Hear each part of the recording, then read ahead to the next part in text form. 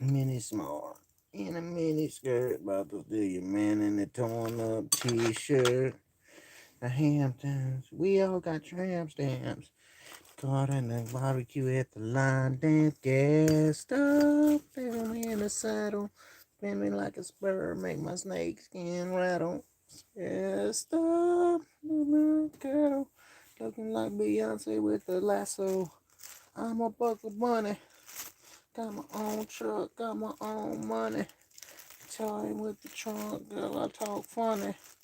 Rhinestone handsets, Kentucky. I'm a buckle bunny. I'm a buckle bunny. Ate a whole cake, left them no crumbs. Thought I was bad at a nose dummy. Dirty back porch, but a little tummy. Got nothing from them. She's a buckle bunny.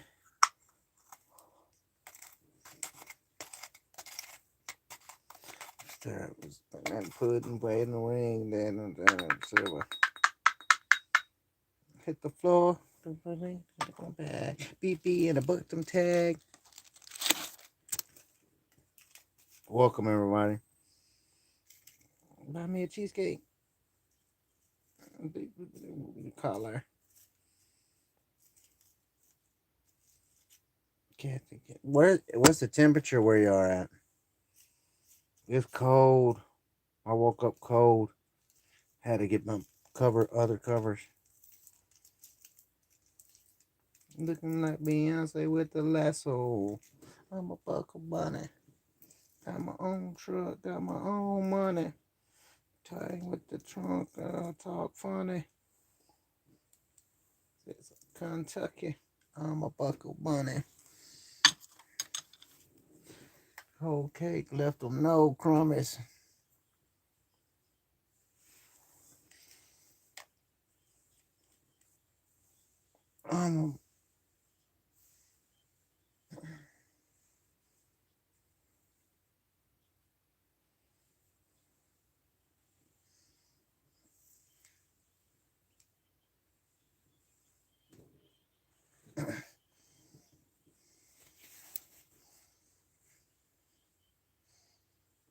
I'm a buckle bunny.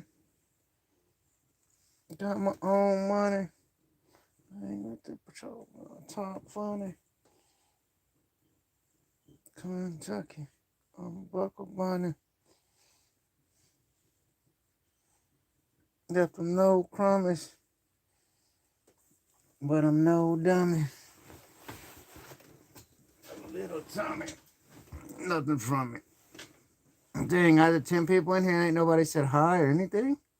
Dang it, man. What's up with that? Scooby-Doo over here. He's warm.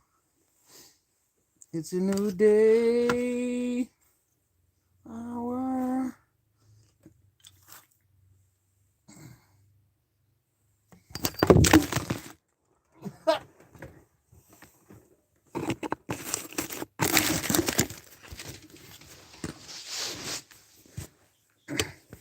Well, don't tell me my tape's not going to hold.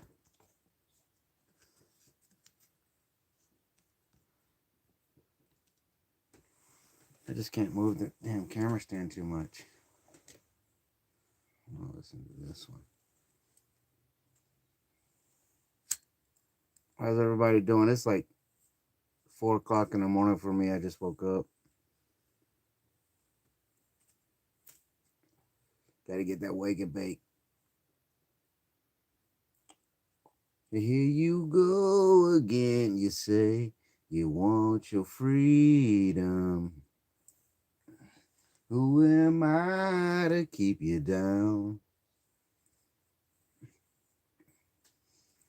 It's only right that you should play the way you feel it.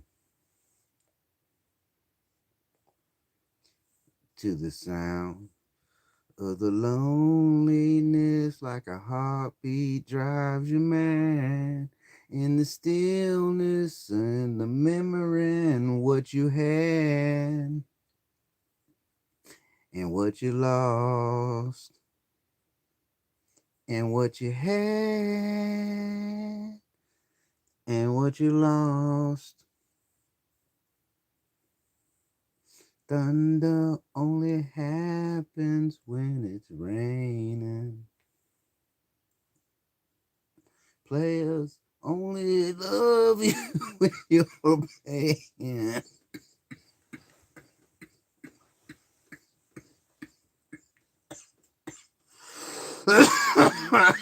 What's going on, love?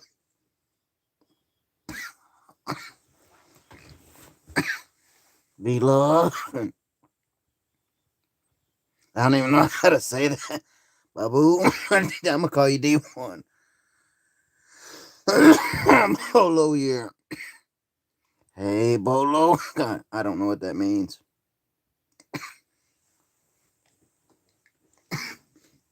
Oh, again, you say it's just visions. My visions to myself.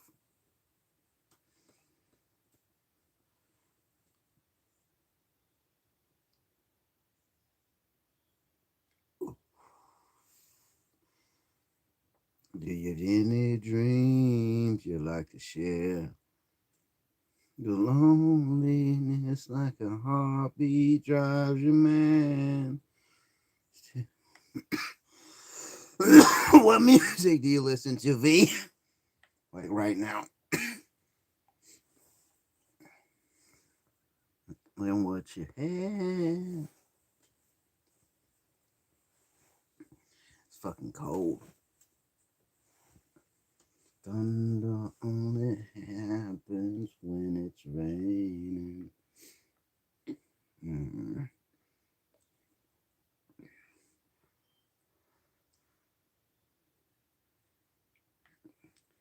Say women, they will come and they will go.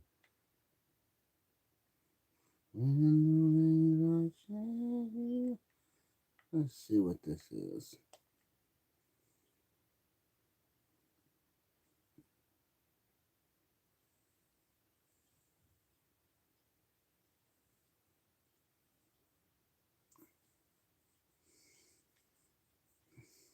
Knows how to party.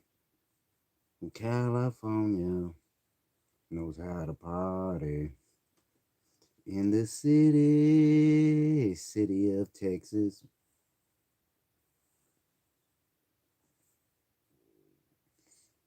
Yeah, keep it rocking.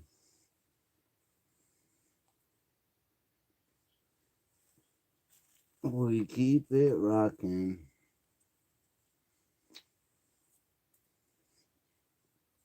But like Elliot Ness, listen to the best. I don't know about that one. Don't want to hear that.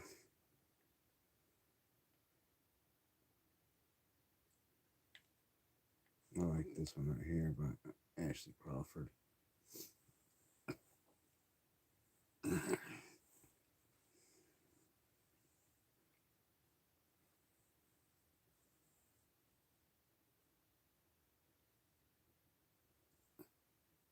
Where's everybody from? Remember to like it up, yeah. Some people like to head to the bar when life's getting just a little too hard. Some people like to float out and fish. Some people like to whine and bitch. Everybody needs a little head vacation. Everybody got their vice. I just picked up some papers from the Exxon station and I just wrote all mine. I smoke weed and I don't give a damn. Ziploc in my pocket with a couple of grams. There's a pretty good chance that I'm high right now. Oh, weed. Just about every day is the thing that I do as soon as I get paid. Thing you know about me, it's that I smoke weed. Yeah, I live in Texas. You could say I found a natural prescription for an undiagnosed medical condition. If you ain't got your own, that's fine. Hell, I'll share mine, 'cause I smoke weed. I love this song. There's a good chance that I'm high right now. You're Mr. Officer unless you're down.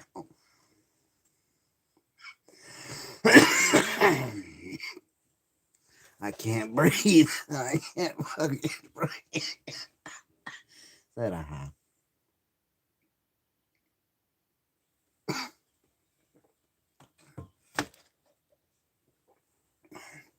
That water is freezing cold. That thermos keeps shit cold or hot, whatever you put in it. Legal out in California and a couple other places too.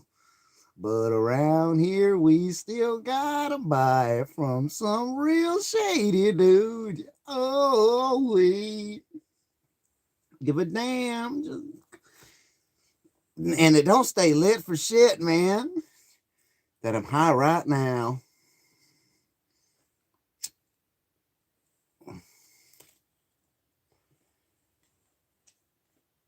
I wish I could play music and it wouldn't be copyrighted, because I would be jamming out during every gaming session. Sometimes I do. Yeah, I don't even know it. Break it down here for a minute.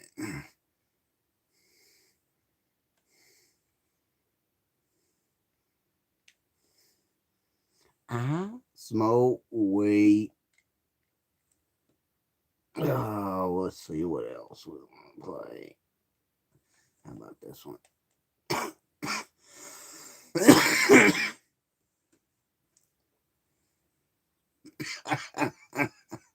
Some of these commercials are just so fucking stupid.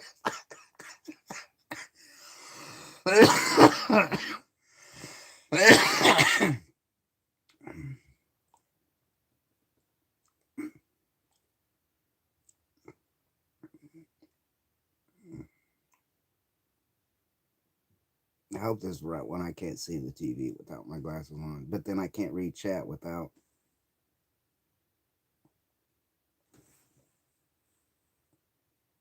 I know, right? Yeah. Some people smoke meth. Some.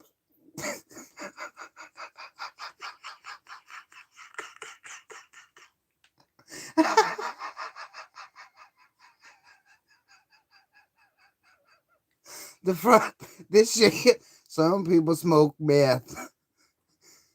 Some people smoke crack. Some people smoke cork.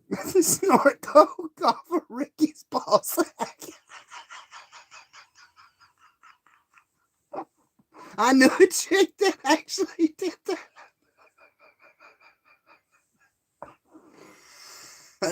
Comes from a bone. I like joints myself. Like smoking weed a lot. I like getting stoned alone. I like taking weed indeed. I think edibles are incredible. Oh, sure. Gummy bears. Yeah, I got that hemp shampoo for my. Oh my God. This is a fucking song. Who sings it? Yeah. Wheeler Walker Jr. I like smoking pot.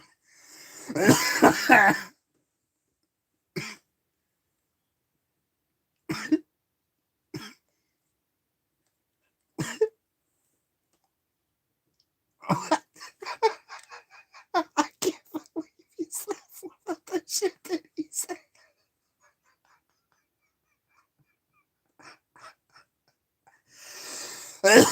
He's like, some people like.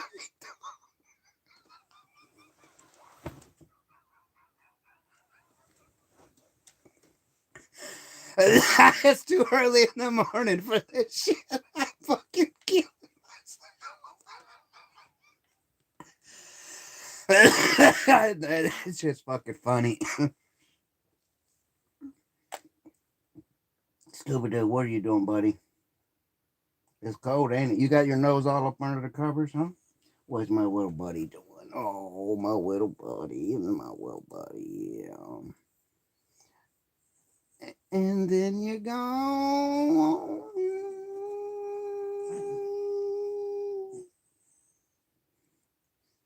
Yeah, yeah, yeah.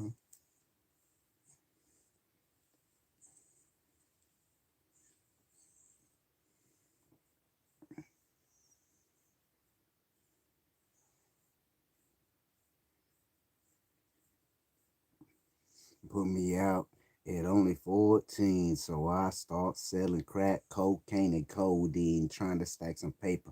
I gotta do it quick, thinking I'm a juvenile, but they don't know who they fucking with. Yeah, my mama's third son, and I live every day like it's my motherfucking last one. Every nigga and their mama asking why, but I'm in the game, live by the game, and in the game I'ma die.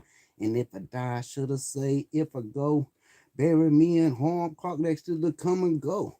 Cause tomorrow ain't promised to me. The only thing promised to a player is the penitentiary. So I'ma take care of my business on the smooth tip. Watch my back, selling crack and pack two clips. And when you think about that, you could say that it only is a trip and did it a day. But the next day you're gone. One day you're here, baby. And then you're gone. One day you're here, baby. And then you're gone.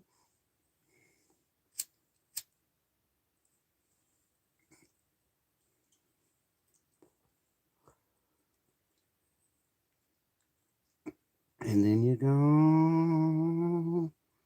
There's more living in it, ain't nothing but drama, and everyone wanna harm you. And New York niggas getting shot for bombs. They got your life in the palm of their hand like California niggas with news of hot upon it. Marijuana, gangbang ain't got the dead out of Minnesota. Down in Park.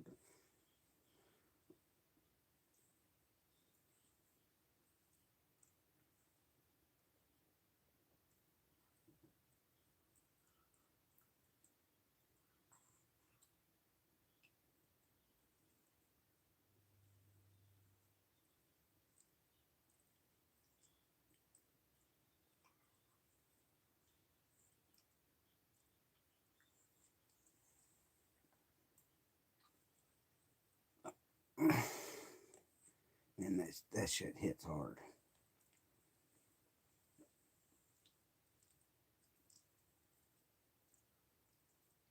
Pack two clips, and when I think about that, it'll say, being on is a tripping here today. Cause the next day you're gone. One day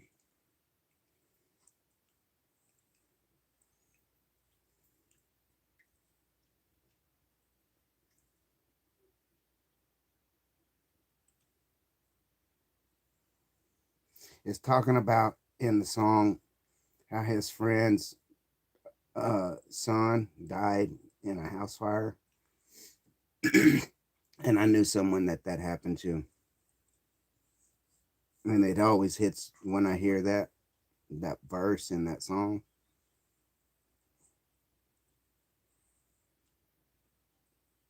Marijuana, gangbang, and got the ghetto out of Minnesota. Down and knocked my nigga Pox died on a corner behind a funky ass dice game. Saw him once before he died, wish it was twice, man. I remember being 8 deep off in chugging crib, letting us act bad, not giving a fuck what we did.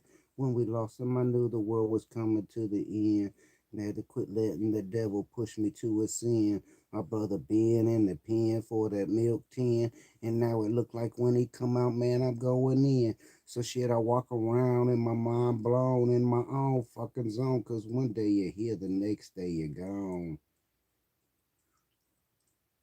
And then you're gone.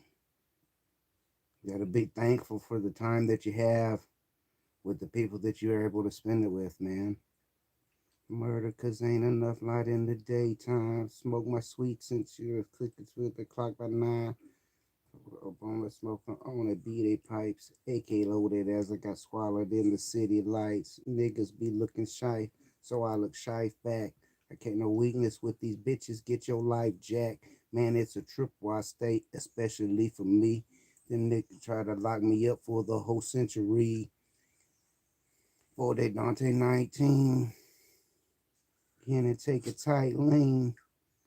Put your ass over it. Bitch, I ain't no liar. My man Bobo lost his baby in a house fire. And when I got on my knees that night to pray, I asked God, you let these killers live and take my homeboy son away. Oh, I'm home. And the next day they gone. And it's crazy, man. You never know what's gonna happen. My daughter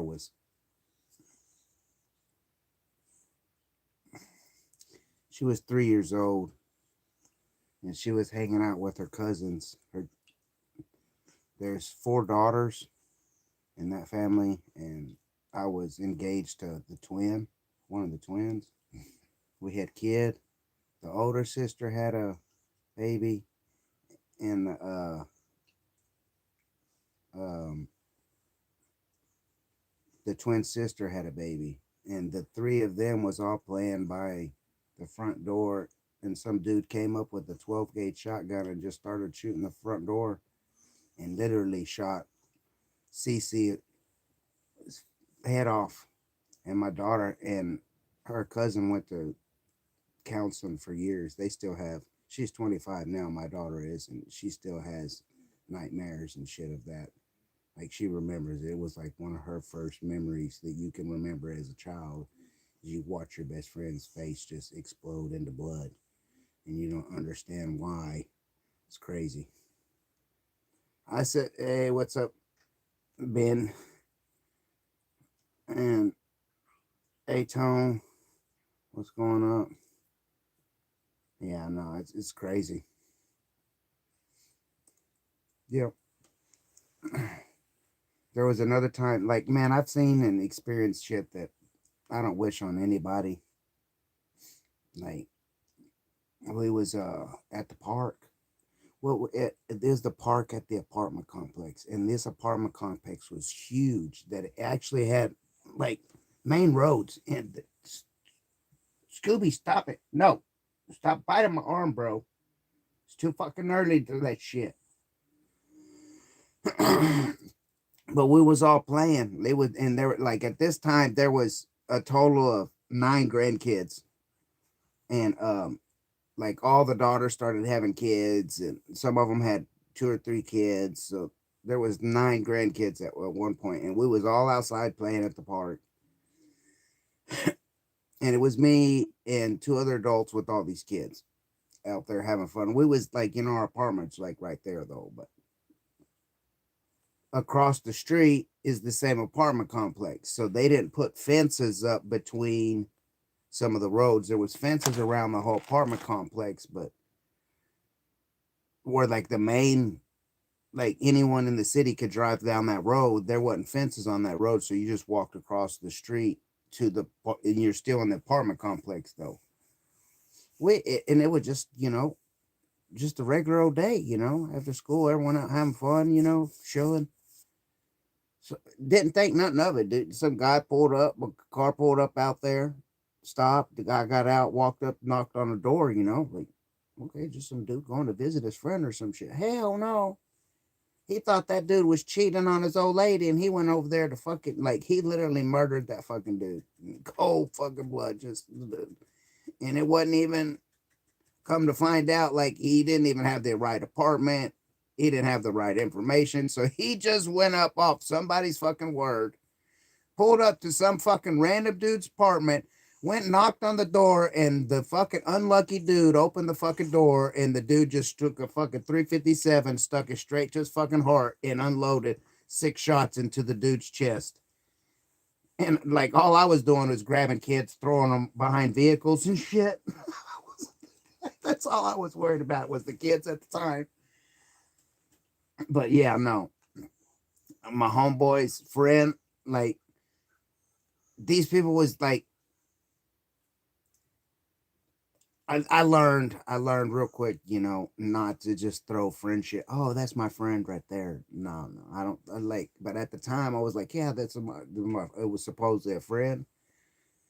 Well, his homeboy had a problem with his homeboy, and I just happened to be in the wrong motherfucking place at the wrong motherfucking time, and dude got his head blowed off with the 12 gauge shotgun. That, like, I had brain matter and blood, some dude brain on my fucking face. Yeah, no. And I'm not in gangs, never been in no gangs, none of that stuff. I just happened to know the wrong fucking person, and he had, yeah, it was crazy. He ended up dying. That the guy ended up getting killed by his own family members, doing some shady ass fucking trading, stealing. I don't know what they was fucking doing. It involved 18 wheelers, is all I know. One family member wanted a bigger cut and set his own family member up, and dude pulled up with the fucking the 18 wheeler full of merchandise and shit, and fucking he shot his own family member. So he didn't get a bigger cut. His cousin lost his fucking life, and now him and his homeboy are in prison for the rest of their lives. So it was like over greed and money, man. It's fucking wild what people will do for money. Like, and it wasn't like life changing amount of money neither. 4 or 5 thousand, $10,000. That's not life changing money. I don't give, like, you might be poor and think $10,000 is life changing money, but it's actually, it would be gone in fucking a couple months. If most people, them people, yeah, $10,000 when they would have bought 4 pairs of Jordans and a bunch of fucking gold necklaces and chains and shit, and they would have been broke again. It was crazy. I was like, they wanted me to get involved in that shit, and I never, nah. I was like, nah, it's like, I ain't getting involved in no crime. The only crime I'm getting involved in is if my cut is $250,000 cash out the door. Like, as I'm walking out the door, I got $250,000 cash in my bag. If my cut's not that much, I don't want to know about it. Don't give two fucks. Go have fun. I've been locked up, drugged up, told everything I'm not. I've lost it all and built it back again. Flat broke, no hope. Told him just the fate of a man. At the end of the day, I give thanks. I got a good heart. I made some big mistakes. I let the past behind me with the wind in my face. I've let a fresh start. I got the rest of my days. I'll never go back down that road that I came.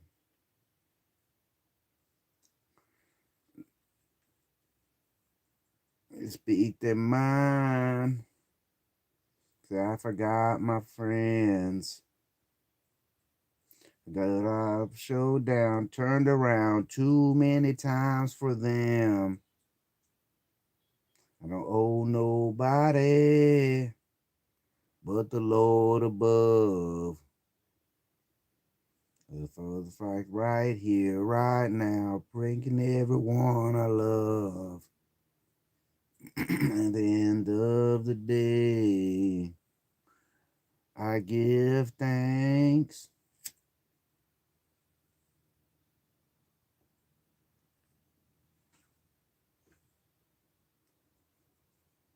He likes chewing on you.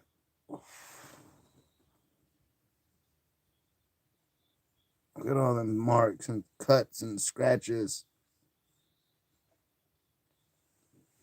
If I pass away, he's guaranteed gonna eat me. There's no ifs, ands, or doubts about it.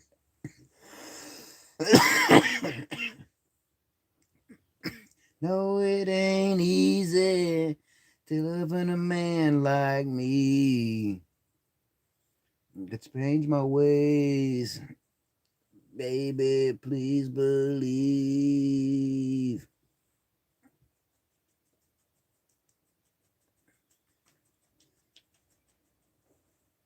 Pass behind me with the wind in my face.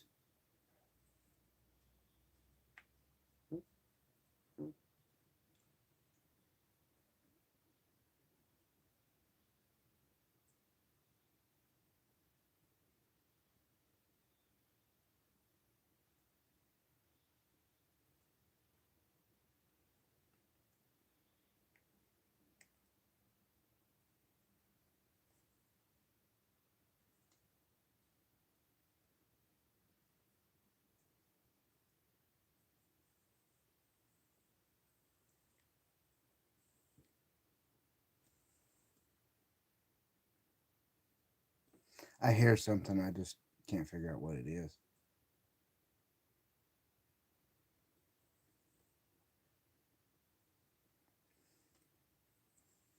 Red cuffs, brown liquor, Joe Suds. Bad motherfuckers just rolled up. Firecracker, short fuse. Got 'em long like a corkscrew. No limit, no curfew. To get everything I wanted in this lifetime, I had to put my beliefs on the front line. And the song that I sing, it's always been you and me. Till my baby, it would be another late night. Work 8 hours after midnight. No sleep, no sleep. And it's always been you and me.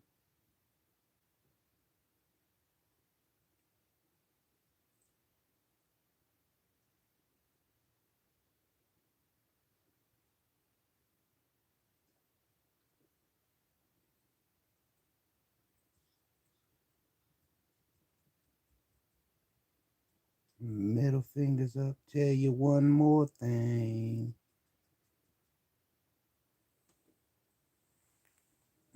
Let me tone it down. I'm Sloan by nature, by small town. Don't guns by nature will show now. Get everything I wanted in this lifetime. I had to put my beliefs on the front line. It's always been you and me. Just me and you, Teddy. Just me and you. Ain't nobody got my back but me. And I see everything that's in front.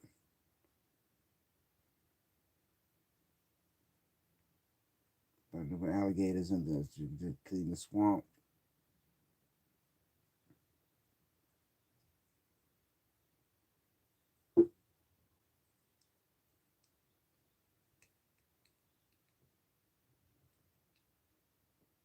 Last time I see you, it didn't seem so focused. To leave it, you know, the clean leave it dead. Crazy, nice living.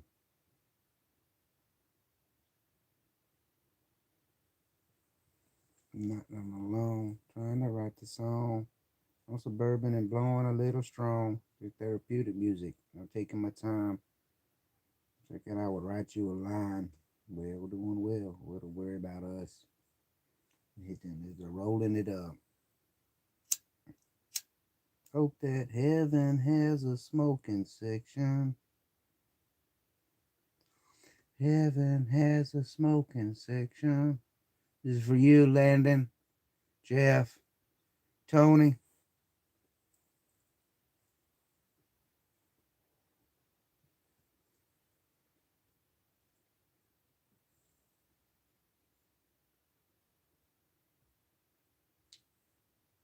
It's crazy. This song, what is this? This is Jelly Roll smoking section.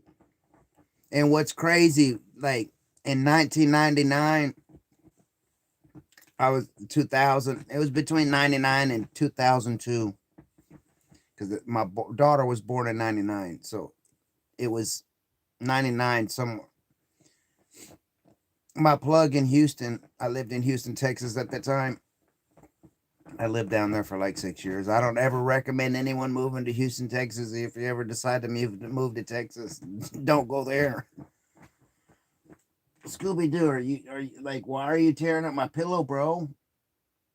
Why you gotta be like doing all that shit, bro?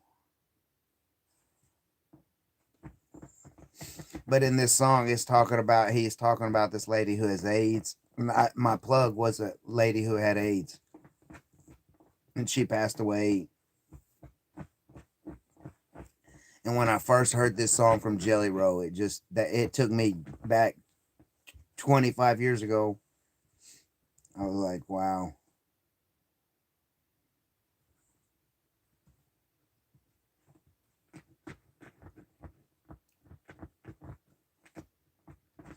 And he's talking about his homeboy being an addict and stuff. And right now, my little brother's an addict, living on the streets of Oklahoma on the end of a meth pipe. He's been doing that for the last 10 years.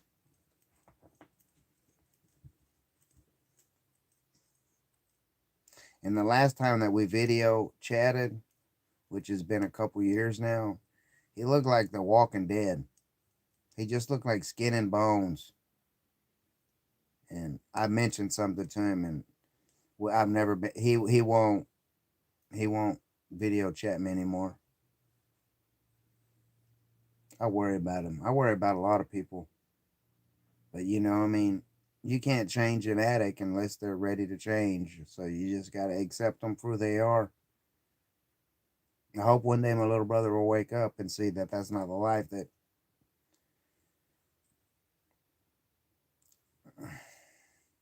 But he's the only one out of all of us that hasn't had a kid. My oldest brother, he's a baby factory, and he gets with women that are on Social Security disability checks or mental health checks, or they don't work. They're always on some sort of pills and a government check. And he'll, like, I'd say in the past 30 years since high school, like my older brother, he hasn't been single,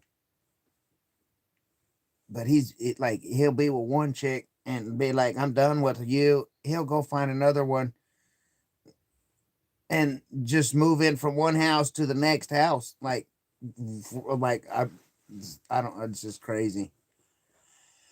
It's just.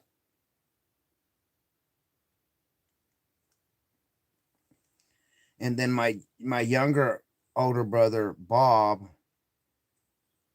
he wasn't even raised with this. He was his dad while my mom was at work, before I, like, she was pregnant with me or wasn't even born. Like, I don't. It's I've had the story told to me so many times it's confusing, but his dad sold him at the bar for 20 bucks so he could buy beer. And when my mom got off work, she was like, where's Bob? And he was like, oh. So for 2 years, my mom, like, our brother just disappeared one night. For it 2 years, it took my mom to find him, call the police, all that shit. And I remember being as a little kid, like, some of my first memories was visiting some house, seeing some boy, hanging out with some boy. And I didn't even realize who he was or what he was. But he was my brother and I didn't even know it. You know what I mean? Like, I was so young. But I remember going to this house, and I remember when my mom, she would put on this wig because eventually my brother got put in custody of someone, and two judges or two doctors a male doctor and a female doctor wanted a child, and Bob just happened to be the child. And so my mom fought for years in the court system to try to get my brother back, but they had more money than my mom, so because they had more money, they won. So once my mom lost custody of my brother, and not due to her, because the his dad, yeah. And I remember my mom, she would put wig on and put dress all weird, look completely different, and like we'd drive down into this neighborhood, these nice fucking rich house neighborhoods and shit. No, nothing we lived in. And she would park on the road and get out and walk down up and down the road. And for years, I didn't understand why. No, it wasn't kidnapping. It was if you go to work and you have your child at the house and your baby's daddy takes the kid, it's not really kidnapping because neither one there's no court papers saying that this parent or that parent has custody, so it's not kidnapping. It would be more child endangerment and shit. You know, your baby daddy just decided to go sell your child for some $20 so he can get some fucking beer to some random person at a fucking bar. Like, so how would you find your kid in that situation in the 1970s when there's no cell phones and there's no internet, and like some people don't even have house phones. People don't even have color TVs in some houses. They're still watching black and white TVs. You know what I mean? So you come home from work and your child's missing. And your boyfriend's like, well, I don't know where he's at. You know what I mean? Like, how would you find him? You then when you find out the whole story, it's too late. Doctors are already trying to adopt him. You know what I mean? Like you're calling the cops, and the cops are doing what they're doing, pen and pencil and paper, having to call different people and different. You know, like there was no uh, um global fucking cop system all connected together back then and shit. So, you know, like back in that time, you know, like, yeah, people came up missing, and yeah, they could come pop back up 15 years later, just poop out, you know what I mean? Back then. But yeah, it took 2 years, and then they fought for like 5 or 6 or something. It was a long time. I remember. But yeah, it was crazy. Like I'd be sitting in a car with my older brother, fucking, and my little brother, just sitting in the back of a car with our mom walking up and down the road, and she was doing it to see if she could find. She found out where he lived, and she wanted to just see her son. She couldn't talk to him, or you know, like if she was found there, it could be big problems for her. But yeah, crazy shit. Yeah, I went. It was a different time. Like the people this generation couldn't handle a year of the shit that I've went through. You had to ball it all up in a year. Yeah, they would probably put a gun in their mouth and shot themselves or something. I don't see how. Like sometimes I wonder how I'm here.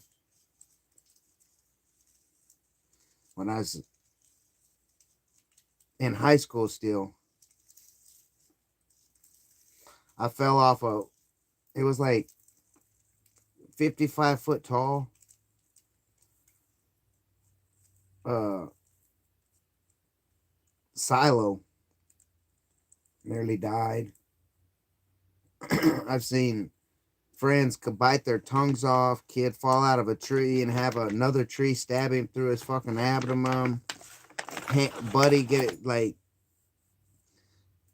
just the top skin, just this top skin on these 4 fingers was the only thing holding his fingers on. They were just dangling by skin. Like we were just kids being kids. And my mom was babysitting her high school friend, one of her high school boyfriend's kids. So there was them 3 and her 3.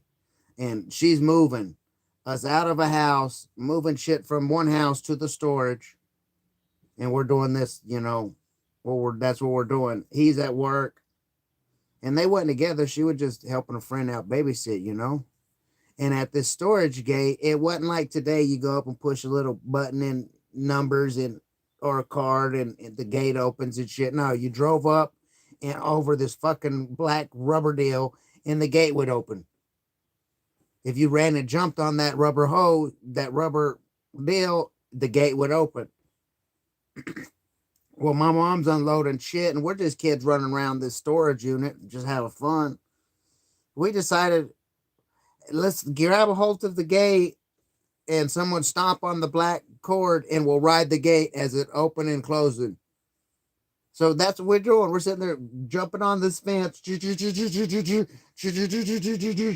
Well, our friend, he grabbed the top bar, and there's this metal guide wheel that the pipe goes through.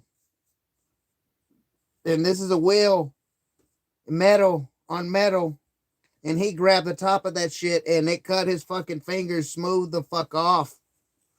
He like got down and was calm as fuck.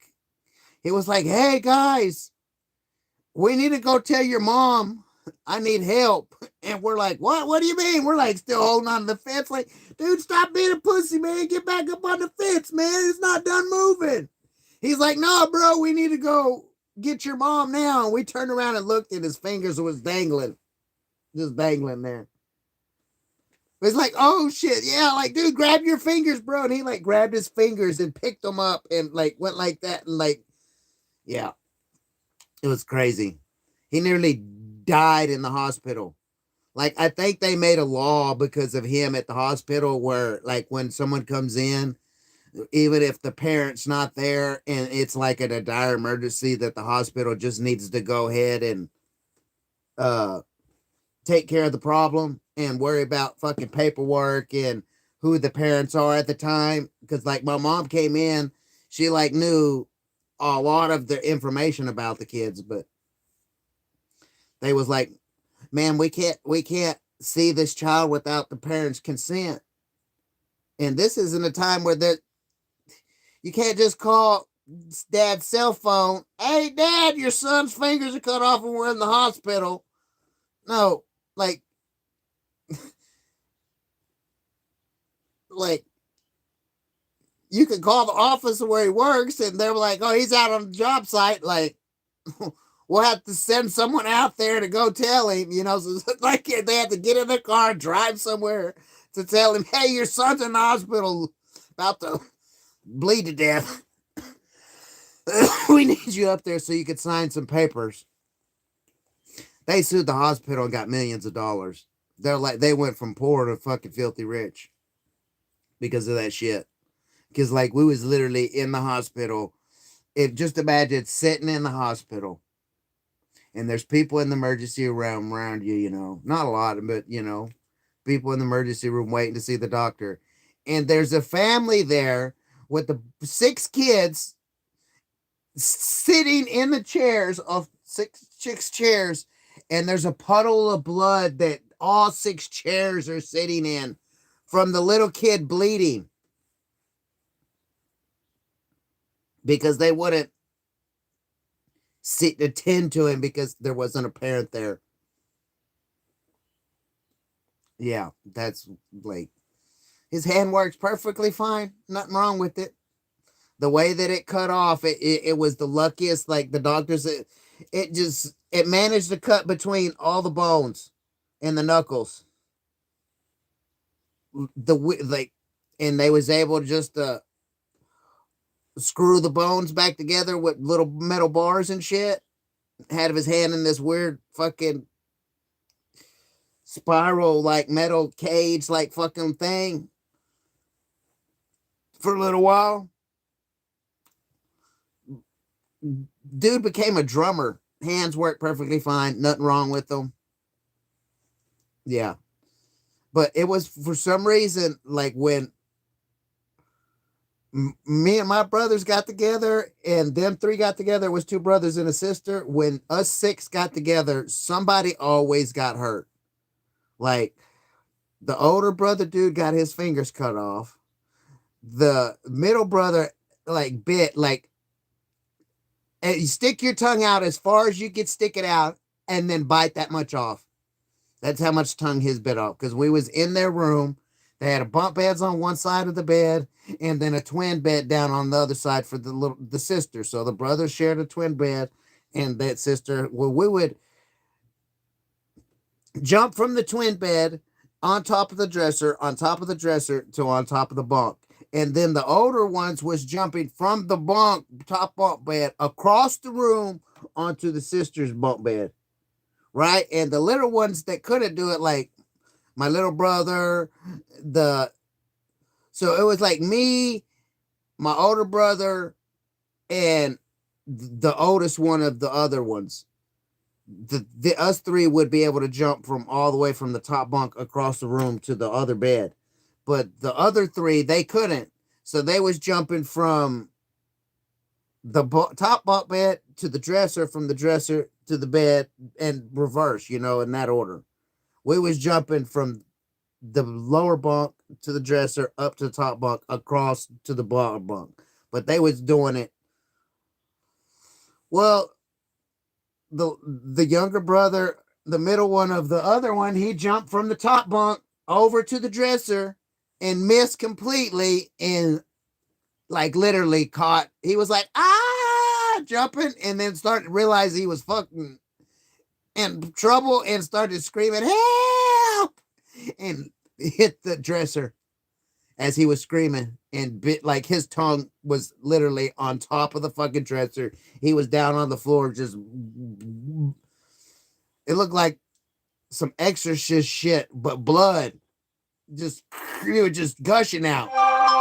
But you couldn't understand a word he was saying. He was I was like, what the fuck is going on? Like, how's he bleeding so bad? We didn't realize he bit his tongue off. And then the other one that got his fingers cut off, the same one that got his fingers cut off, another completely time. And this shit happened years, like, it'd be like every time something crazy happened, like, it'd be like 2 or 3 years between these incidents. So the dude cut his fingers off, got healed, got a bunch of fucking money. My mom came in and helped watch him one day. Other one get his tongue bit off. My little brother filleted from his, like, literally from the top of his foot all the way up over his knee, up to the middle of his thigh. Filleted his shit open with barbed wire. There was like the barbed wire fence. That it was the older ones could jump over it, and the other ones had to crawl through. Well, my little brother always wanted, Teddy could do it, I could do it. I'm bigger than he is. Even though he was smaller, he was my younger brother. He was always bigger than always. I was always the smallest one. Because I could jump over it, he could jump over. So he went to jump over that shit, and that barbed wire fucking just caught him in the thigh and just ripped all the way down as he was hurdling over that shit. It just fucking, like, it was, like, you could see the bone. Like, you see the kneecap, everything. Just look, it'd be all right. Some butterflies. He didn't get one stitch. It was all fucking Band-Aid butterfly together. Yeah. But the same kid that got his fingers cut off, we're in the front yard, climbing in the tree. And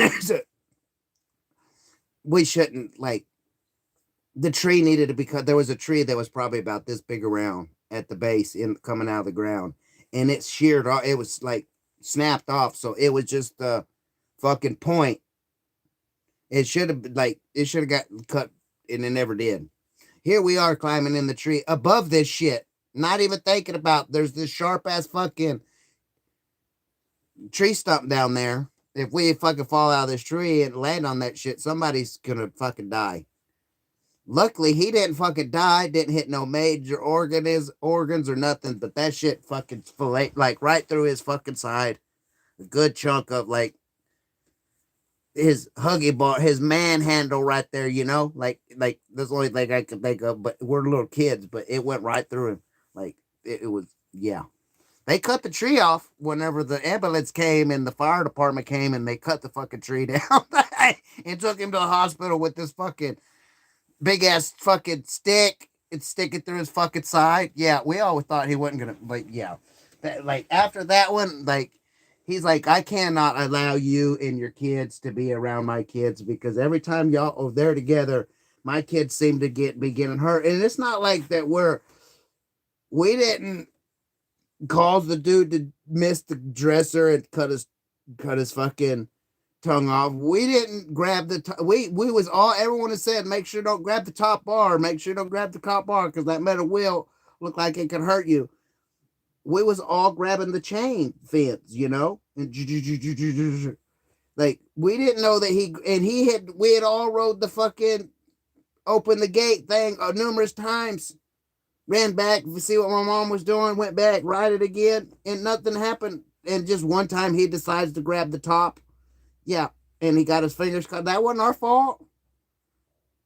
Like, I had no control of him falling out of the fucking tree. We climbed in that tree thousands of fucking times and never fell out of it, you know? But we never hung out ever again. To this day, I've never seen him again. And his dad still lives in the same fucking, their dad still lives in the same fucking house in the same fucking town. He ain't never left. But yeah, just a wild shit that went on in my life. That how we're a fucking live, I don't know. I really don't know. But how you doing, Reese? Yeah, I came out with no serious injuries, dude. Can you believe it? It took 43 years. 42. I was 42 or 43 when I hurt my shoulder. I'm 46 now, so 40, like I did a pretty good job. And I did break my wrist, my hand was literally like this. This hand looked like that. Literally, whenever they took my hand out of my jacket, that's what my wrist looked like. So when they pulled my hand out of the jacket, I actually pulled my hand out of the jacket. As soon as I seen my hand like that, I was like, "Doctor, I need help!" And I just put my arm down and didn't look at it because it was freaking me the fuck out.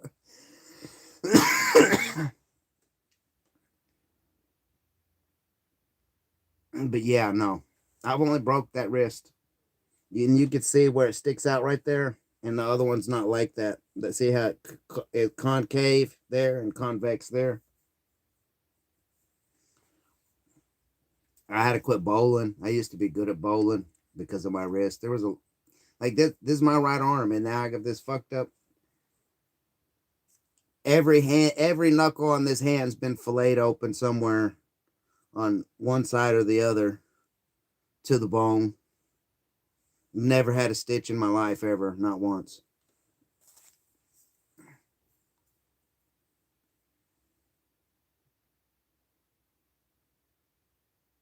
Oh, no, the craziest shit was the 18 with a wreck in 2004.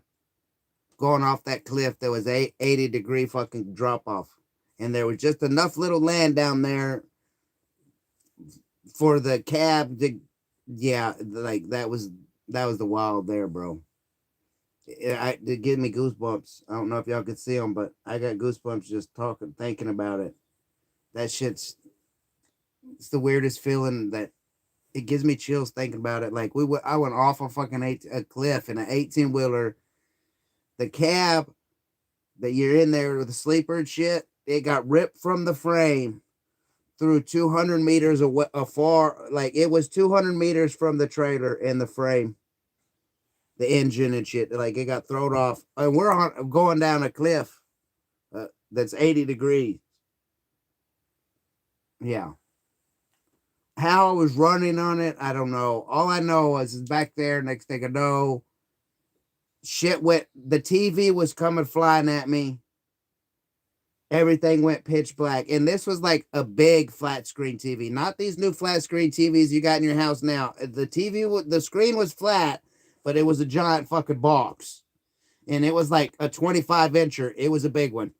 It took two people to put the motherfucker in the truck. It's that heavy. Yeah, that shit hit me. Next thing I know, I'm fucking flying around the sleeper. The back of the sleeper opened up like two swinging fucking doors, and I was standing in snow up to my fucking waist on an 80-degree fucking cliff. I'm standing. Like, the snow is what's keeping me from. Like the next day when we seen it in the daylight where everything was at, like I just started crying. Like there's no way. Like when the first cop said, "I don't feel comfortable talking to dead person. You're gonna have to wait until backup comes," and he walked away and got in his car and never said anything to me ever again. Yeah, I thought I was dead, and everybody that was up there was dead, and we was all fucking dead, you know. But yeah, no.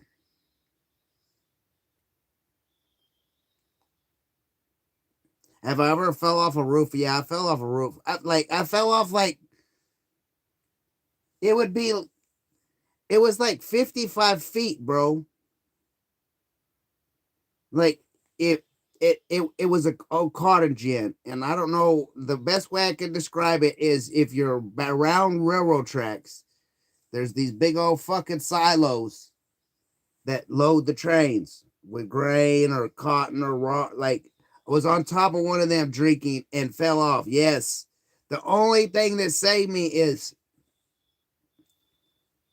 see, I'm going from one store, the 18-wheeler, but you want to ask me if I fell off a house. Yeah, I've fallen off a house. Houses ain't shit. Fall 55 fucking feet, bro, and land flat on your fucking back, bro, and tell me how it feels. And be lucky not to break one fucking bone. Like I was bruised, like literally from my ears back. My whole entire body was purple, blue, and orange, and yellow, and green, and shit from bruised.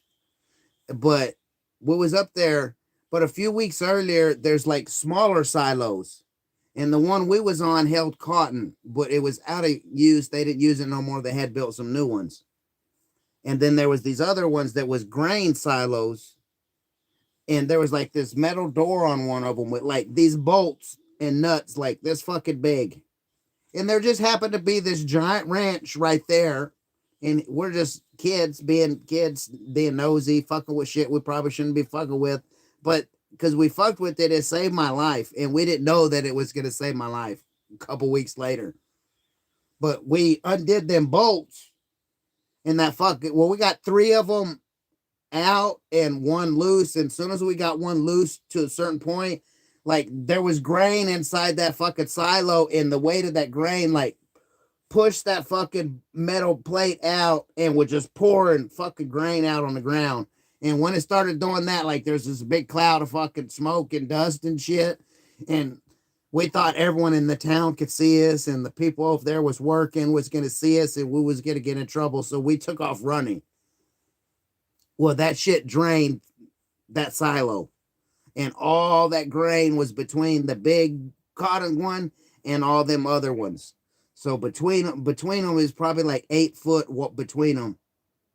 I'm just guesstimating. I wouldn't really know. Like I can, it was a good ways away, but they were still close enough together. But it filled up a big old long section between all of them, between the big one and the little ones. Just a bunch of grain, just like rice, like brown rice looking shit. So we didn't go down by the grain gins for a while because of that shit. We was afraid like if we was down there and someone seen that, oh y'all, we think y'all are the ones that did it. You know what I mean? Like we didn't know. So we avoided that shit for a while. And then one night we decided we was gonna get drunk. And we're all fucking underage, not even 18. We're all 15, 16, 14, 16, somewhere around there. Most of us, some of us was I hung out with a bunch of older people. Some of them was 17, 18, out of high school already. But we was all getting drunk on that on top of that motherfucker. The safety cable is gone off the edge of it. This thing is made out of steel and it's been rusting. So there's like this thin layer of fucking sand, rust on top of it that's real slick and shit. Yeah, like it's dangerous up there. And I'd been up there by myself many times, you know, and it was my idea to go up there. Let's go up here. This will be a cool place. We can get drunk and look at the stars, and we could fuck with this owl. There's this big ass owl that lived in that one, and the top metal thing was open, so he flew in there and fly out, and there was a big ass nest in the top of that motherfucker, and everyone's like, "Yeah, man, let's do it." So we went out there, and it had rained between the time that we opened up the grain gin down there and the time that we started to drink it. So all that stuff down there turned into like rotten oatmeal and didn't realize it. You know what I mean? Like, but we're up there drinking, and I took a big ass fucking swig and was drinking like out of a half gallon. It was like the one with the jug with the fucking loop on it.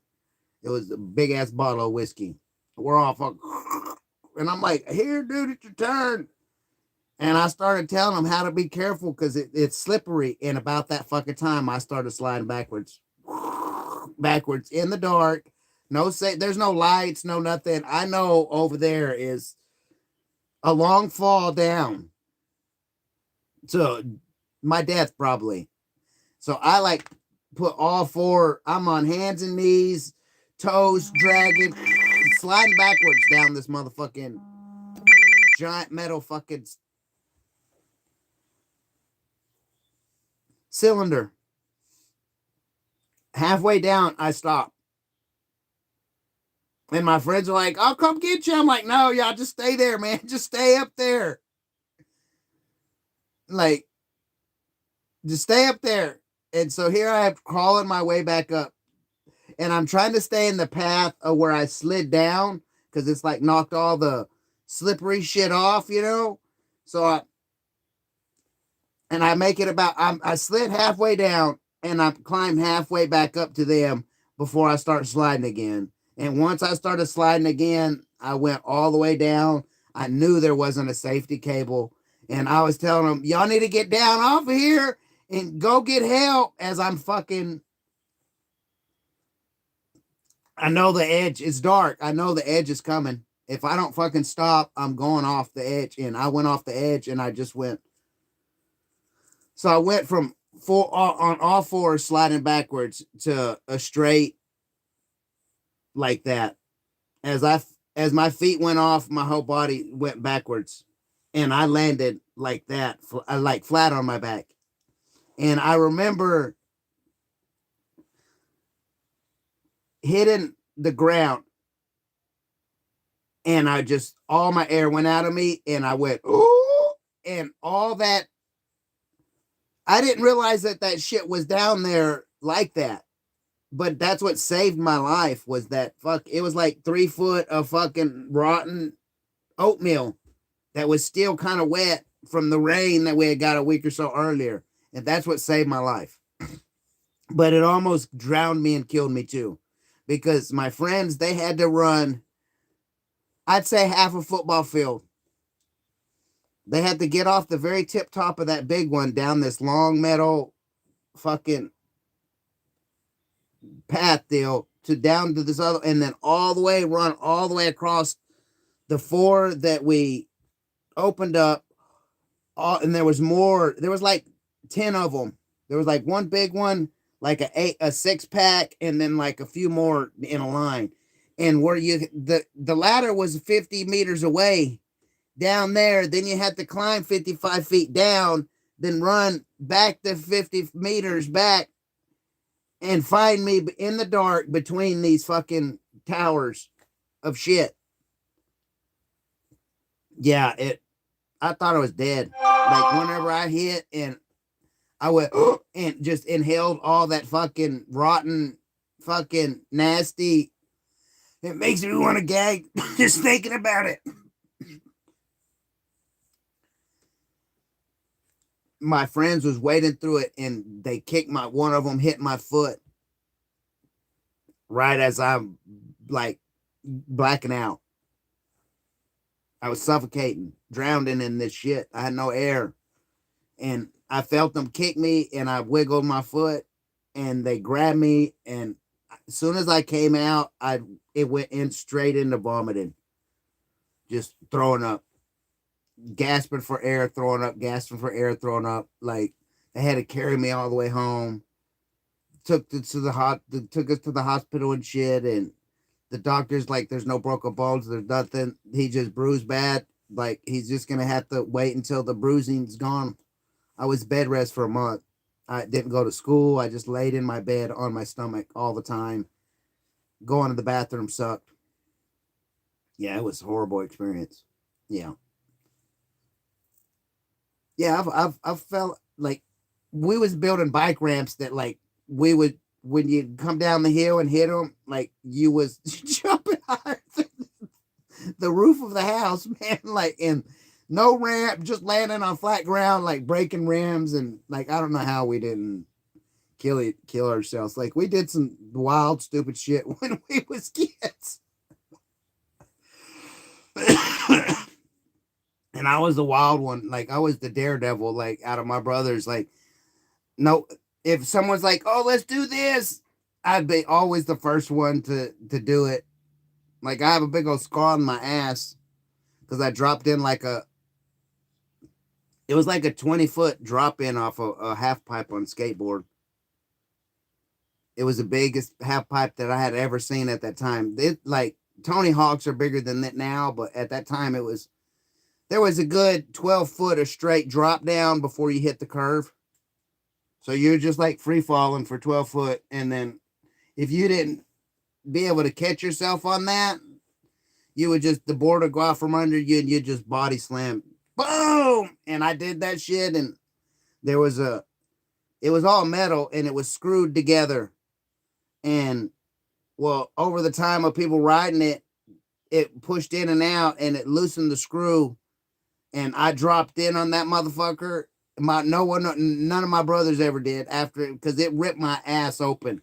It ripped my butt cheek fucking from the bottom all the way almost to the top. That screw fucked my ass up. It didn't like need stitches, but it put a nice little groove. Like it cut a little groove of skin and meat out of my ass. So there's like a line on my butt. Yeah. I still skateboarded. That's how that wrist is fucked up. I was Arizona was 2003 to 2000, 2002 to 2005. So I was in my early 30s, late 20s, early 30s. Too old to be skateboarding. Hadn't skateboarded in fucking years, and moved to apartments right across the street was this badass fucking uh skate park. So I had to get me a skateboard. I got me a skateboard, and that's how that wrist right there is fucked up. Like that shit. Look how it disappears. You see it? You see a little bump? How it disappears? This one does not do that. When I twist my wrist, that stays. On this one, it disappears.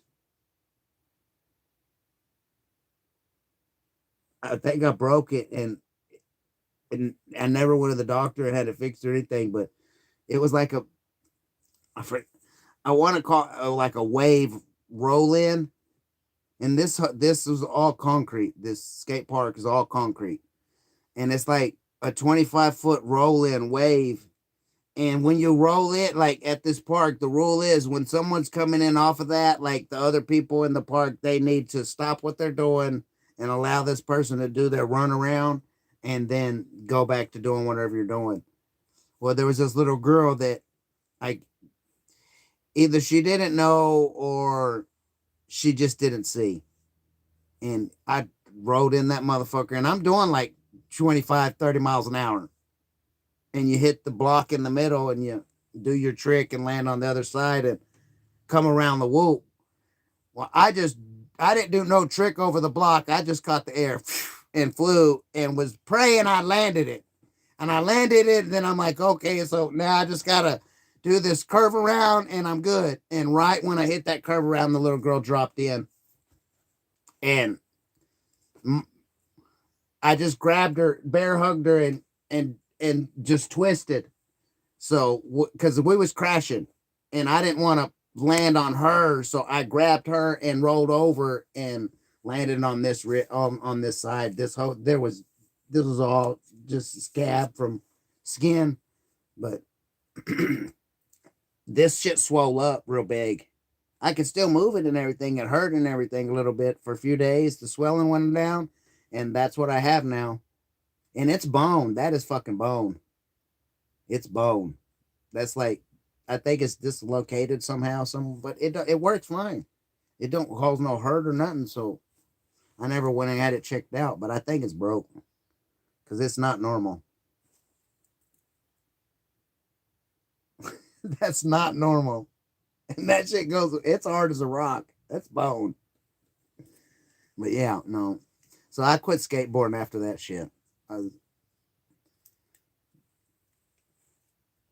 But my little brother, he skateboarded all the time, and he never went down that hill, the wave roll in, whatever you wanted to call it. The whole time that he skated that park, he was like, "No, I'm not doing that. Fuck that. That's a death wish, bro." It's like it'll be all right. I ain't skated in 10 years. Let me drop in. Yeah, and I fucked up my shit. But little girl, she didn't get one little bump, bruise, or nothing. But I plowed into her about 20 miles, not 25 miles an hour, 30 miles an hour. But I just bear hugged her and twisted around and landed on my left side, sliding, holding on to her like, "Are you okay?" I was freaking out because I was afraid she was gonna be hurt because she was just a 3 foot tall. She was just a little kid, little. Here comes a full grown man fucking on a skateboard. And I'm not a big man, but I don't give a fuck. 25 mile an hour, 30 mile an hour, someone coming at you on a skateboard, and you didn't see them coming. You get hit blindsided. That shit get hurt like a motherfucker if the person doesn't know what they're doing. But I skateboarded for many years. There was a couple incidences, the ash ripping and the wrist made me realize, this shit's just not for me. I'm not doing this shit professionally. I'm not gonna get paid for this shit. I gotta stop doing it. But yeah, all this shit just stemmed from the 18-wheeler, Rick. That shit was wild. But I was just shit opened up. I was standing in the snow, and I knew that there was a trailer somewhere. Somewhere. I don't know where. I don't know where I was fucking at, but something said, "Look over your shoulder." And I looked over my shoulder, and the trailer and the fucking engine are flipping down the fucking side of this cliff. And if it wasn't for the deep snow, like stopping it, kind of, it would have just fell right on us and crushed us. But the snow stopped it. But it was flipping down on me, and run, motherfucker, is all that came to mind. And that's what I did. I just ran. But there was just a little piece of land down there and nothing but frozen lake after that. And next thing I know, I was sliding on land, running from a trailer, flipping down the side of a mountain after me, to crawling back to land, thanking the Lord that I didn't get crushed by this, or I didn't fall in the frozen lake. The ice didn't break and I froze to death. Yeah, no, it was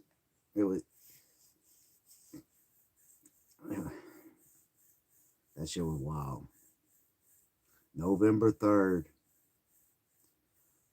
1:22 a.m. It was -5 degrees. And I'm standing on the edge of a frozen lake at the bottom of a fucking cliff, yelling for my teammate, because it was like two of us in the truck, and yelling, "John, John," and the motherfucker not saying nothing. And like once it the shit it happened so fucking fast. It was, I swear, 2 minutes I was up there on the road. 2 minutes later, I was standing down on a frozen fucking lake, running from a trailer. It was the wildest shit ever. But I'm yelling, "John, John," and no one's responding. And I'm like, I'm not going up to that truck, because I could see like the moon's out and it's snow every fucking where. So you could see dark. You could see the dark trees, and you could kind of see the messed up dirt, and because like where there's not snow, that's where the trailer ripped all the, like, you could kind of see, and I could see the cab of the truck over there, and I could see the trailer over here hanging still on this fucking side of this mountain. And I'm just thinking, it like, I got to get out from underneath this, but I don't want to go over here and find this dude mangled to death. So I just like, I'm gonna just stand here, and if I die, if I can die, I'm not going over there. And I just stood there, and then next thing I know, I see this black thing moving across the white deal, and then I hear someone say Teddy, and I'm like, yeah, yeah, I'm down here. And he was fucking freaked out because he's in the driver's seat still, seat belted in, and he's looking back in the sleeper behind him, and there's no sleeper there. There's no beds, there's no TV, there's nothing, it's not there no more. But that's where I was just at. So he's in the truck freaking out. He's in there thinking, I don't want to go out here and find Teddy just dead somewhere, smashed, blood ripped, I don't. So he just was. I'm frozen over there on the side of the fucking land and the lake, freaking out because I'm afraid I'm gonna go find my partner dead in there, like my team partner, not like boyfriend or girlfriend or partner, like just team. We were just team truck drivers, and he's worried about me. So we're both just frozen in like fear of finding the other person dead. And like all this shit happens, like everything I'm saying, it might take 30 minutes to tell the fucking story. But from the time we went off the cliff to the time that we was out of I was to this point seeing him, and we're yelling at each other. And I get to him, and the first thing he said, this dude, like I'm 5'7", 135 pounds right now. Same I was then. This dude is 6'4", 300 fucking pounds. And he's saying his feet are, he's asking me, do I have my shoes on? And I'm like, why? Yeah, I got my shoes on. Why? He says, I don't. And my feet are cold.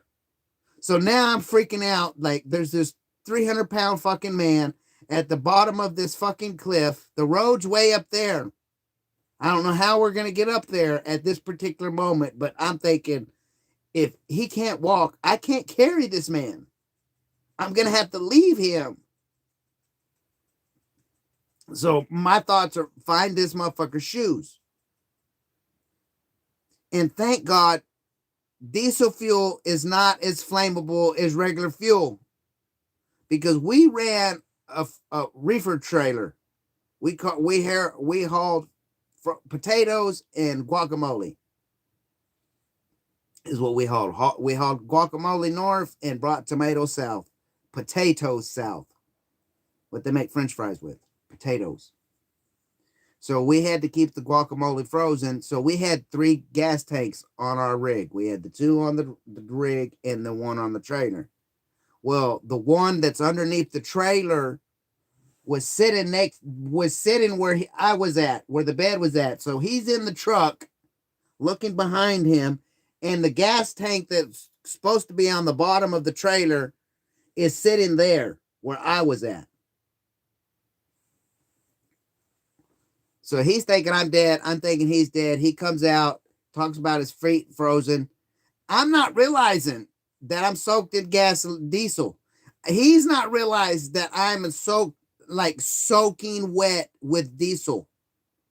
And I didn't realize I was freezing cold, and I just thought it was because it was fucking 5 degrees outside, negative degrees outside, and I'm in snow up to my fucking chest and shit and my waist.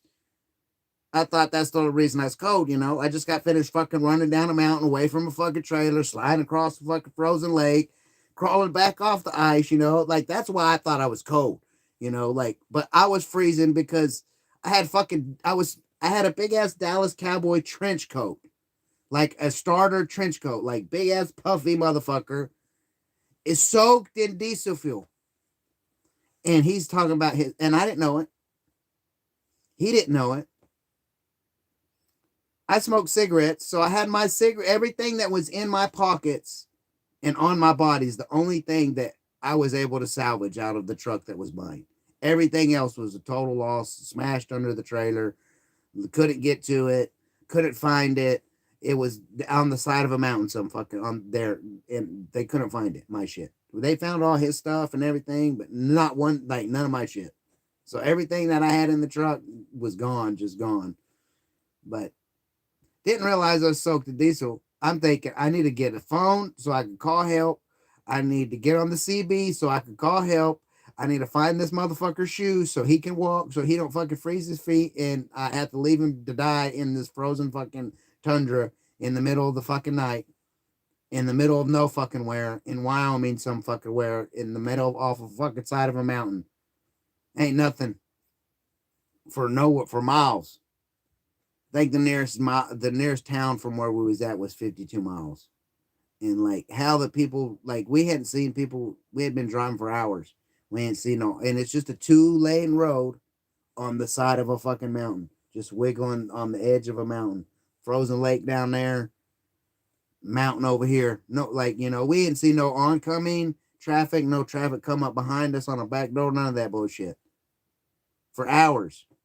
But we're at the bottom of a cliff. I'm climbing in the rig, the cab's sideways, and I'm not realizing when I'm in there, I'm climbing in his side, and I'm in there. Look, the CB, the dashboard was split in two, and the CB fell down in there between the dashboard. I grab it, and there's no power.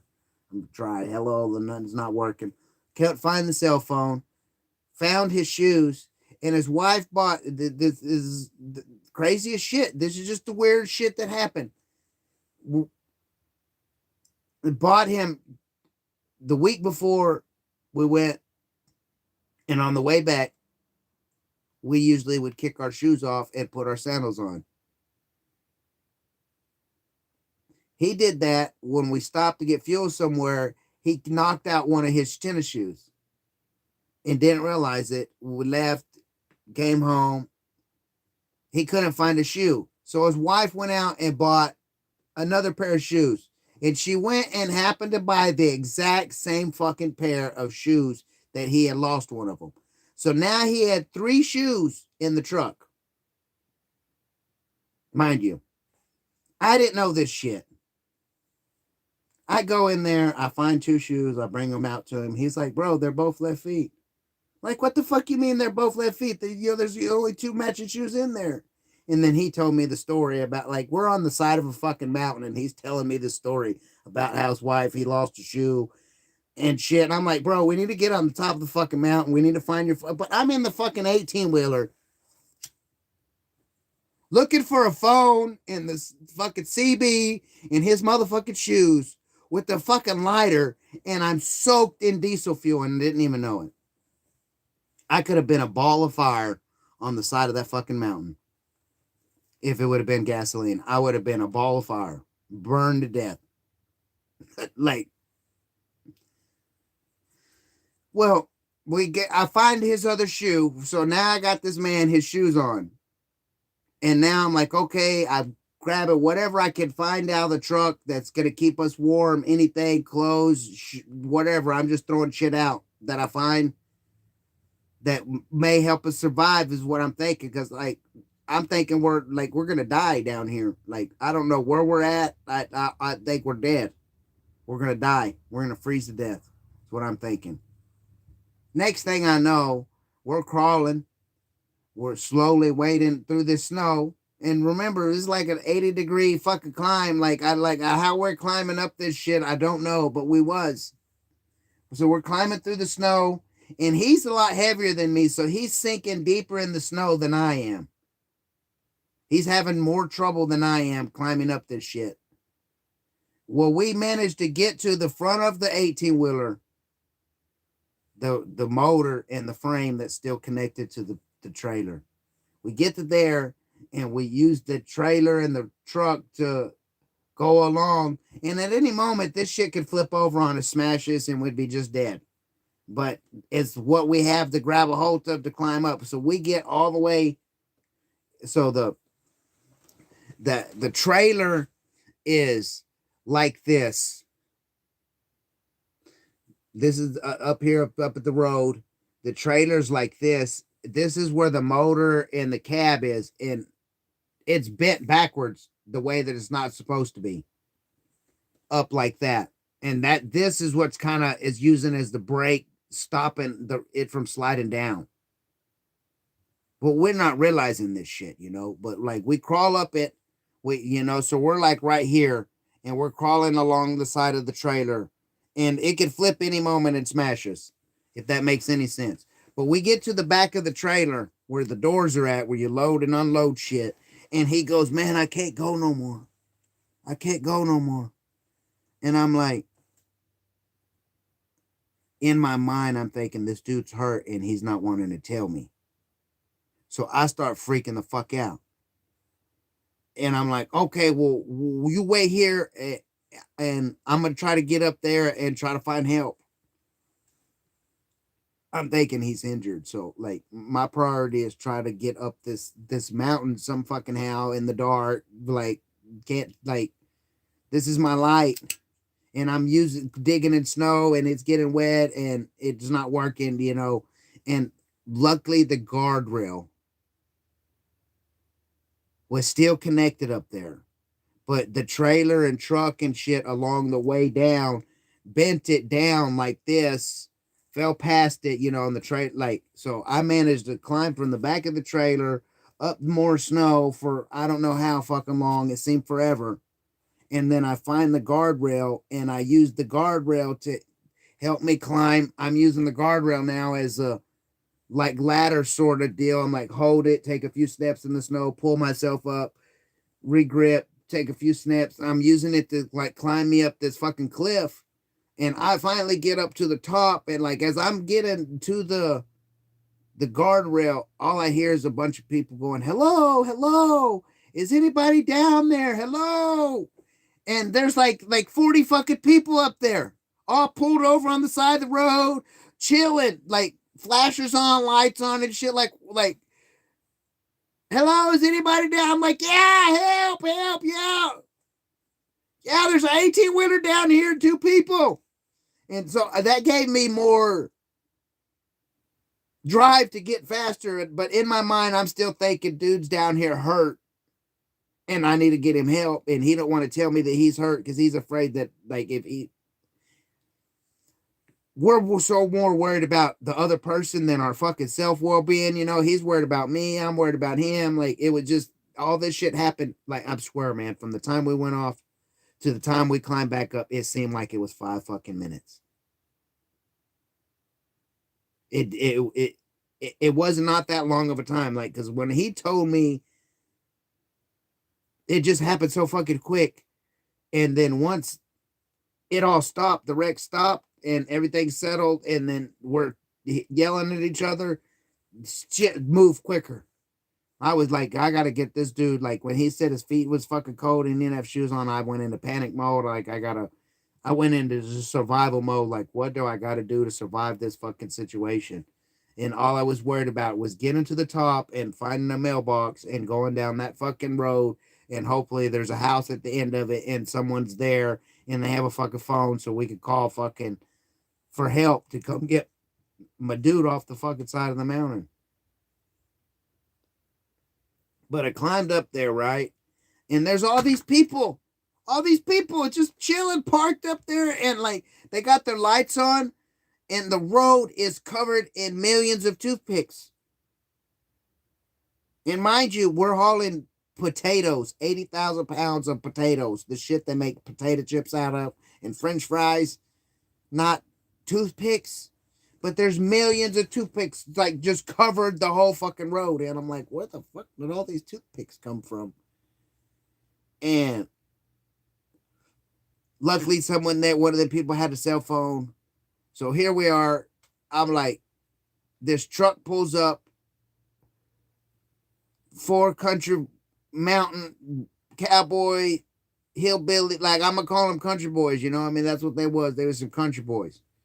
Like up in Wyoming, up there, some cowboys or some shit. They wasn't wearing cowboy hats, but they had cowboy boots on, and it reminds me of a Texas cowboy down here. Like someone who actually works on a ranch and shit like that. But This Chevy truck pulled up, and there's all these other vehicles already out there, people already out there, like looking over the edge with lights and shit, like, and it's just black and dark down there, like their lights ain't lighting up fucking shit. And then the cop showed up. The cop came and talked to us, like, but then before that ever happened, the white boys showed up. They pulled out. They like, people are all asking me questions and shit, and they're like, then white boys is like, is there any more? And I'm a white person, but there was a white country boys, and they're like, is there anybody else down there? I'm like, yeah, my friend's down there, man. And he said that he can't go no more. I'm afraid he's hurt. They three dudes, just they was the heroes, not me. These dudes just jumped off the fucking shit. Like, next thing I know, my friends sit standing next to me. They literally just ran down there. He said one grabbed him and put his arm over his shoulder. The other dude grabbed him, put his arm over the shoulder, and the other dude got behind him and just pushed. He said they carried him up the side of the fucking mountain, up the side of this 80-degree fucking cliff, in the middle of the fucking night, no lights. They just happened to pull up, jump out of the truck, ask me what's going on. Ran down the fucking mountain, brought my dude back up the fucking mountain. And they're the same size as me. They're little fucking, like, I'm 5'7", 130 pounds. They was my same height, the same body build, maybe a little bit more meat on them. Maybe we had a little, maybe 150, 170 pounds, maybe. They was little dudes still. But they just, out their truck, they like grabbed me, put me in their truck, turn the heater on, sit here, chill, shut the door, jump down the side of the fucking mountain, carried a 300 fucking pound man, 6'4", up the fucking mountain, brought him, threw him in their truck, shut the doors. Next thing you know, cop pulls up. We get out, talk to the fucking cop. The cop's like, got his flashlight, pulled his cop car up to the edge of the road, spotlighted down there, came back over to us and said, you're going to have to wait until backup arrives. I don't feel comfortable talking to dead people. Turned around, walked away, jumped in his car, shut the fucking door. And I'm there, like, looking at my friend, looking at these fucking three white boys and all these fucking people. And I'm like, does anyone have a cigarette? I need a cigarette. Still not realizing I'm soaked in diesel fuel. Asking for a cigarette. No one smokes fucking cigarettes. My cigarettes are down in the fucking truck down there. And then I'm like, are we dead? Like, are we fucking dead, guys? Are all of us fucking dead and we're not realizing it? And that's why all y'all are here. Because this is crazy. Y'all are all here and just chilling like there's a fucking barbecue going on and shit. Just chilling. Like, having a good old fucking time. And I'm we doing off on a cliff and y'all up here just like that. That's what it felt like. It was like they was up there partying or some shit. Just like in between worlds or some fucking shit, not realizing they're dead, and we're just all up there like, hey, I know it, man. What's going on? Like, that's all they were doing. Next thing you know, the cop rose up. White boys come to the truck, open the door. They're like, hey, the cop wants to talk to y'all, and we got to go. And when they open the fucking door, like, I didn't realize that I'm sitting on, they have this triangle box in the middle of the fucking floorboard that's as long as the fucking both the seats and shit. And I got my feet stepping on it. He opens the door and like freaks out on me because I got my feet on this fucking box. I'm fucking freezing cold. I just came out from went off a fucking cliff, and he's yelling at me about this triangle fucking box. Has some scope in it or some fucking bullshit. I put my feet on it, and I was just trying to get closer to the fucking thing because I was cold. Because we got back in the truck after the cop went and fucking got in his car. And I asked everyone, are we dead? And they all said, no, we're alive, whatever. Just get back in the truck and get warm. You're just cold. That's all it is. Then backup showed up. And then when backup showed up, that's when we got out. Like, when the backup cop showed up and started coming and they started talking to the white boys got to the truck and said, hey, man, we got to go. We got to get out of here.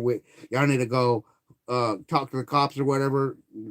Glad we helped you out and everything. And when he opened up that door, it was like a fucking machine gun, bro. Like in like if you know what like a '90s Chevy Silverado 1500 truck looks like, the door inside of the door, there was a giant fucking pocket on the bottom of the motherfucker, and it had this fucking machine gun in it, and each door had one in it. I didn't even realize it. I'm in there fucking freezing my fucking ass off, got my feet on this dude, trying to keep my feet off this dude's fucking triangle scope box on the ground, not realizing there's two fucking machine guns in each goddamn door. They was up to something that night. Like, I don't know who they was. No one ever got any of their names, but them men, they was the heroes. They was the heroes. They went down and carried a 300 fucking man up a fucking 80-degree fucking cliff. How, I don't know, but they did. Like, I didn't have a scratch on me, a bruise on me.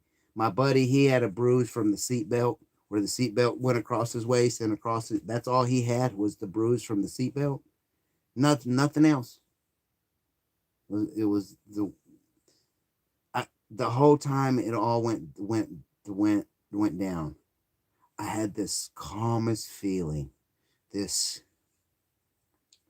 I can't explain the feeling. All I could say was like calm, peaceful, like no worry in the world. Like I wasn't stressing about like I'm fixing to fucking die. Like during all this time, my brain saying run. There's a fucking trailer rolling down the hill after you. You're gonna die. It's gonna crush you. But at the exact same time, it was like this peaceful. I didn't see no bright fucking lights. I didn't see no fucking figures of anything. I just had this weird feeling like everything's gonna be fine. Don't worry about nothing. During all this shit that was happening on the whole time, it was just this weird calm feeling. And didn't know the cop made everybody leave. Them dudes got in their trunk and drove off. They was the first ones fucking out of there. They was like, we gotta go. The cops are fucking here. They asking too many questions. Y'all need to go answer their questions. We're glad we was able to help. They got in their truck and fucking drove off. The other cop, he started asking what's going on, and I'm like, well, that cop said that he wasn't feel comfortable talking to dead people. We had to wait until backup got here, so you're here now. So I don't know. I think he needs some sort of fucking new training or some fucking shit. You know, we went off a fucking cliff, and he tells me I'm fucking dead. He didn't want to talk to dead people. Are we fucking dead? You know, like it took me a minute until we was in Walmart buying shit that I realized that we was alive. You know what I mean? Like in my mind, I'm thinking all these people are dead. We're all fucking dead. These cops are fucking dead. We're all just living some fucking Beetlejuice lives or some shit. We're in the fucking waiting room to fucking find out if we're going up there or down there or some shit. The in between, I don't fucking know. It took me a minute to realize that we was like, and then the next day, like when we seen the crash in the daylight, that's whenever like shit really hit deep. Like when you're standing up there at the edge of that fucking road and you're looking fucking nearly straight fucking down, and that trailer is just how it's hanging on to the side of the fucking cliff. We don't know. Like we don't like you could see my trail of footprints all the way. You could see where I slid out on the fucking ice and shit out there, like from up here, from way up here. Like you could see all this shit looking down. It's just like someone took a giant still picture and like the toothpicks was the fucking wooden that hold the guardrail. They exploded into little fucking shards that look like toothpicks. All of them. Except there was like 2 or 3 of them that left, that the metal deal was still, the trailer bent it down the side of the mountain, and the guardrail was probably 50 foot long. So I had 50 foot of fucking guardrail hanging down the side of this cliff that I used to climb up. And then when you're up there looking at it, and there's fucking 2 18-wheeler fucking tow trucks there, backed up like, they was backed up like this. My thumbs would be their rear ends. And then like in a weird V shape, because that's just how one had to come from one side and one had to come from the other side. Then they had their cables going down, and hooked to the back of the 18-wheeler, the trailer and shit. And like the cable was smashed up again. Like they're trying to pull the truck up the deal, dude, and the cable is smashed like up against the fucking ground. And it's like that, dude. They're all the way. Man, it was like they're like, we don't. I don't think we're gonna be like. They had to literally like close down that highway, bring up like a whole like 50, 60 fucking people down there, and harness them all up, have them all rappel down, and manually unload 80,000 pounds of potatoes out of the back of that trailer so they could pull the fucking truck up, bro. Yeah. The cab. So when you're driving down the road, the next time you're driving down the road and you see an 18-wheeler coming at you, you see its windows. You know, they're like two rectangles or two squares. And there's that divider line in the window. Just imagine, take the passenger side and smash the passenger roof all the way down to to the hood of the truck. Where I was sitting, like literally a minute before the crash, I was like, dude, I'm gonna crawl back here in the sleeper, man, and I'm gonna fucking turn my PlayStation on and run a game. Because it was about the time I always went back there. It was my time to go fucking rest. He's like, all right. So I went back there, flicked on the TV, turned on the PlayStation 2, put the game in, turned it on, and it was a brand new game. I had never even played it yet. Not one fucking game. Just bought it. That's a whole nother, like my daughter saved, like, if it wasn't for that game, I would probably still be in the passenger seat. But that's a different story. Like, she wanted some doll.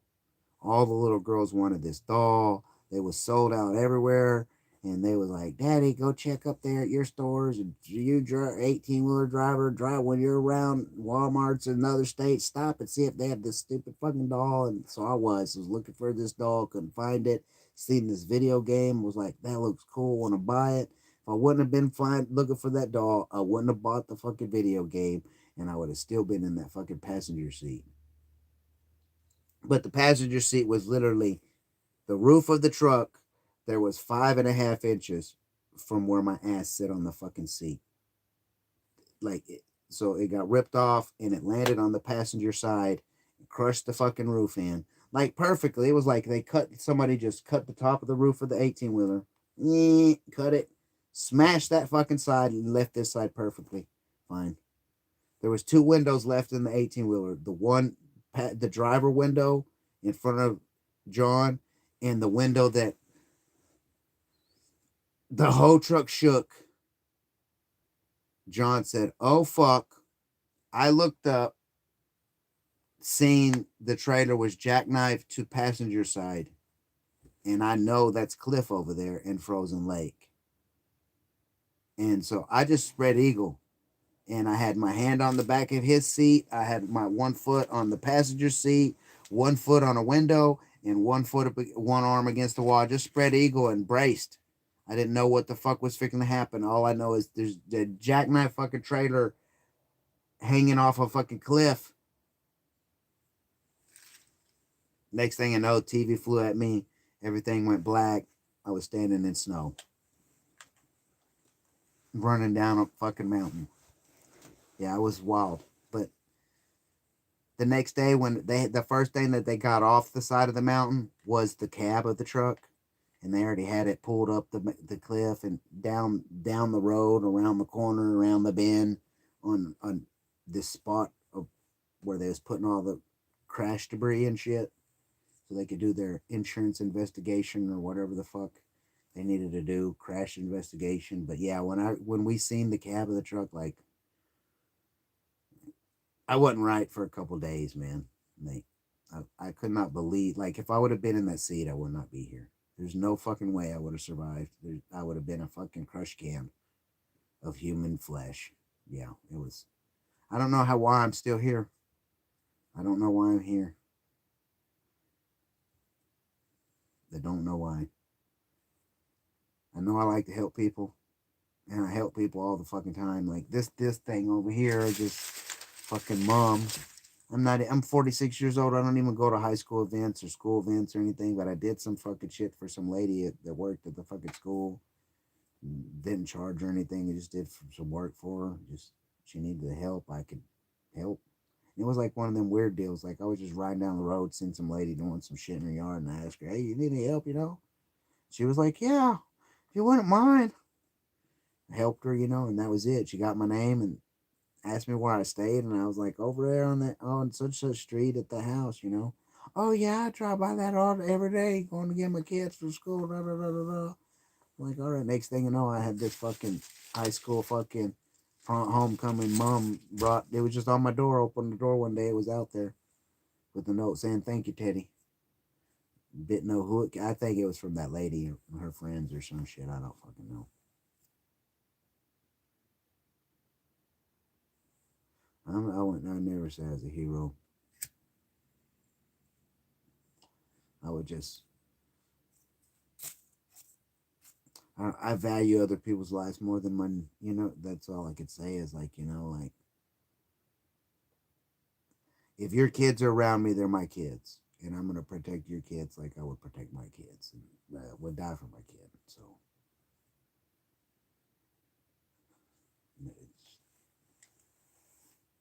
it just is what it is.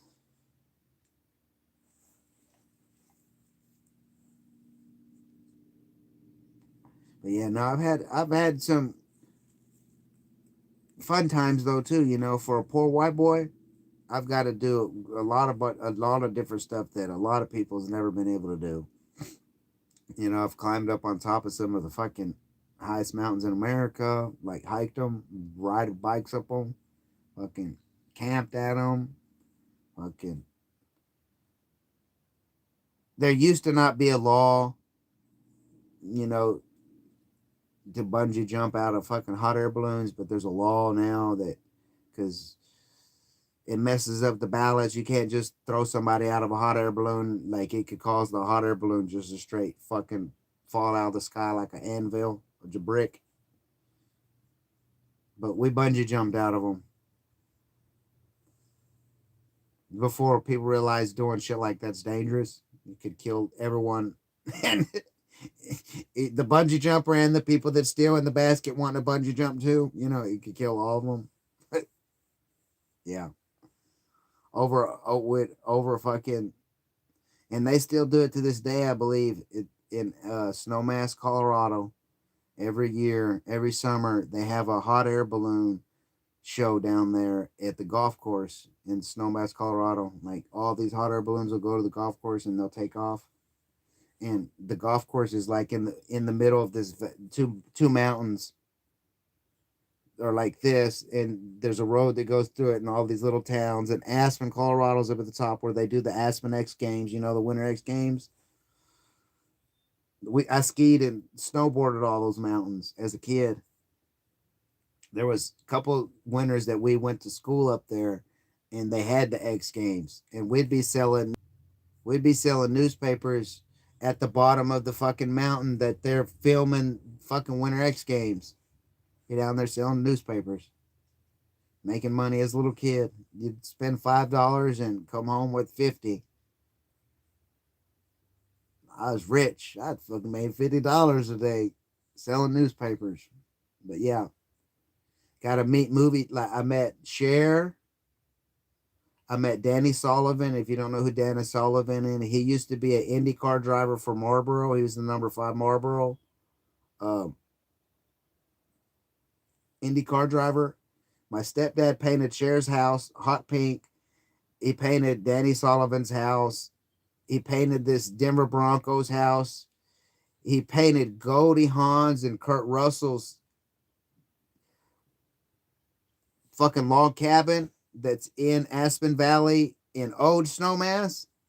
It's like Glenwood, Carbondale, Elgibel, Basalt, Old Snowmass, Aspen, Colorado, then over the mountain and down the mountain, Denver down there, and Boulder and all that shit. But yeah, I got to meet Goldie Hawn and Kurt Russell during the time that they was making the movie fucking Overboard and shit. Like he was painting their hat, like they was having their ranch built and shit. My stepdad painted that shit.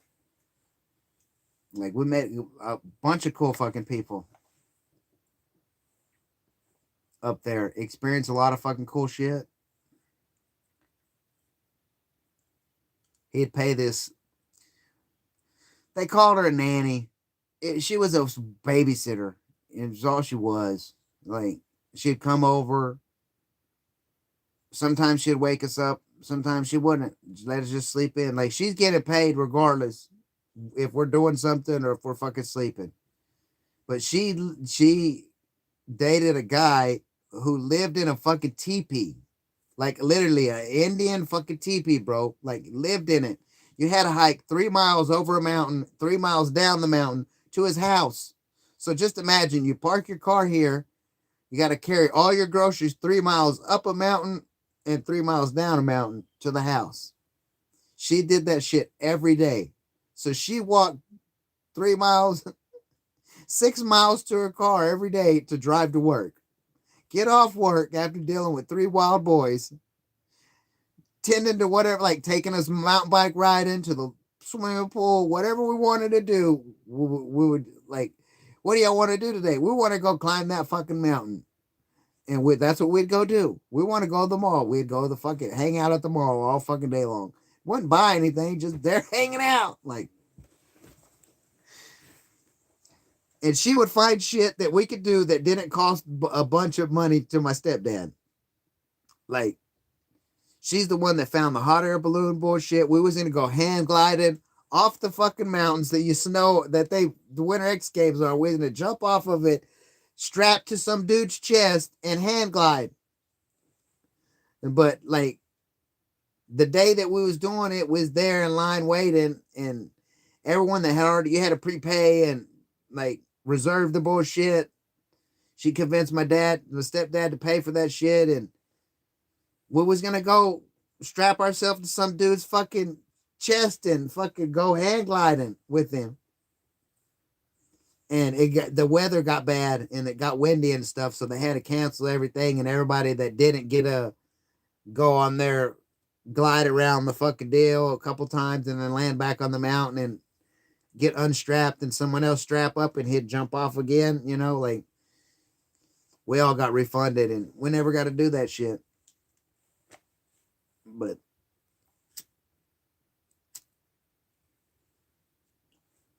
there's this, they're called maroon bells, up in Snowmass, Colorado. And at the bottom of the maroon bells, up there at the top of the mountain, but at the bottom of the bells, there's a lake. Crystal clear. It didn't matter how deep it was, you could see all the way to the fucking bottom. It didn't even look like, it just looked like a big old piece of glass going across the ground with a void underneath it, with fish and shit just swimming in it. It was crazy. It looked like a big old fucking aquarium.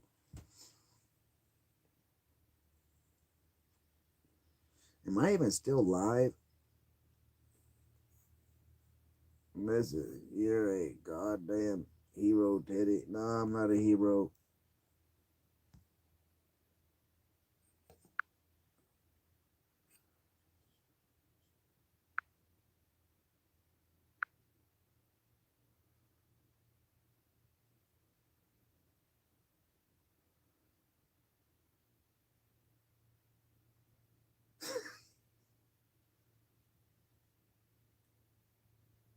No, I don't want to try no stupid fucking question. Fuck that shit. I don't know why that shit's popping up.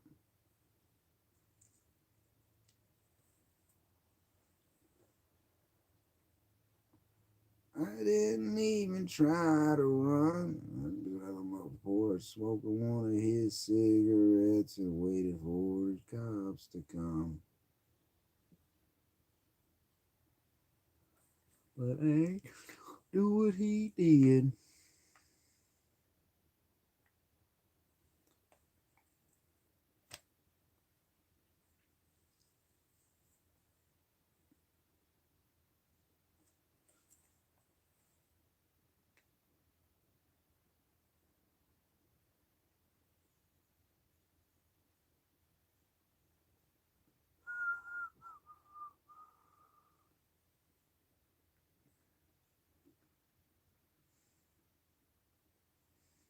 Love me well into the night.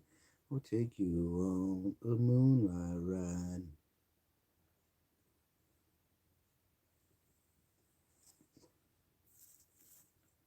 Someone I used to know, see, she don't give a damn for me.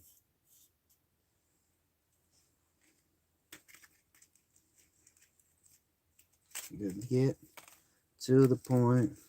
Let's roll another joint and hit the radio loud into the lone. Girl, you don't know how it feels. You don't know how it feels to be me.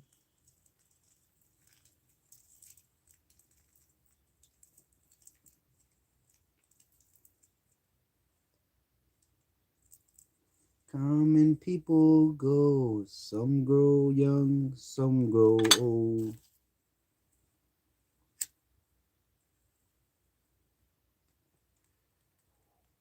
Woke up in between a memory and a dream.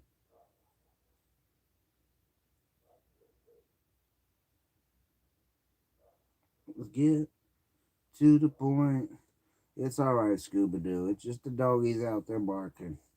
Right on down the road in somewhere. I knew as soon as it started getting cold, you'd come snuggles. You'd come snuggles. I knew you'd snuggles. I knew you'd snuggles with me. Yeah, little snuggles. He tore my shoes up the other day. Pissed.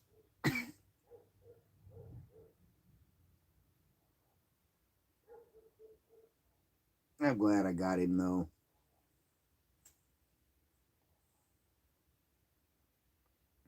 He makes my bike rides a lot funner. Like today, he almost got ran over by me.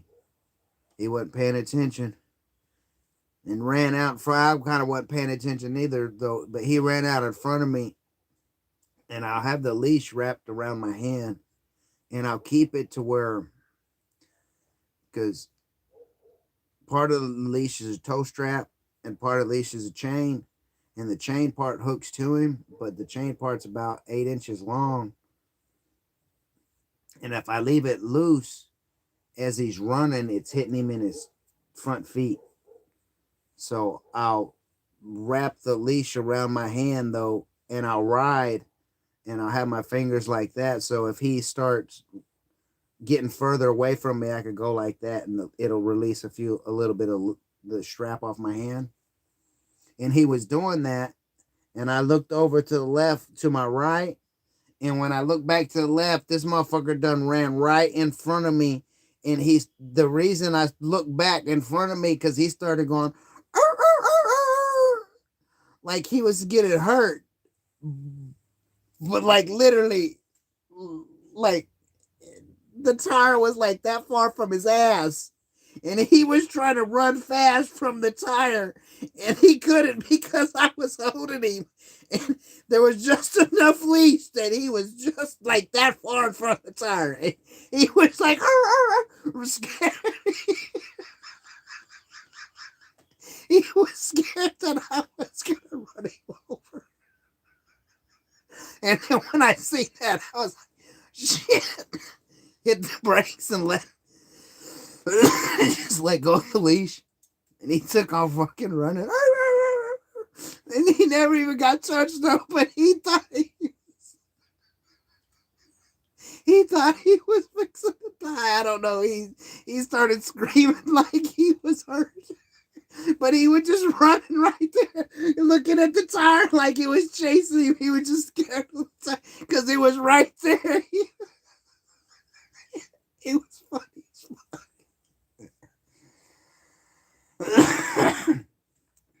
But hopefully he learned from that not to run in front of the bike. He's still learning though. He's still learning how to heel. He's getting the hang of it. You're right, Scooby. You're getting the hang of it. No, you're still just a young pupper. You still got a long ways to go. No good boy. All except chewing on my shoes. You've been a good boy. Yeah. Just a puppy. Doing what puppies do. Tearing up shit. Just tore up the wrong shit. Like he was trying to chew it. Like I'd seen that he got into my fucking plumbing bag of tools. And he was chewing up my liquid fucking Teflon tape bottle that I've had for fucking years. That shit lasts forever if you take care of it. You only use a little bit on the threads. You don't use a lot. And a big ass fucking jar will last you forever if you close it properly. Yeah, he fucking chewed the fucking shit out of it. I'm glad I caught him when I did because he was about to rip it open and he would have had that shit all over. That shit does not want to wash off very well.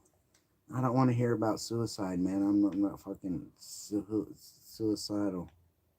I don't need assistance in that situation. Maybe a year ago I might have been a little suicidal. Not today. I have too much to live for, man.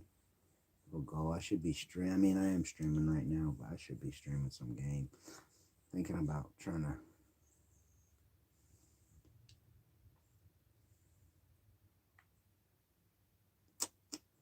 Man, there has to be something on there.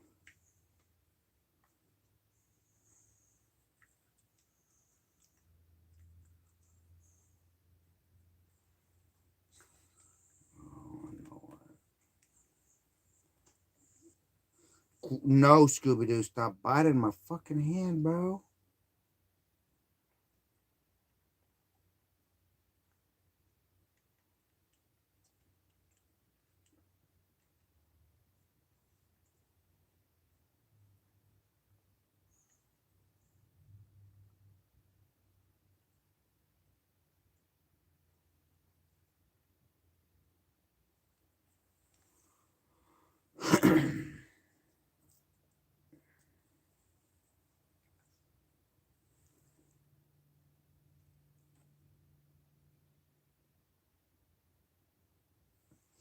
Dude, you put a hole in my pinky, bro. You put a new hole in me, Scooby Doo. I don't need holes in me, bro. I already got one broken hand. I don't need you to chew up the other one that works all right.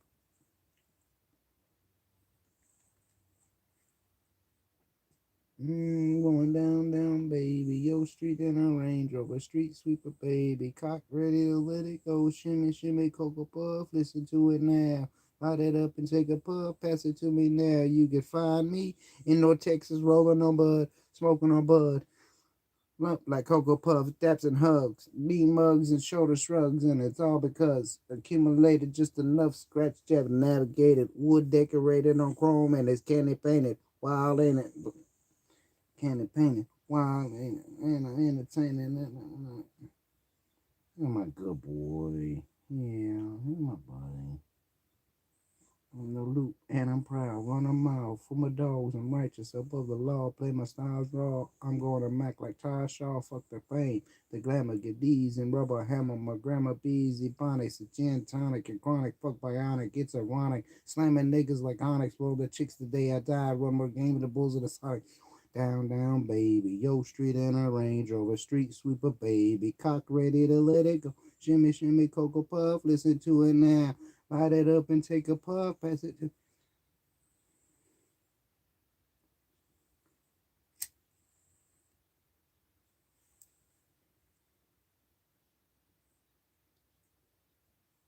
There can't be wild niggas. Have niggas super crowd in a hand and going to crowd in it. And then it's me again and it's going down and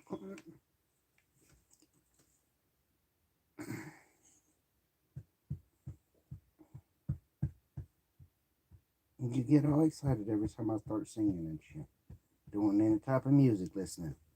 You just want to get all up in my face. All up in my face. Why you gotta be all up in my grill, bro? Why you gotta be all up in my grill? All up in my grill.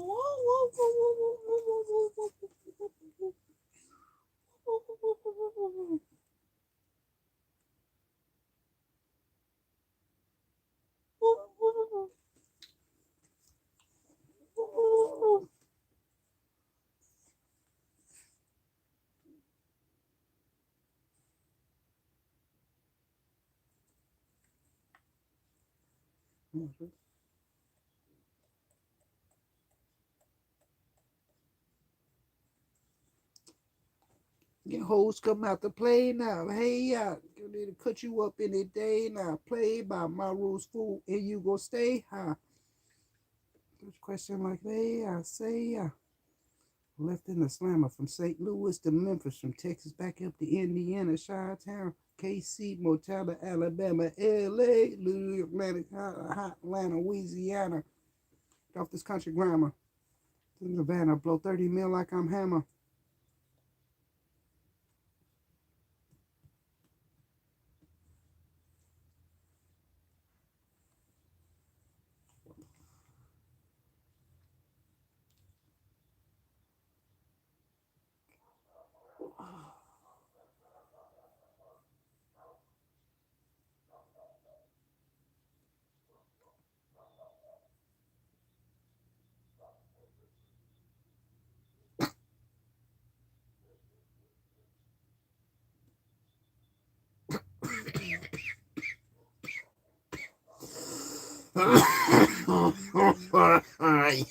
You gotta hold it until nothing comes out, man.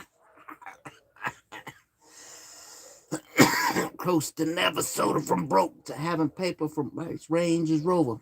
Get 'em, Scooby. Let me hear now. Bill Gates, Donald Trump, let me hear now. Spin now. I got money to lend my friends now. We in now. Candy bins and wooded tin now. We win now. I never fucked any lesbian twins. I fucked a twin, and then the twin sister became a lesbian, but not because I slept with that one.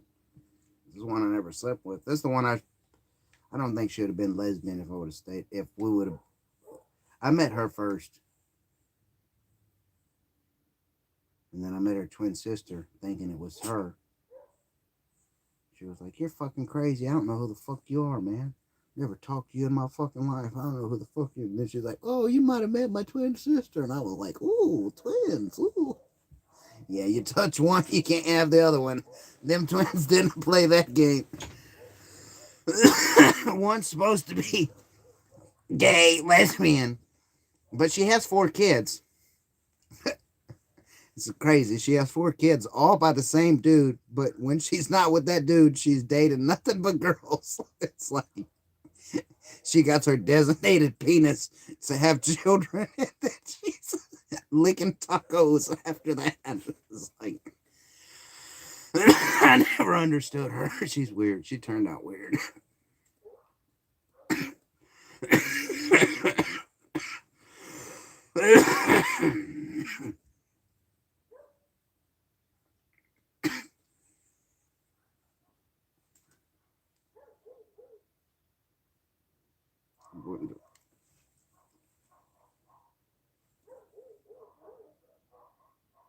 Man, they're going crazy out there, aren't they, Scooby?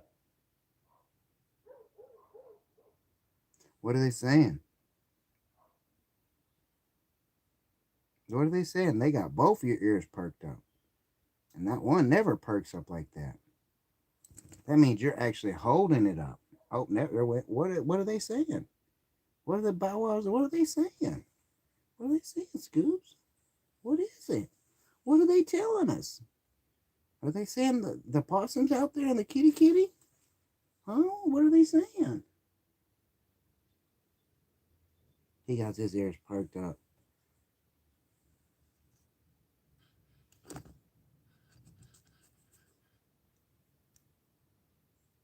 What is it?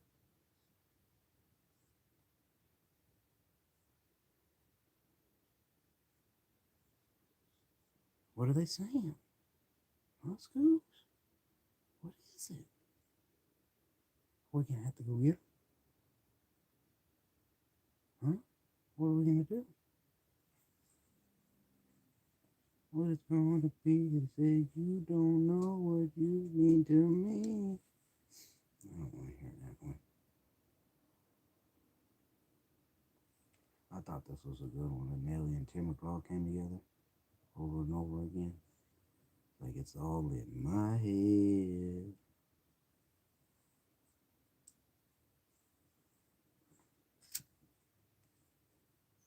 I was living in Houston when the first time Nelly came out, and I like everyone in Houston was all on that DJ Screw and Fat Pat and fucking uh, Hawk and Big Mo and all that shit. And I was like, when I heard Nelly, I was like, this shit's fit to be fire, bro. This motherfucker finna blow up, bro. Everyone was like, that shit is trash.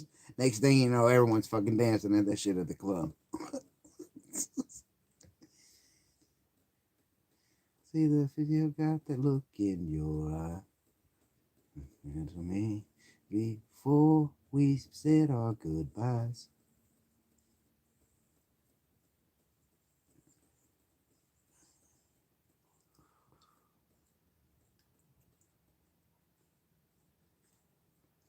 She's leaving, oh man, she's leaving, yeah.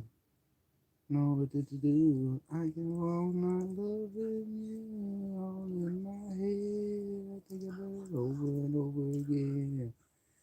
Picturing you with him. It hurts so bad.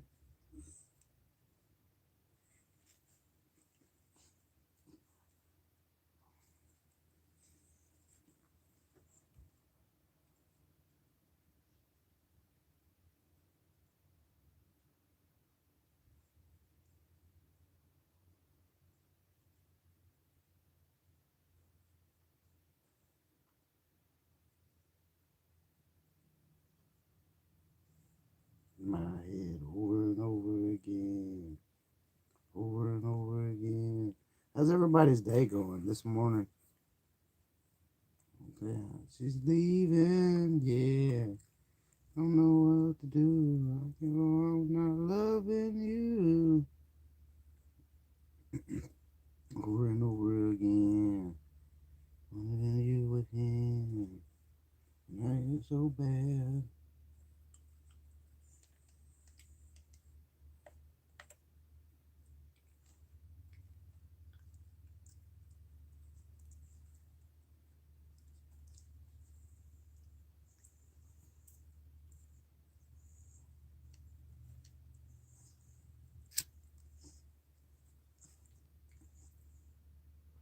So got a hold of me lately.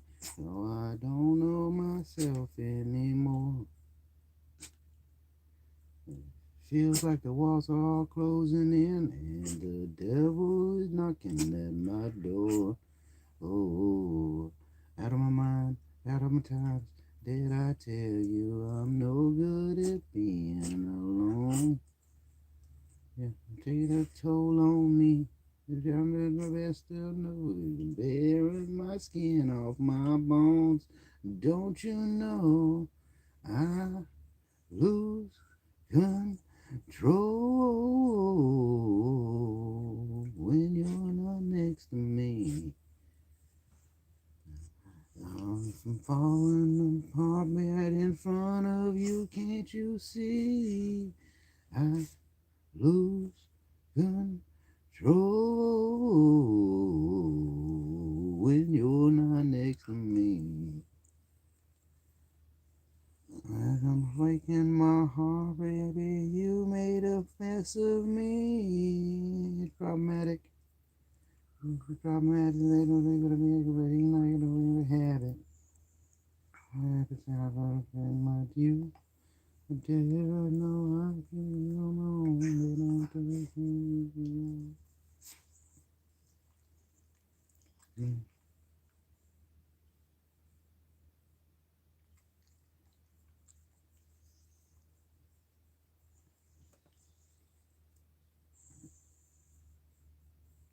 Down on my knees, Ellen, please. Oh, lose control when you're not next to me. They're breaking apart right in front of you. Can't you see? Lose control.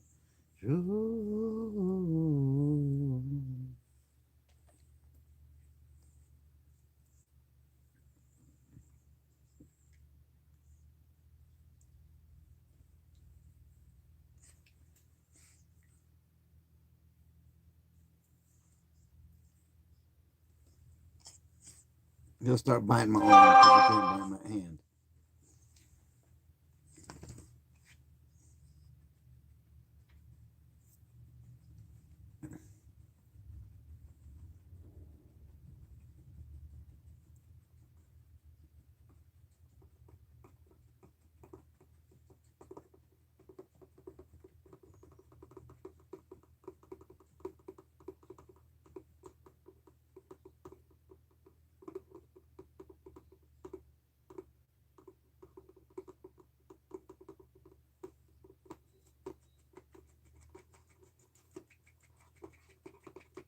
Little dry, smoke, little smoke.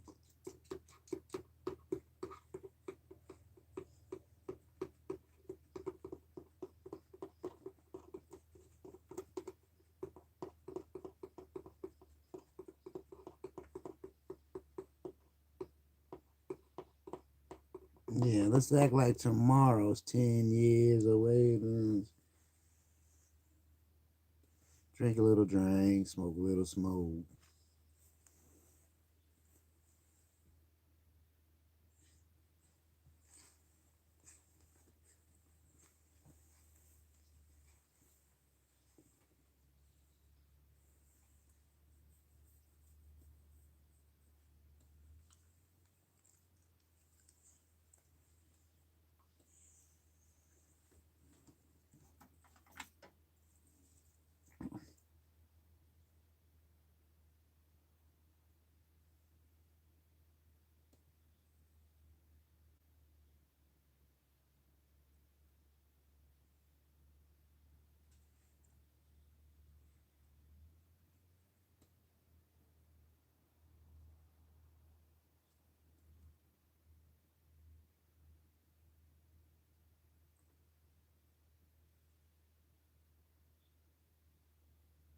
You have to be good. You have to be good if you want me to give you this. You gotta be a good boy. You gotta be a good boy.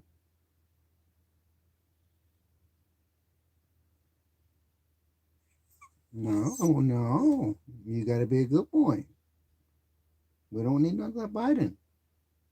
You want me to pet you with this? You better behave. You better behave. I'm gonna get to you. You ready? Are you ready?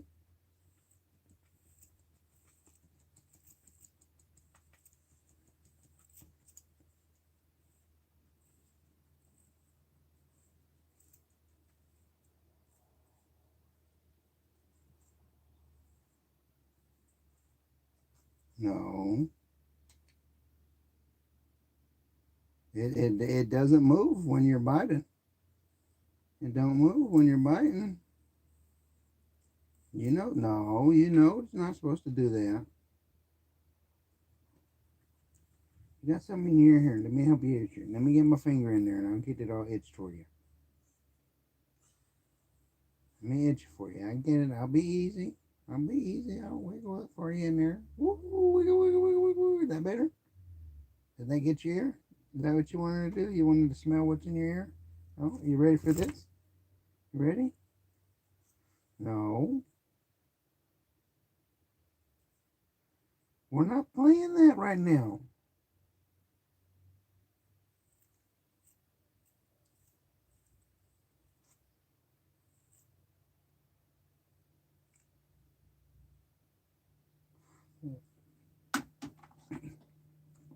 We're not doing the brush then. No, we're not doing it. You're not doing it.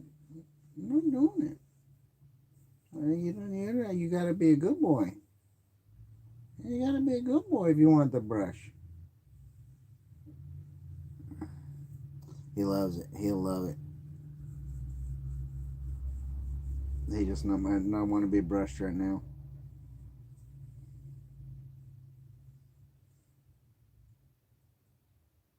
I'm just trying to pet you, buddy. Scooby-Doo, chill. I don't need no kisses in the mouth. No mouth kisses. We don't need none of those. We don't need none of those. I don't want you. What is your deal, bro?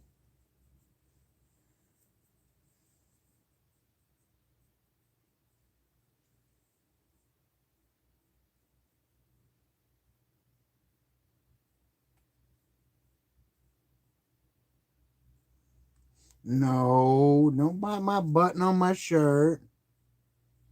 I don't need you biting my button on my shirt. No.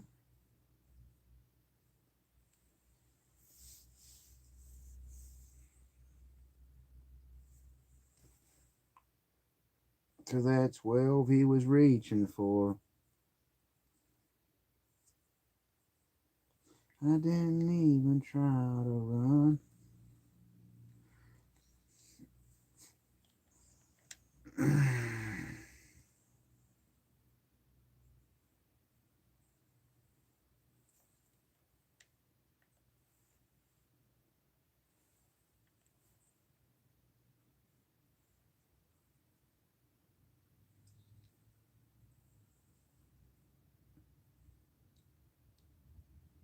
Is what I don't understand on my YouTube For You page and shit, like, or anything when I'm watching anything. Like all of the ads are in like Spanish or French or some fucking other foreign fucking country. Like it's not even in English. I don't get that shit.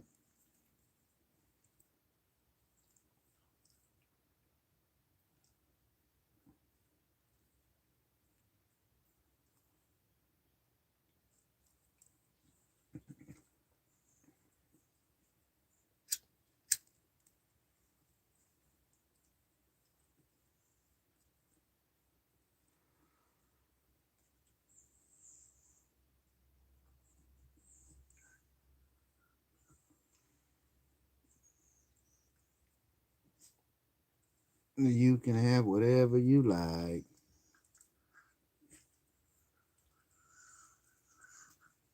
It's on deck, Patron on ice. You can pop bottles all night, baby. We can go wherever you like.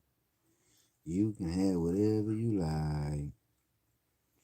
Okay, yeah, I can treat you so special, so nice. Gas up the jet for you tonight, baby. You can go wherever you like. Yeah, you can go wherever you like. To pick up the telephone, you know it ain't nothing but a couple stacks on you.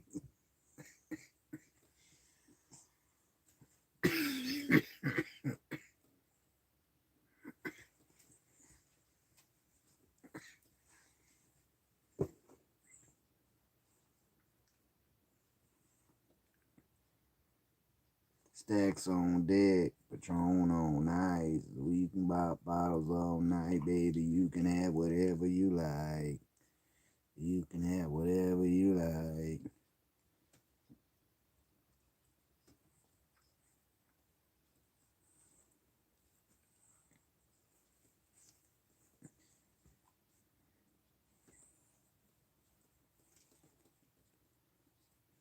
Hottest little way you drop it. You so good when you do get in college. No day deposit, banks in the tropics. And we ain't tricking if you got it. Where to go in your wallet? Long as I got rubber band banks in my pocket. Y6 sexy rims in a body kit. You don't gotta downgrade. You can get what I get. Can have what she want. Man, which buy a bike she want.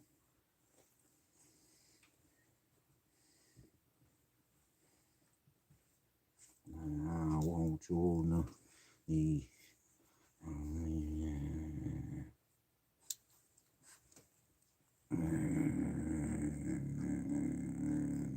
Oh,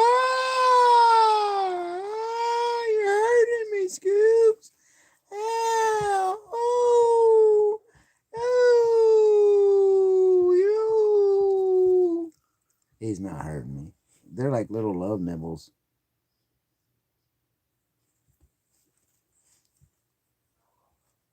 What's that? What'd they say?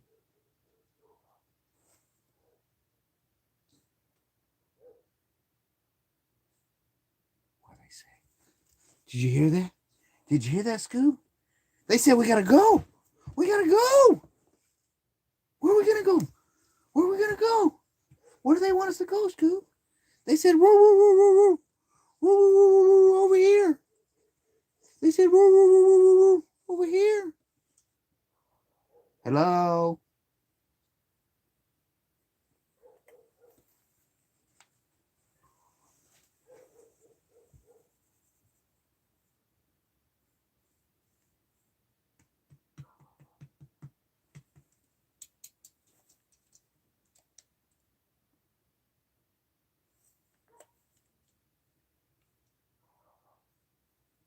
What are they saying, Scoop?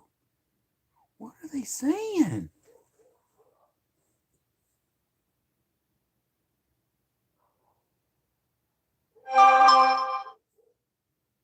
What are they saying?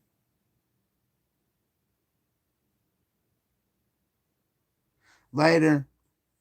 V, thanks for hanging out. Have a good day or evening or morning. I don't know. Wherever you're from. Hope you have a wonderful one. Ugh. And I'll see you whenever. I'll see you. Joey Stone, tell him make you a grill. It's cold, man. And I'm not ready to start using the heater. And the bottom rose gold.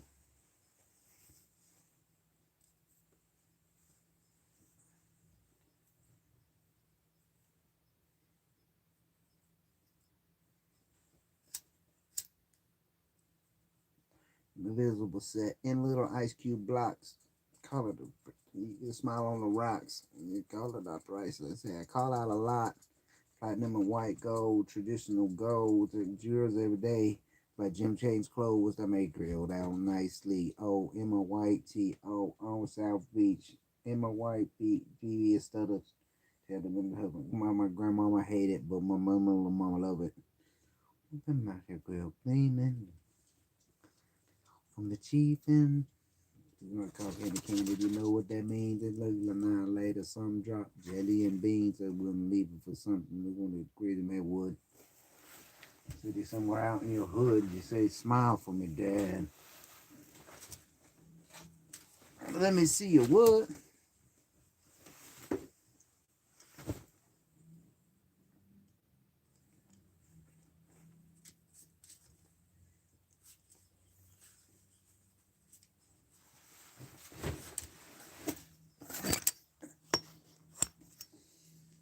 It's the next man powwow.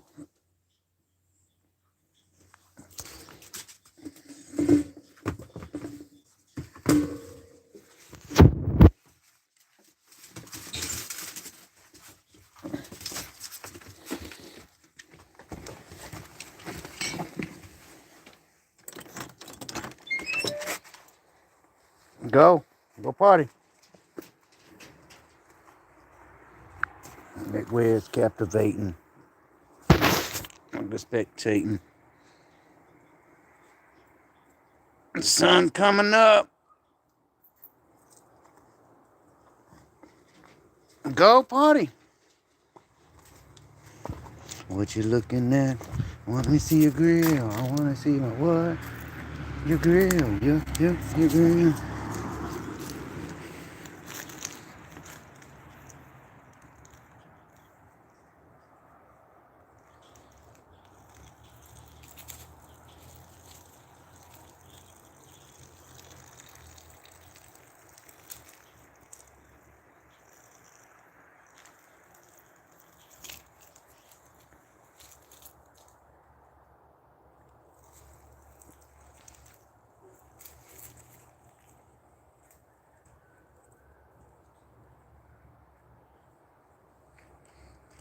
No, Scooby-Doo.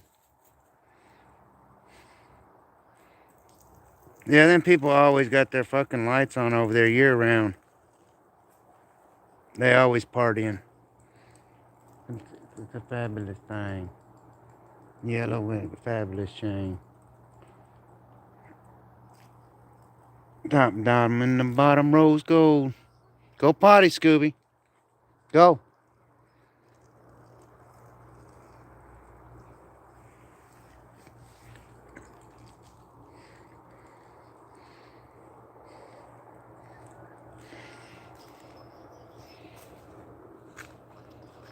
Dude, go, bro. It's freaking cold out here, bro.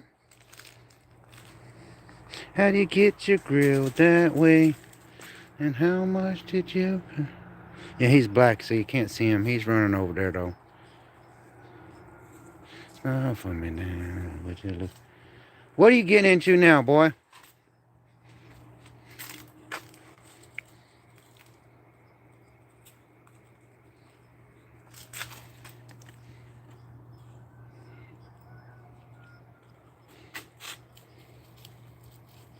Dude, trying to keep him in the camera at night in the dark, it's hard. He's right there.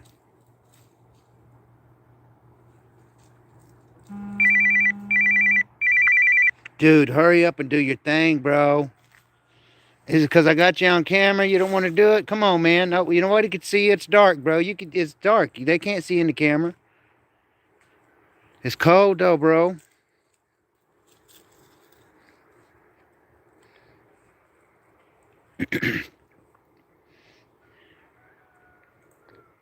Good boy. Good boy. Come on, let's go, bro. I'm going down, down, baby, yo street in a Range Rover.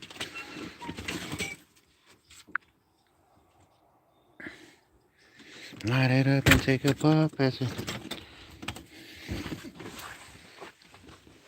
Oh my God, it's fucking cold.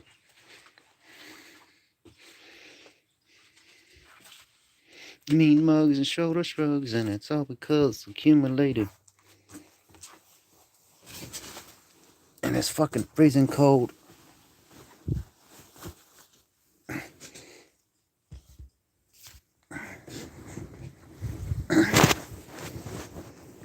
proud of my dogs and righteous above the law. Play my styles raw. Man, you fucked up my tape, Scooby.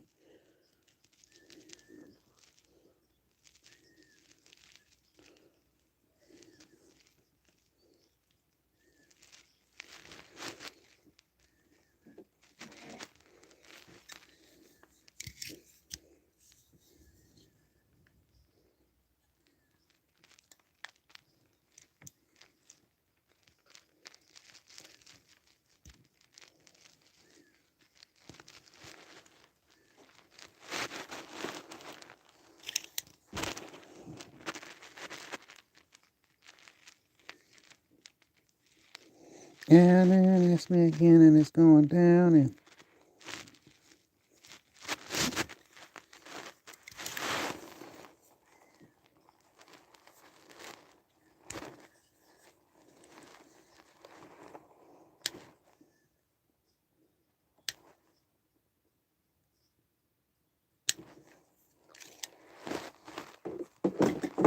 he messed up my tape. And so I'm trying to cut it to where I can rip the bad part off. Because I need a new piece.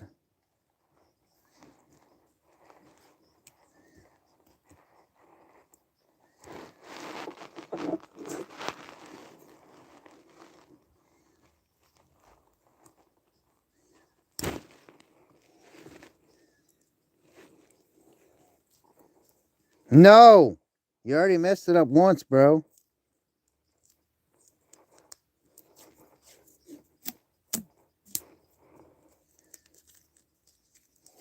Millions.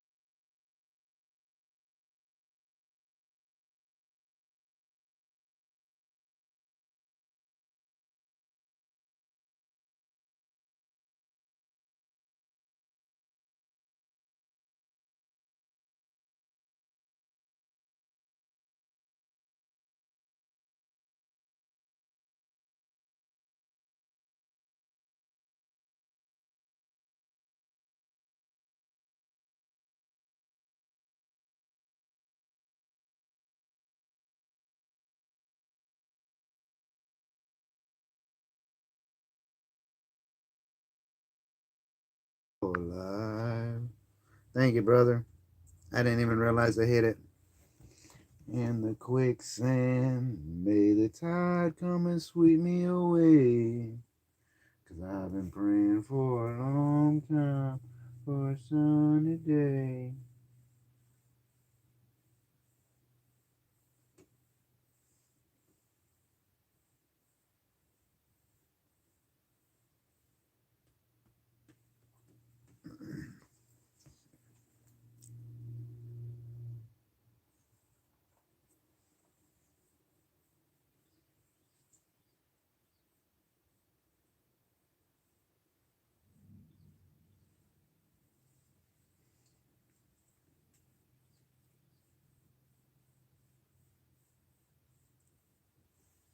3.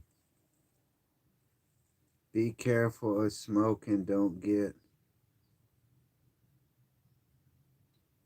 burn my blankets. Yeah, every one of my covers and every one of my sheets all have a burn in them. I have burns on my chest from where I'm laying down gaming all the time and smoking. The chair will fall off and burn me in my chest.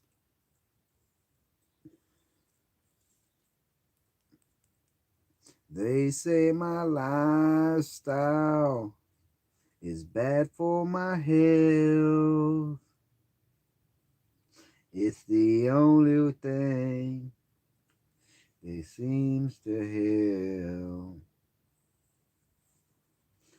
All of this drinking and smoking is hopeless, but feel like it's all that I need. Something inside of me is broken. I hold on to anything that sets me free. I'm a lost cause. Baby, don't waste your time on me. I'm so damaged beyond repair. Life has shattered my hopes and my dreams. Baby, don't waste your time on me.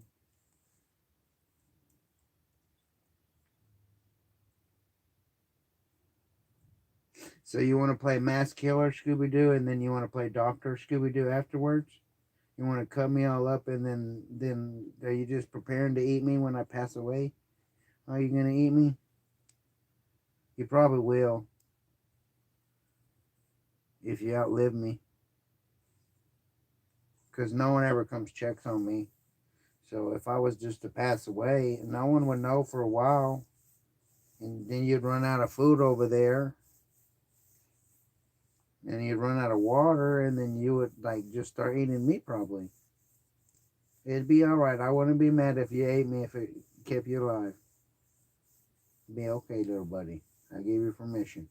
If it ever comes to that, all right? So don't feel bad. I won't.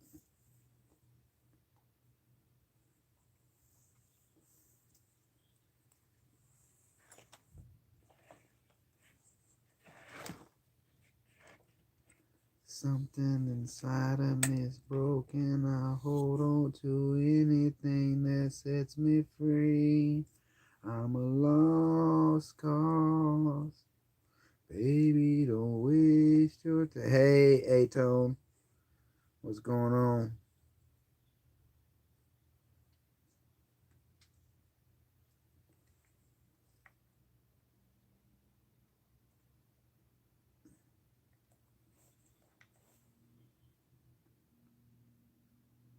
Grew up in a low dirt road in a town you wouldn't know. Got shipped to do some $1,500 in 1964. My father was a drinker back in the days, put it down.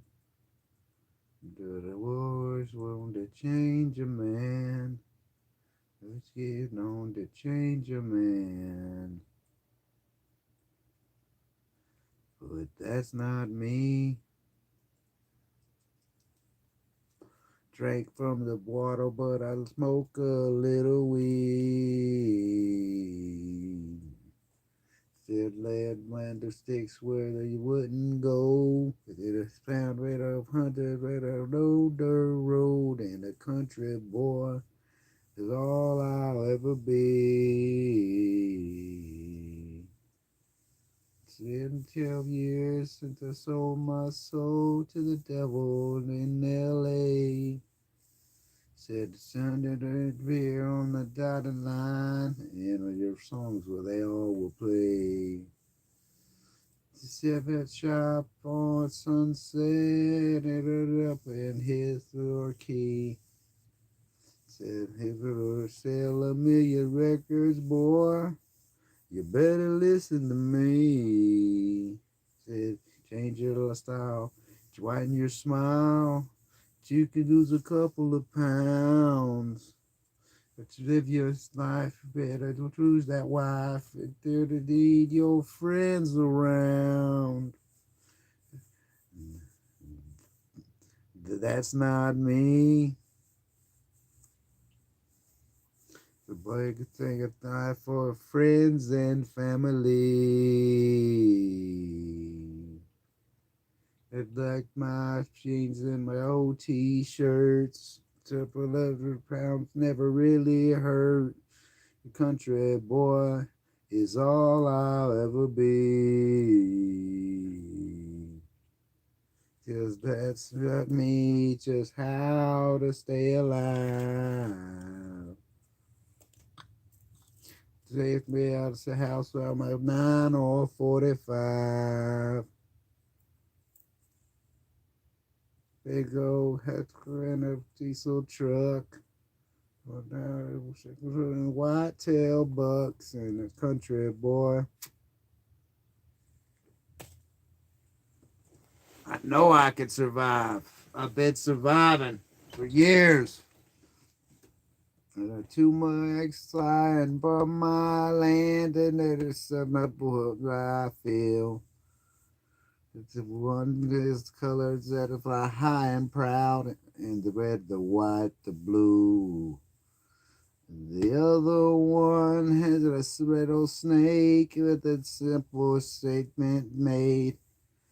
Don't tread on me, is what it says, and I take that to my grave. 'Cause this is me, like American and strong in my beliefs. I've said that before, and I'll say it again. The baby they don't want to hold my hand. And it before, and I say it again. My favorite where sacred land and the country boy is all I'll ever be.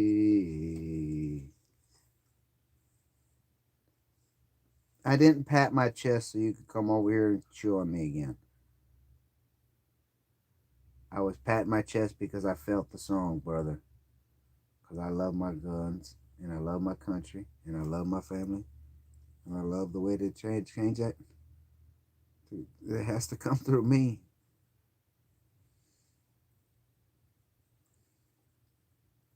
Yep.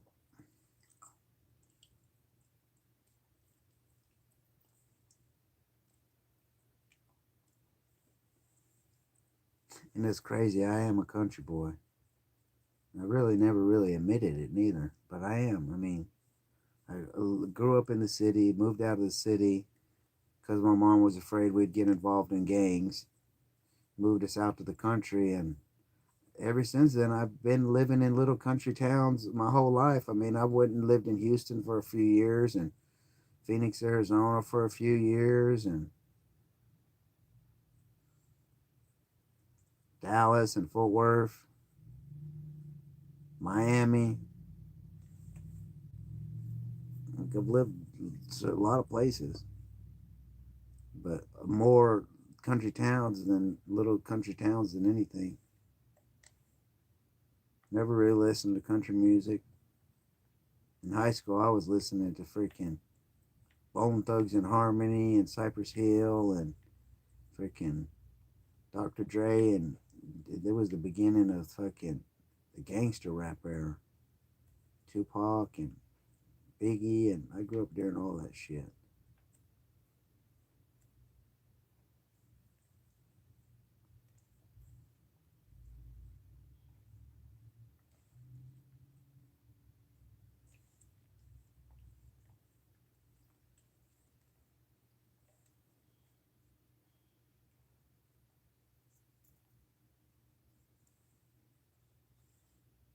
No, that's not the one. Dude, no. Leave my button alone, bro. This is one of my nice shirts, dude. I don't need you to tear up one of my fucking nice shirts, bro. Chewing up the fucking button, bro.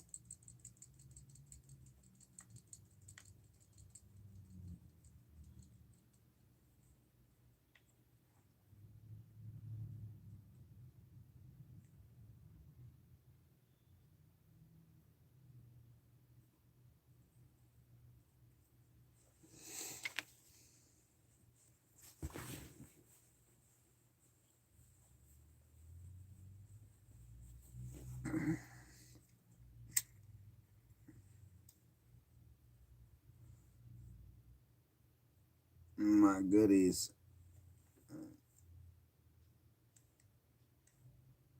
Nah, I don't want to hear that one. I want to hear that one. Nope. Nope. Nope.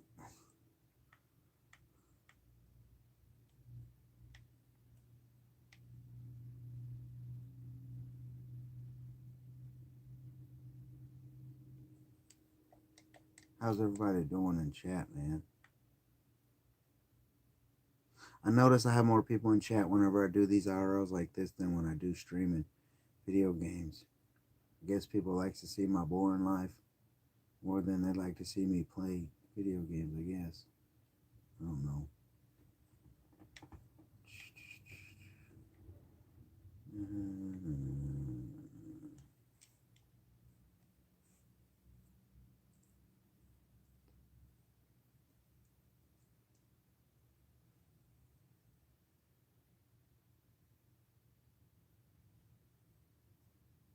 Oh, don't give a fuck about me. I promise I'll be happy alone.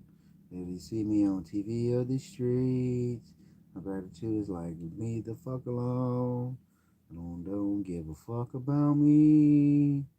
I probably I'll be happy alone. I bet you see me on TV or the streets. But I'm just a G.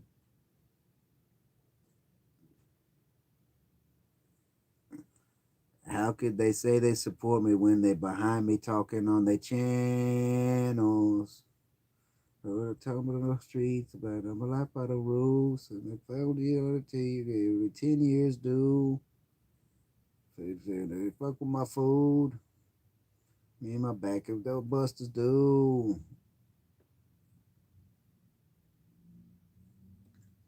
Want me to do? Boy, that's the big thing I give them bitches. You can begin to get riches. I told you on there, I'm gonna go ahead and file on me. Just smile on me. My trick. And that bitch. Don't give a fuck about me. I'm happy alone. Better tease me on TV or the streets. To leave me the fuck alone. I didn't want to quit that song.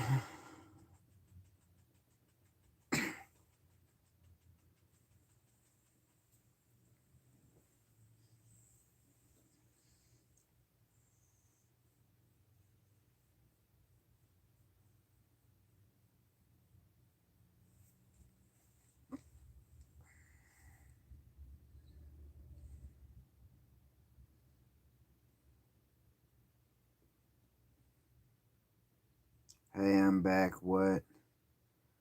Get to stay for long or have school. All right, man. Make sure you take care of that real life stuff, bro, man. Make sure you get ready for school. Brush your teeth and get all ready. You know what I mean? Get all your backpacking shit ready, bro. Then come hang out with me, man. Your real life's more important than hanging out with me on my boring ass stream. I ain't doing nothing but sitting there listening to music, fucking doing nothing that's important. I appreciate you stopping by and hanging about, man, but handle them real life responsibilities, bro. Go to school, focus. Tell them the hood teeth, I'm not for the rules. 10 years due.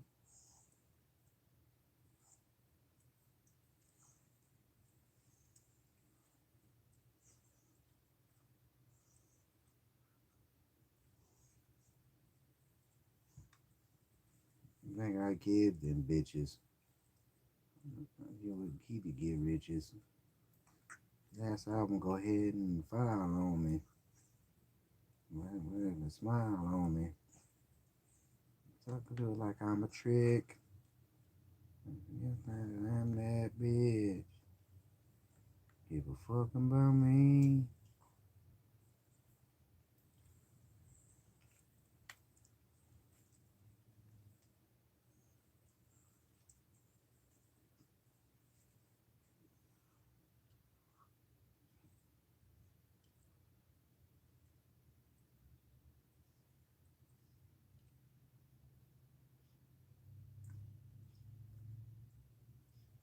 Yeah, man, there was a lot of times I was scared, dude. I'm scared right now, bro. I'm scared every day.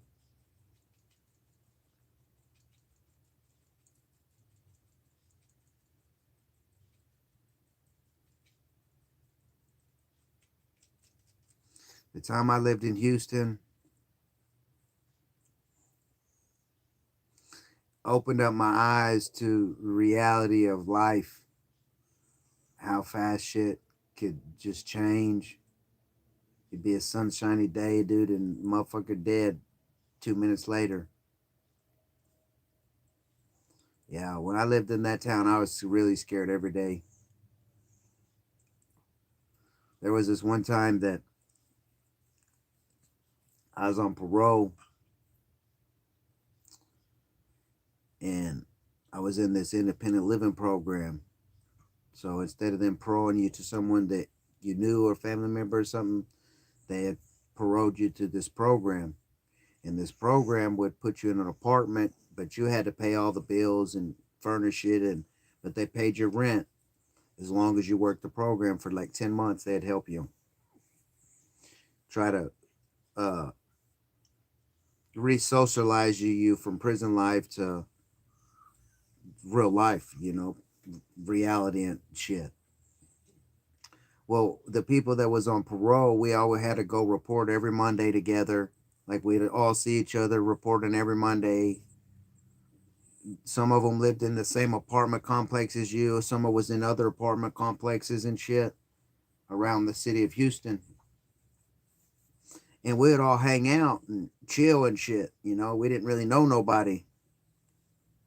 But I went over to one dude's house and he was having a party, and I was like, fuck, I'm gonna go over there and check it out, like maybe there's some hoes over there or some shit. Went over there, and it was a sausage fest. I said something to my homeboy or whatever, and the other dudes that was there didn't know that me and dude rapport, the way our rapport was and shit.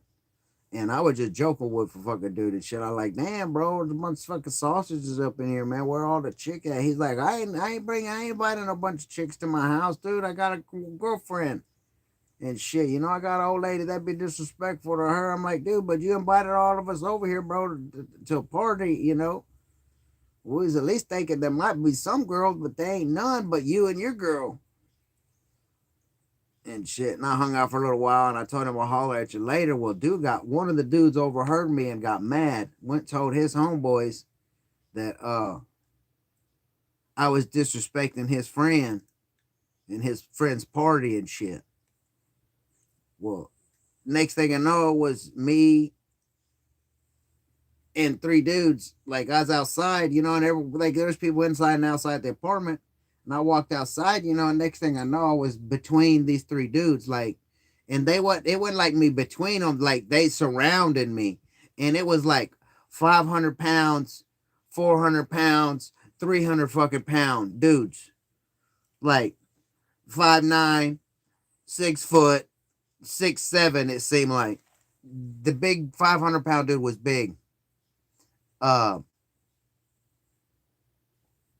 And the smaller one of the three, he's like, bro, but he started like, motherfucker, you was talking shit to my friend, disrespecting him in his fucking house and stuff, and I don't tolerate shit like that, bro. I got problems. So that means that we got problems. And I'm like, bro, what the fuck, bro? And he's like, bro, what you fixing to fucking do, bro? I like, what do you mean, what am I finna do, bro? Like, I'm gonna go back in the party and chill, hang out with my friend. I mean, he invited me over. He's like, nah, dog, you ain't going no motherfucking where, bro.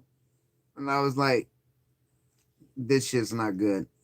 And I'm on parole, man. I don't want to fight. I don't want to get in trouble. I don't want the call laws involved. I don't want, I don't want nothing to go down foul that's going to cause me to violate my parole and get put back in prison. So I was being a super good boy. And next thing I know, old dude pushed me. And once he pushed me, like, the other dude pushed me from behind too, and then I was pushed from the side by the next thing you know, I'm like, oh bro, so I got over 1,000 pounds of man between three fucking people, and they're pushed like this is not a good deal, Teddy. Like there's no fucking way that you're gonna win this situation. Your best bet is to fucking lose. Yeah, bro. I was scared for my life that night, bro. Like definitely 100% scared. I think if them dudes would have caught me, I probably it probably would have turned out really bad if they would have got their hands on me just because I said something to somebody that and they overheard it. It like so after I shit like and several instances like that happened, me being in the wrong spot at the wrong time, like Scooby, stop, no, no. But yeah, them motherfuckers, they came to they found out where I lived, was coming and beating on my fucking door, dude. And if it wasn't for the lady downstairs, she was like a maintenance lady for the apartments. And they like she was coming home from work or from somewhere, like, and she was going into her house, and they was upstairs banging on my door, screaming and yelling. And she's like, y'all need to leave or I'm gonna call the cops. I don't think anybody's home.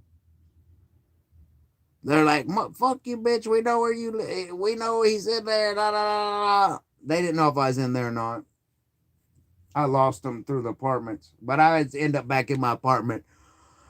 Well, yeah, she told him she was going to call the cops, and them motherfuckers bailed out. And seen my friend the next day, and he's like, dude, what the fuck happened, bro? I'm like, dude, your friend, bro, said that I disrespected you, bro. He overheard how I was talking about how your party was shit, and he was like, dude, you was just joking with me. I said, yeah, I know I was joking with you, dude, but they didn't know that I was joking with you. And he took that shit seriously, bro. And like, they was trying to beat my motherfucking ass, bro, because I said something to you, bro. He's like, dude, you was there, then you was gone, dude. I don't know what happened. Some of my homeboys just disappeared. They said these three big dudes chased the little dude around around the building, and no one ever came back. So he didn't know what the fuck went on. But yeah, I was scared, bro. The night that I moved from Houston, I was fearing for my life, bro. Because of some other dude's baby mama drama. I almost lost my life.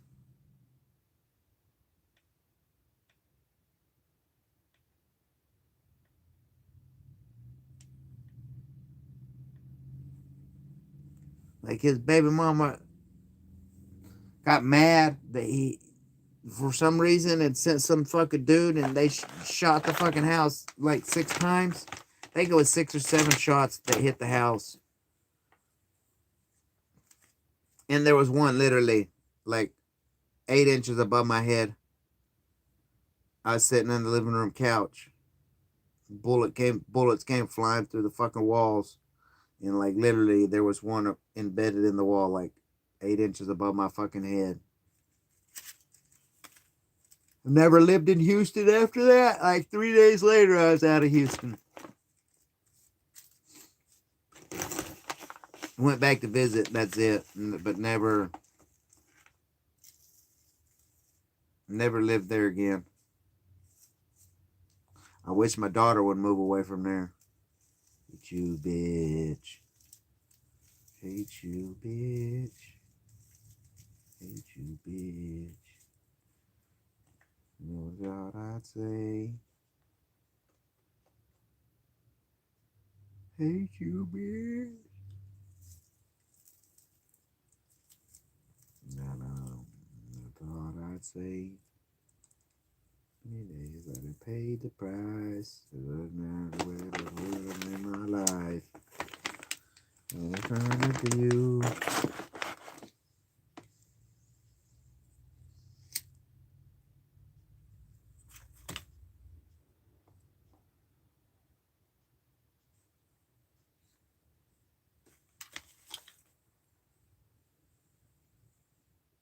Pride. I woke up too fucking early, man. I didn't sleep for shit. But I was thinking, you know what, man? Just start fucking IRLing everything. Everybody else does it. Let's IRL. Show how boring my motherfucking life is.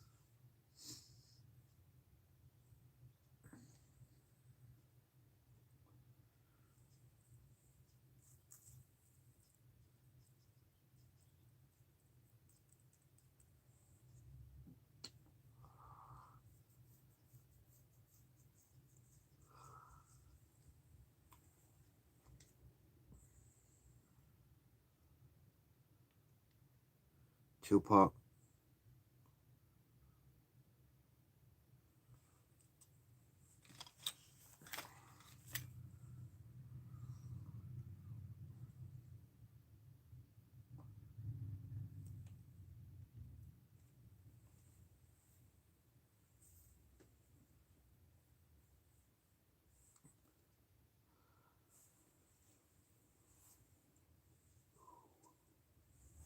Young mama had beef, 17 years old, kicked out on the street. But back in the time, I never saw her see her face. Same woman alive that could take my mama's place. Spitting from school, scared to go home with the fool with the big boys breaking all the rules. The tears with my baby brothers. And over the years, we was more than the other little kids. And even though we had different daddies, when things were drawn, but when we wrong, we blame mama. And this on the stress cause it was hell. Hugging on my mama from a jail cell. Who thinking elementary? Hey, I see the penitentiary one day. Rolling from the police, that's right. Can't catch put a whoop into my backside. And even though I sell weed, mama, I always was a white queen, mama. It probably understand for a woman ain't it easy trying to raise three men. Always was committed. A poor single on welfare. Tell me how you did it. Though pay, I can pay you back. But my plan is to show you that I understand. You appreciate it. Don't you know what love is, sweet lady? There's no one above you, sweet lady. Don't you know what love is? It was fair. From the coward, because the coward wasn't there. Passed away and I didn't cry, because my anger wouldn't let me feel for a stranger. I don't even know if he is alive or dead. Alone, I was looking for a father, he was gone. So around with the thugs, and even though they sold drugs, they showed a young brother love with really slinging. You know, so I started singing. Even though it feels good putting money in your mailbox. Love paying rent when the rent's due. I hope we got the diamond necklace that are sent to you. How long you were there for me. Early alone, you would care for me. I'm home after work late.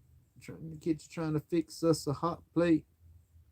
The scraps she was given. And mama made miracles every Thanksgiving. Oh God, tough real alone. You gotta raise 3 bad kids on your own. I could pay you back. But my plan is to show you that I understand. One day, Mom, I'll pay you back. This YouTube's gonna work, and I'm gonna buy you a new house and a new car. It's gonna work. It has to work. I need it to work. To keep me back in focus. As a little kid, to be happy to the things you did. Childhood memories. With all the sweet things you did for me. I know that I acted crazy and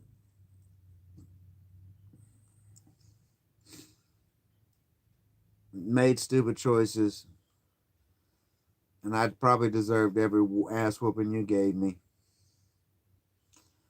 I could take the pain away. I could fight a day. I wish I could take my mom's pain away and my friend Ivan's pain away.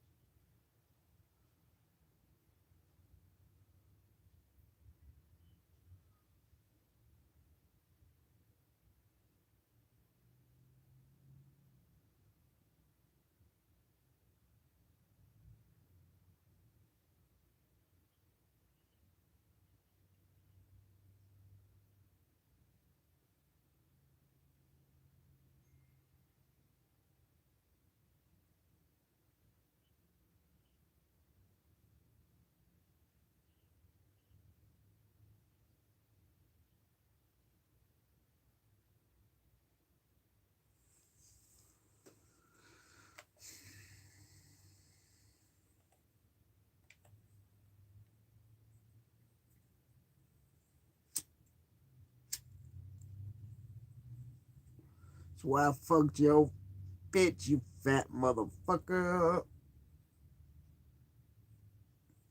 Fuck your bitch in the click you claim. West side with a rider with a get game. Ready to be a player, but I fucked your wife. 3.2 bad boys in a fuck for life. You know, punk ass bitches.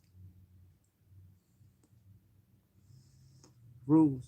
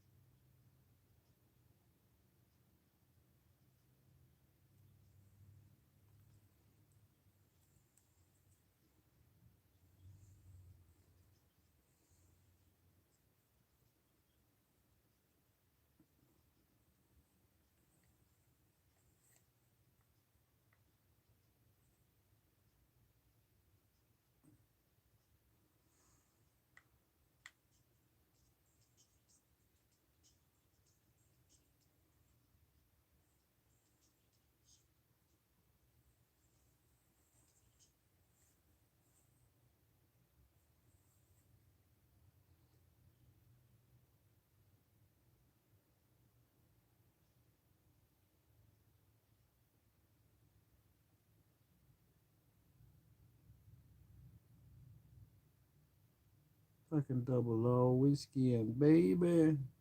Do it. Third. Then do back. No, no, no, no, no, no. Honey, it's the Supersonics. They want to be your man. I want to be your nigga. You feel me? Fuck with niggas that's insecure. Water down, my shit is pure. Write down my number, but don't call me too short. I ain't banging. I relocate between your legs. Dripping wet is we experiment with sweaty sex. When you met me, you wouldn't let me. Now you straight begging to sex me. With addressing and test me. Girl, be down if you want. And it's a chance to do it live. When I stroll by, I see the look in your eye. You want a nigga, but think you can have a nigga. But don't cheat yourself. Instead, treat yourself. If you're scared, go to church. I know it hurts to find out me and your man be sharing skirts. Take this the wrong way. Your body is banging, got me attracted in a strong way. The long day, I'm trying to make my song pack. The love all day against the wall in the hallway.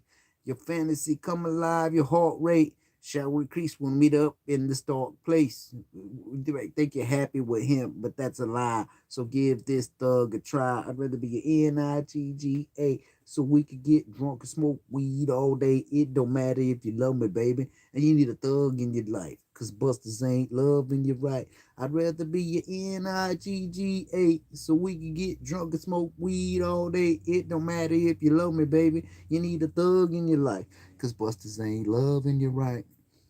They are sprung from the introduction. The conversation, get the game, and let seduction.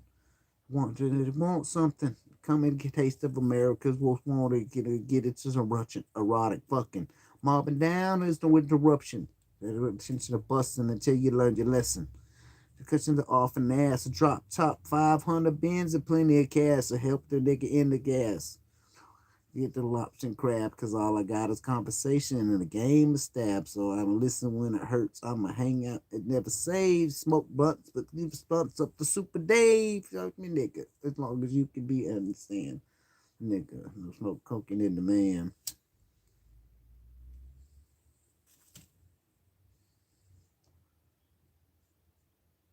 We get drunk and smoke weed all day. It don't matter if you love me, baby. You need a thug in your life, cause brothers ain't loving you right.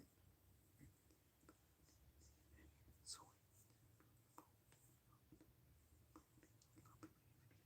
thug in your life, cause busters ain't loving you right. Time for the moment of truth. They can totally sweating. It's into you.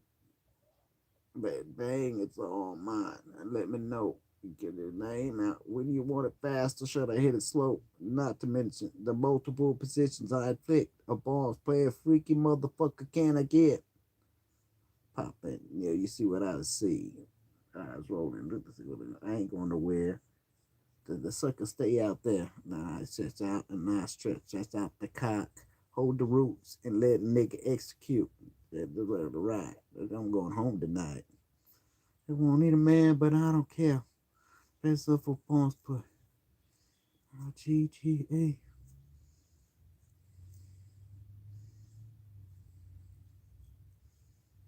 Cause busters ain't love and you're right.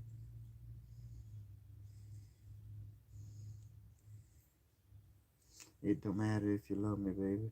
You need a thug in your life. Cause busters ain't love and you're right.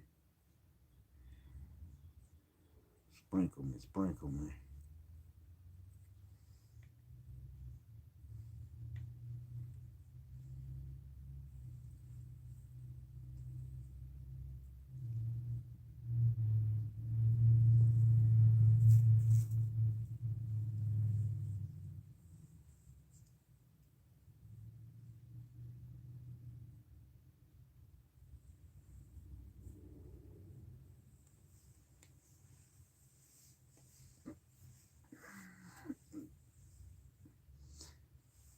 So I'm riding high.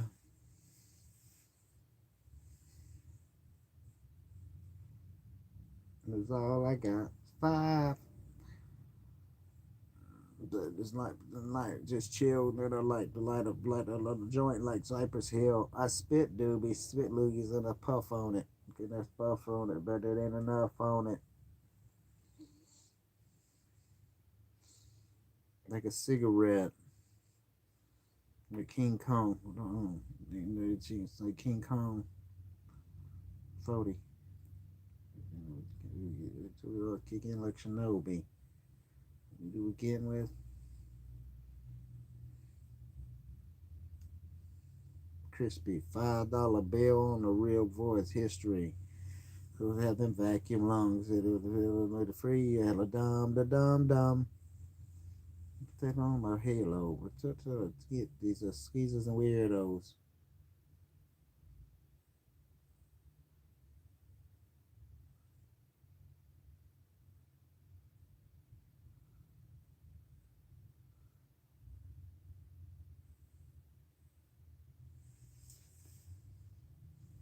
It is fucking cold.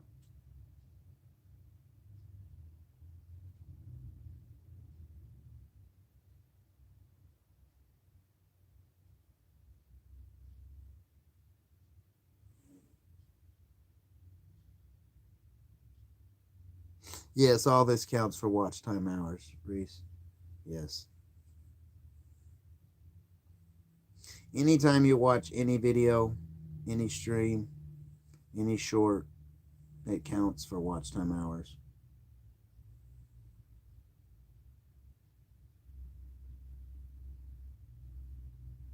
I'm at 1,400, I think is what it was. 14 of 3,000. So I need 1,600 more watch time hours. But homie, man, guzzle it. I know it's getting lonely. Whiz past to my PO. I know it's smoke hella weed, bro. How about fatty?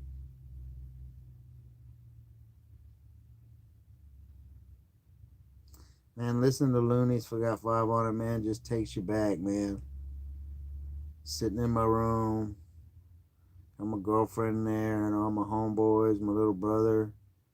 We all just playing some fucking Street Fighter and shit on the Nintendo and Super Nintendo.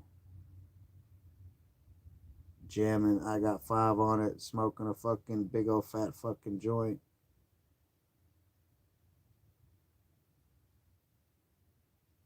The good old days, man. School days, man. I wish I was still in school.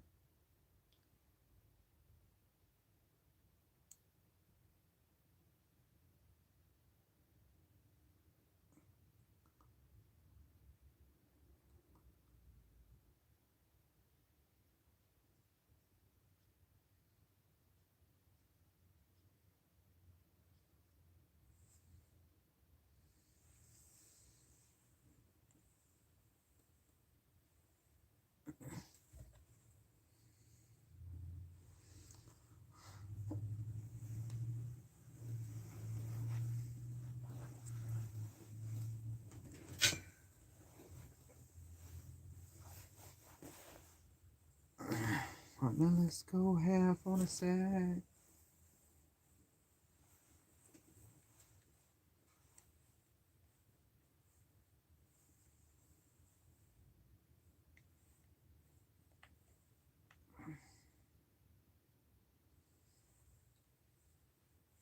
Ow, ow, ow, ow, ow, ow, ow, ow, shit.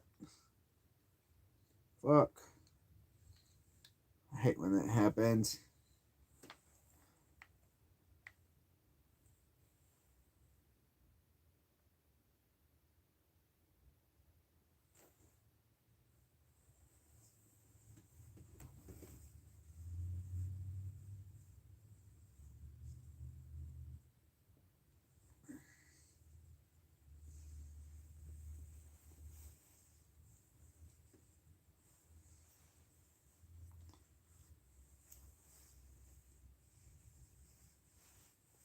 But then they stealing of this property, and we damn good too.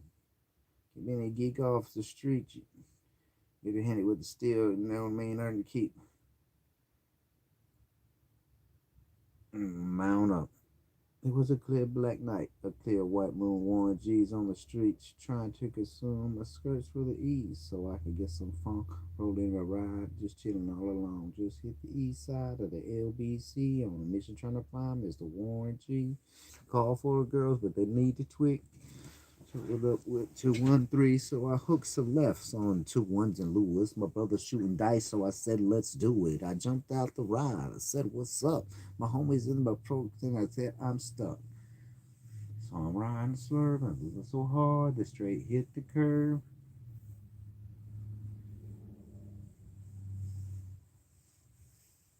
I'm breaking myself. I can't believe they take Teddy's wealth. They took my rings. They took my Rolex. I looked at the brother, said, damn, what's next?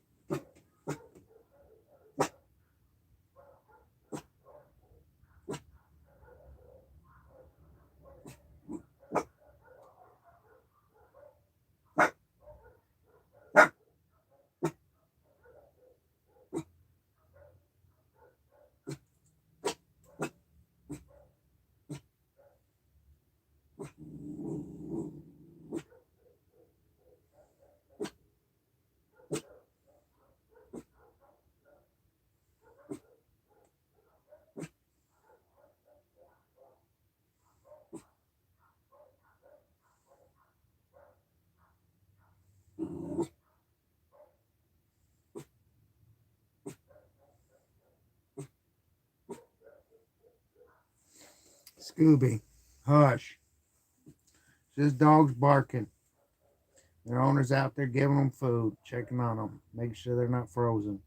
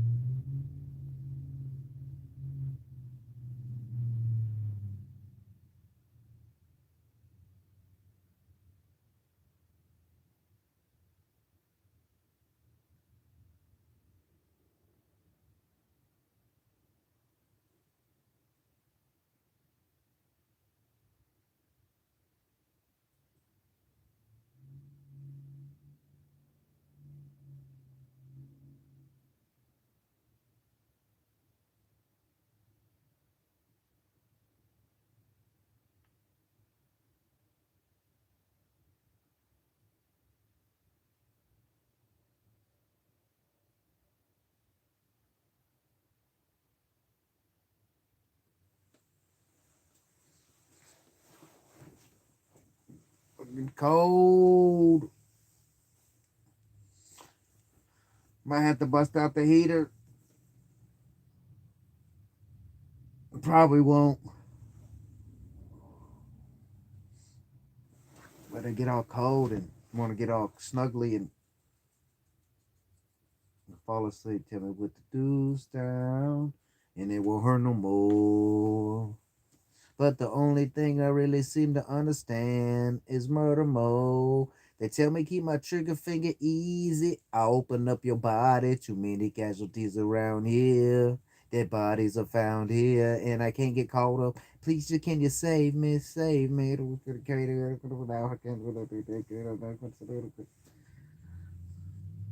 Doo, what are you doing? Come here.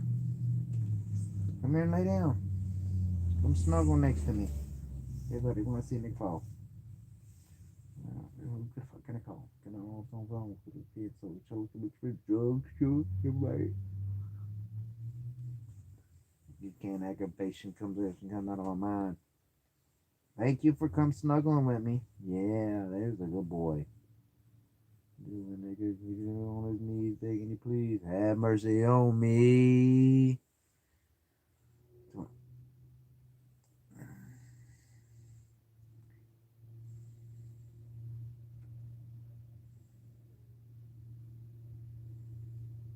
It's either the visions of a casket. It's your life for your life. That's right. I'm gonna let you have it.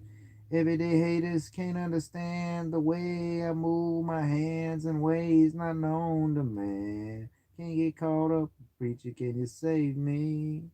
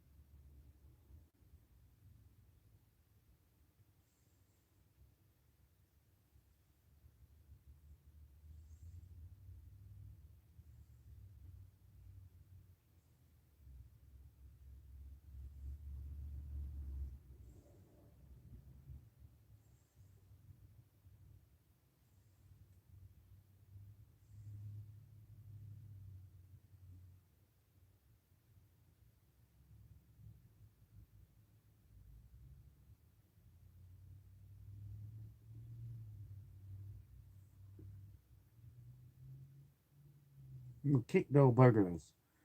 Snap a patch out your motherfucking ass for real. We're just gonna respect and trust and believe in it.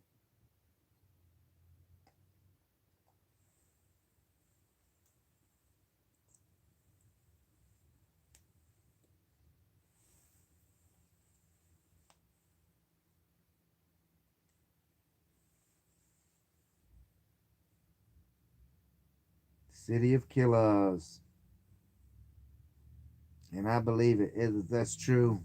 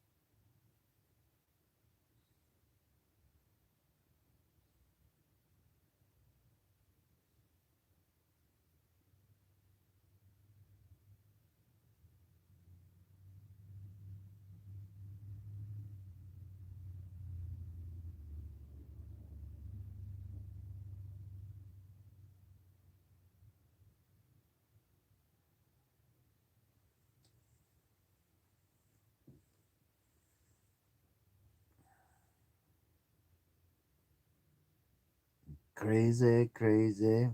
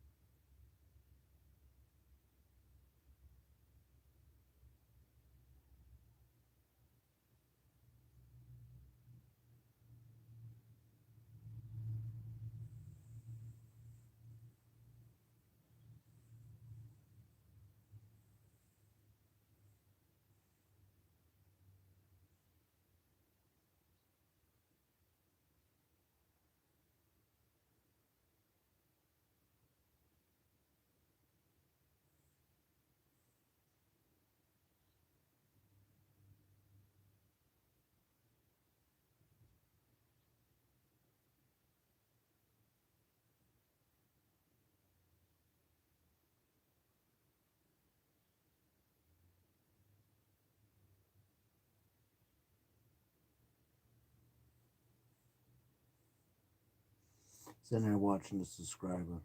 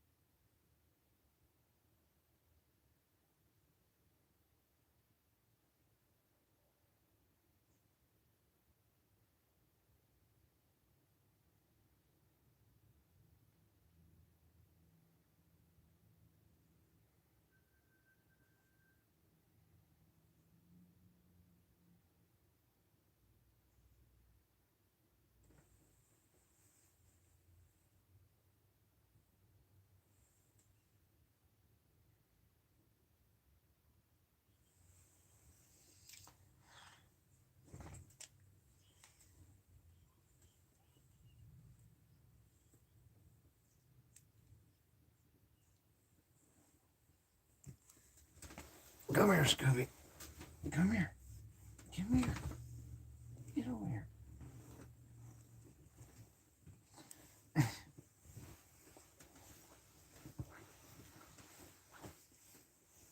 Oh, where's the Scooby Doo? Where's the buddy?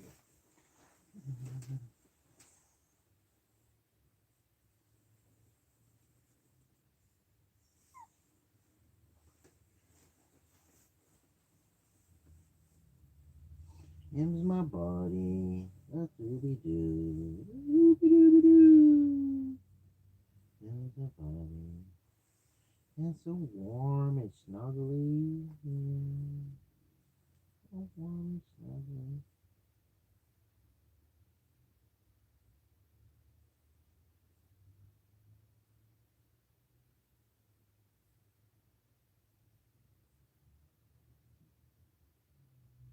Warm. A buddy, buddy.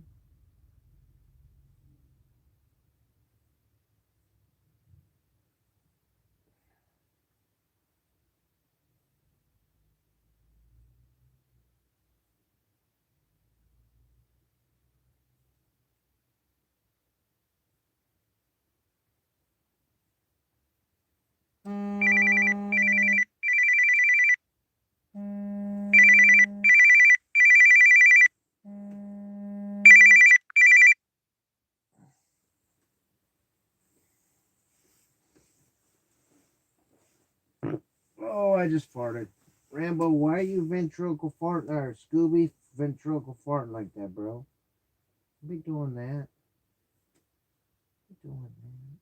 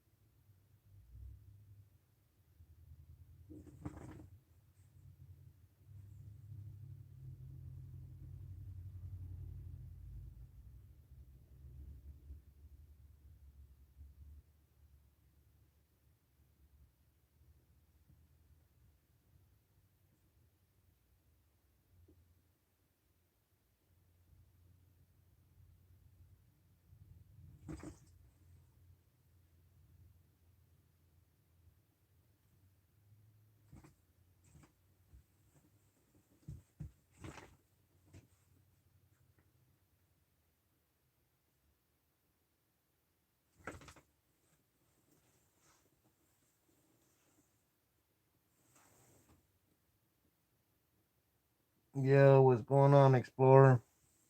Just sitting here chilling. It's freaking cold. Watching a subscriber. I'm really not watching them. I'm watching them, but I'm not watching them. You know, some watch time hours. It's cold this morning. Couldn't sleep. Just chilling. Laying on my right side hurts my shoulder, so I'm not doing that. Can't set the camera up on the left side, so sorry. Welcome to the IRL of Teddy on a freezing cold day. Just under the covers. Staying warm.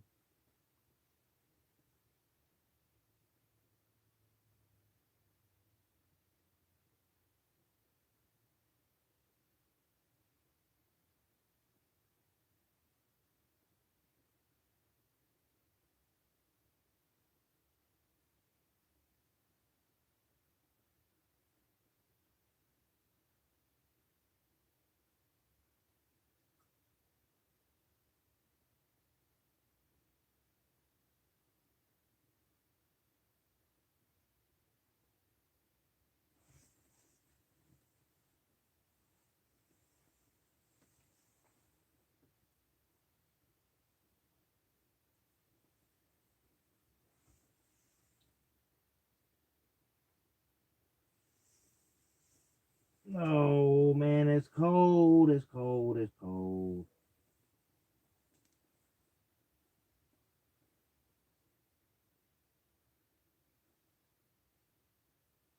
Freezing cold.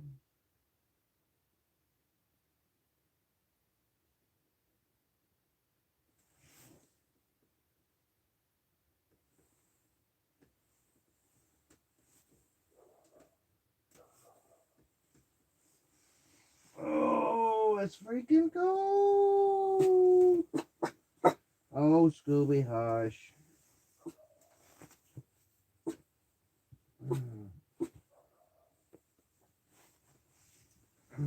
It's cold. It's cold. It's cold. Scooby Doo, come here, boy. Come snuggle doggle with me. What about them dogs out there, man? They're living the cold life, bro. We're in the inside life, man. You don't want to be out there with them dudes, bro. You don't want to be out there, bro. No, no, no, no, no. No. Scooby Doo. Scooby Doo, where are you? Where's the party? Where's my buddy? Lay down. Good boy. Good boy. Lay down. Lay down. Good buddy. You don't worry about the mother puppy puppers.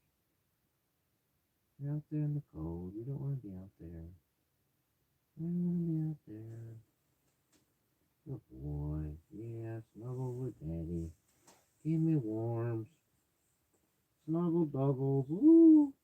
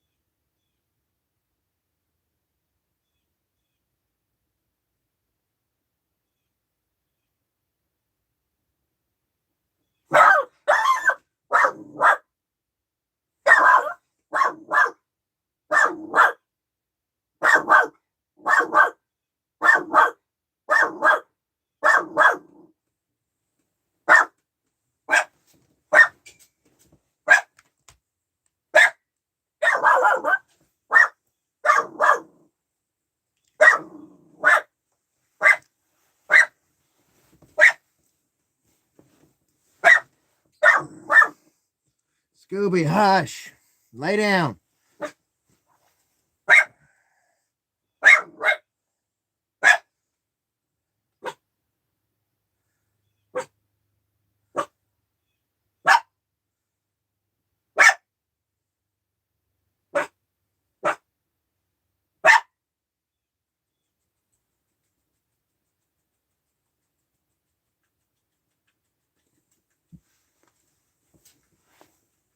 Oh my God, this hurts laying on this side.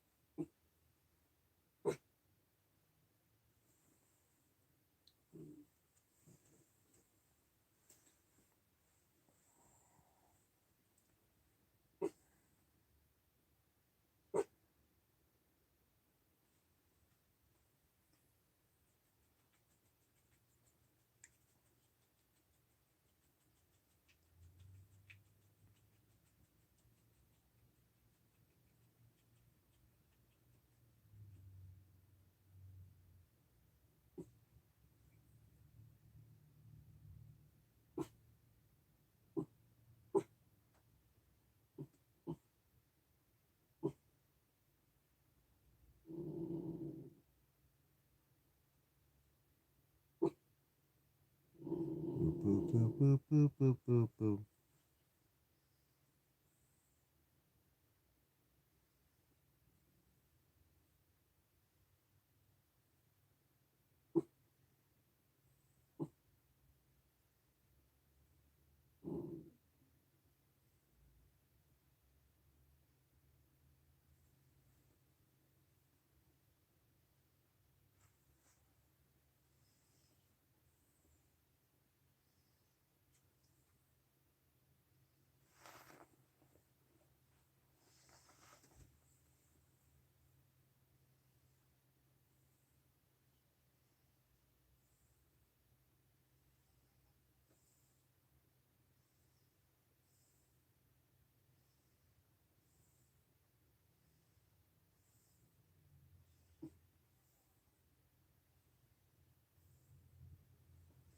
That's zero builds for you. Everyone gets in a car and just drives around ramming people, jumping out, shooting people, using it as builds.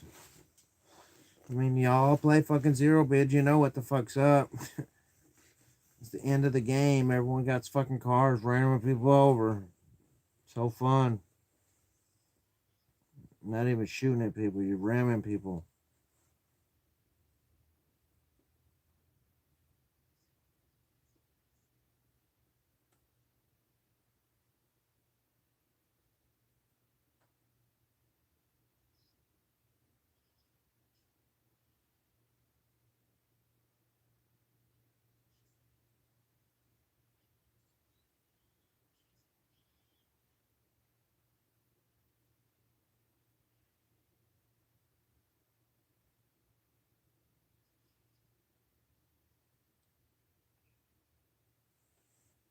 Got shit on.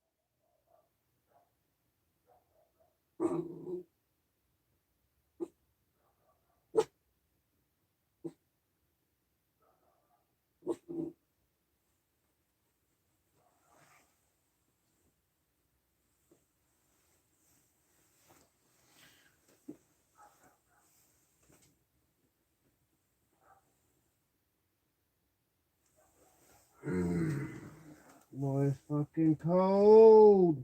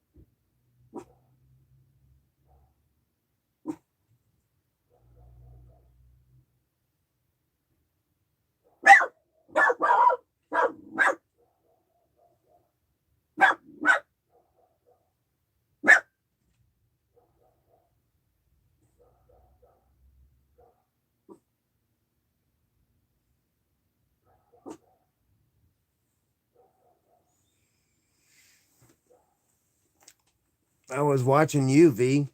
Honestly, I did kind of take a little nap, but it's okay. Oh, nobody miss anything. Man, it's cold. I don't want to get down from under the covers. Warm, snuggly. Warm and snuggly.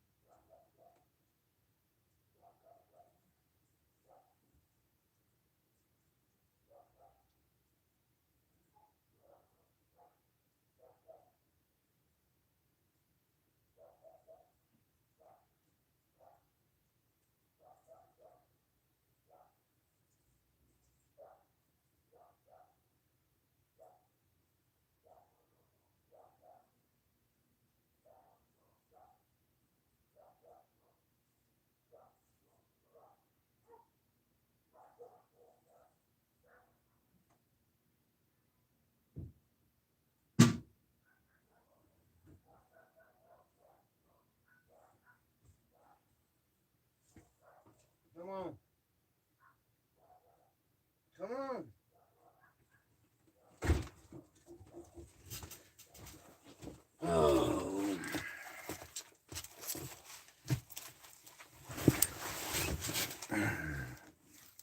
my meals today.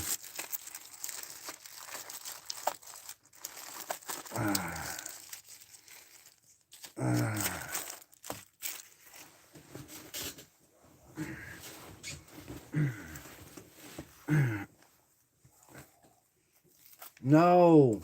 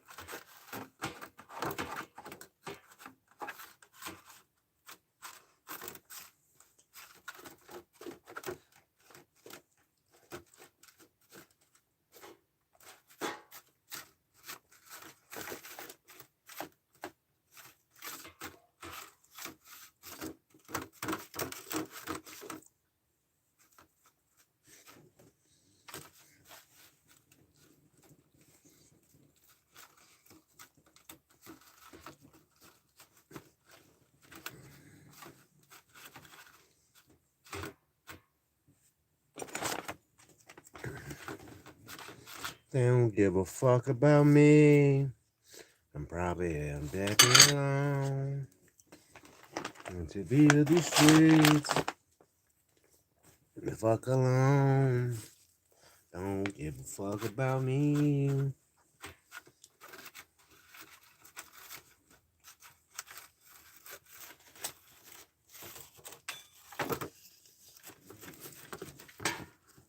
Quit talking down. If they love me, then my mind like it ain't mine. Let it come from the streets with my fighter booze. Yeah, I'm gonna get you to be 10 years due. And they fuck with my food. In my back of what busters do. I don't know what the fuck is it do. What they want me to do. What I give them bitches. Yes, I'm gonna go ahead and smile on me. Smile on me.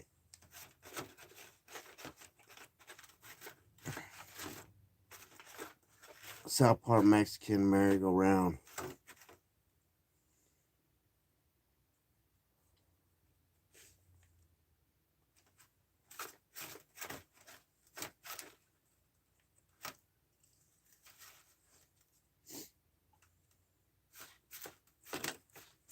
Yo, homeboy, pass me that.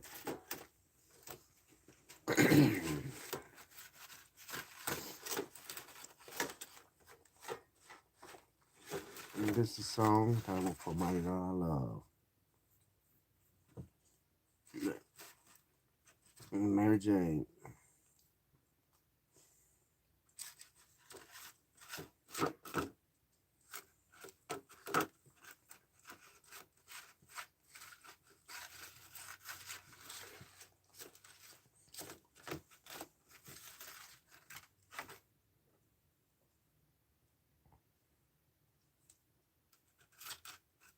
Second my dicky, smoke like a hippie, smell so good when she gets wet and sticky. You lift me, girl, you the bomb. Got a nigga blowing like Cheech and Chong. A bong, a blunt, or paper square. It really don't matter, she'll take you there.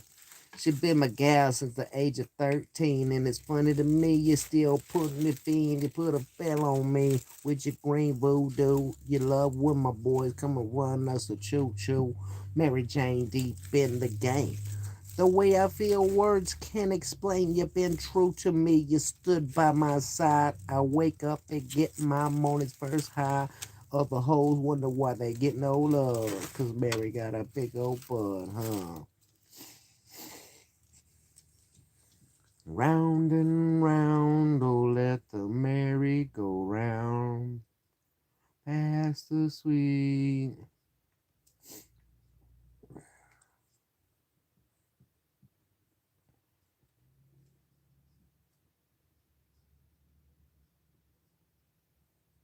If you's a yang user, throw your hands in the air with this motherfucking three-time loser producer on the cool my future. I never knew ya. I never knew ya. Who you think you are? You fucking with the dope house shooting star. Drinking that Buddha, another killer from Honduras.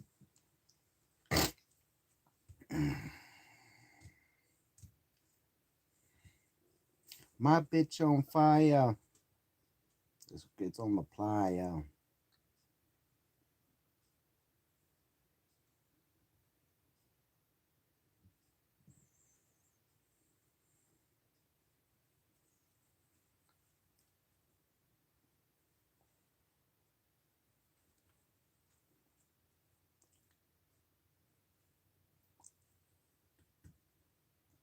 You could get or get wet as a rain. Me, man, I got Jane in my brain. Of course, I kick doors for white horse, but my wife, Mary Jane, she never get divorced. She be the only one fit for a player. The green eyes and the pretty red hair. So sit with the jealous bitches wanna, barely get wanna. Marijuana. She was born in Mexico, but I took a chance and brought your west across to the promised land. I love to lay it down so soft in my swisher. Act like a freaking let all my niggas hit ya. I got your pictures on all my walls. Mama caught us kissing, wanna call the laws. My family thinks you nothing but struggle. Can't see how you help me through the struggle. Round and round, oh, let the merry go round. Pass the sweet.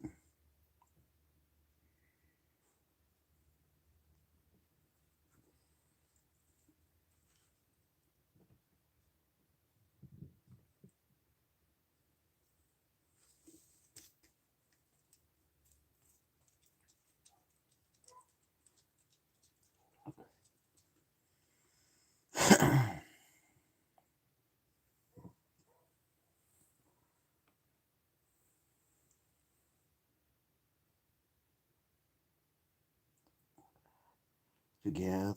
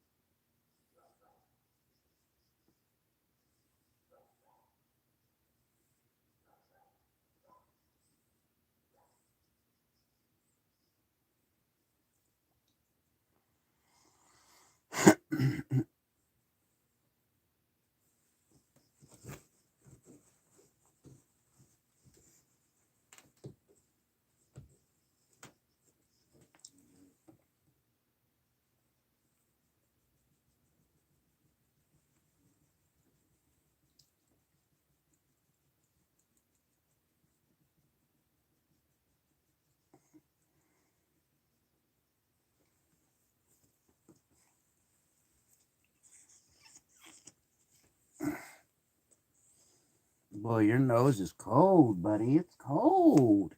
Cold nose, cold nose, cold nose.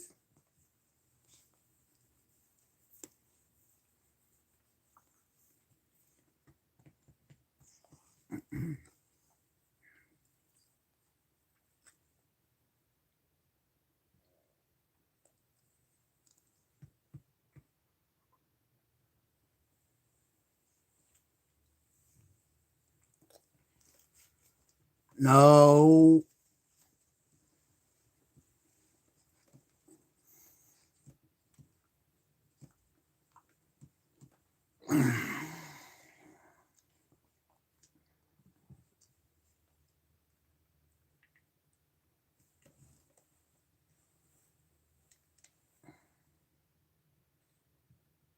Quit. What is this song?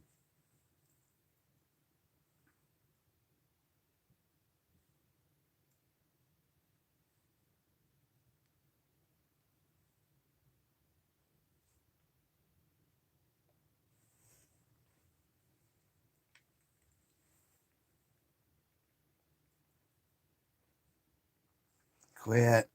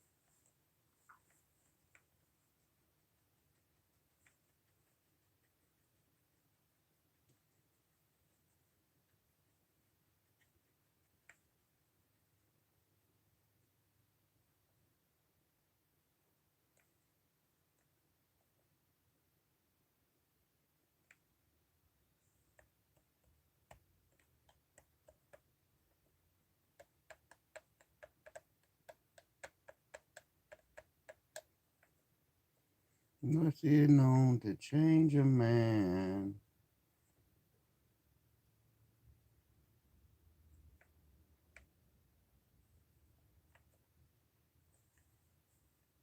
Ahora hacemos.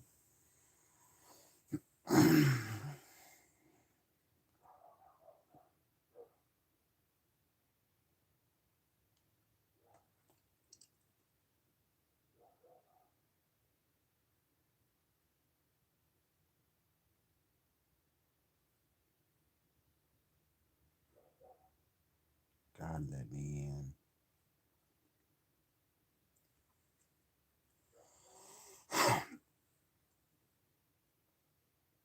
Them thin by me.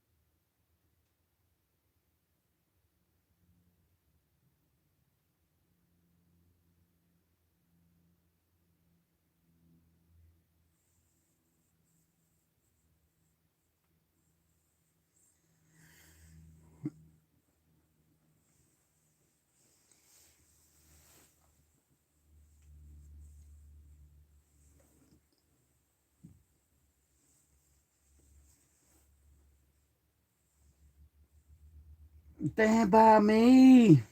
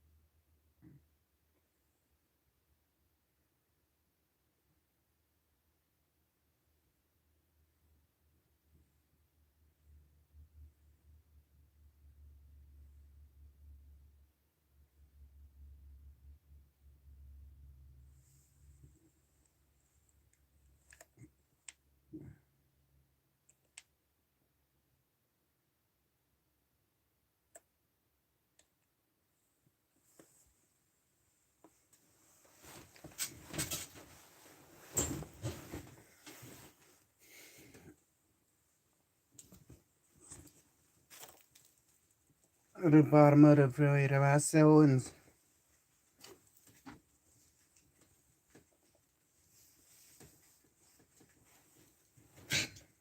Leaning on my knees. See where stars. If you love me through my scars, then please stand by me. Please wash it up in the red, cold in the road. My shop in the door, cold, and let me be. On my knees, just stand by me. Get laying in the glow.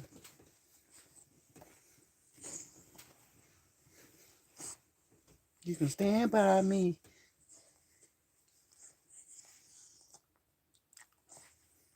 Mm-hmm. Mm-hmm. Mm-hmm.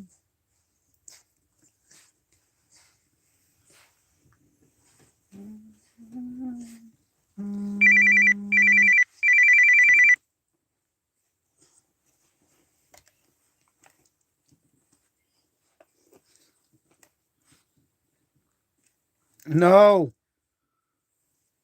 Bro, get off my headset, bro. You're pulling it out of my head, bro. Scooby-Doo, no.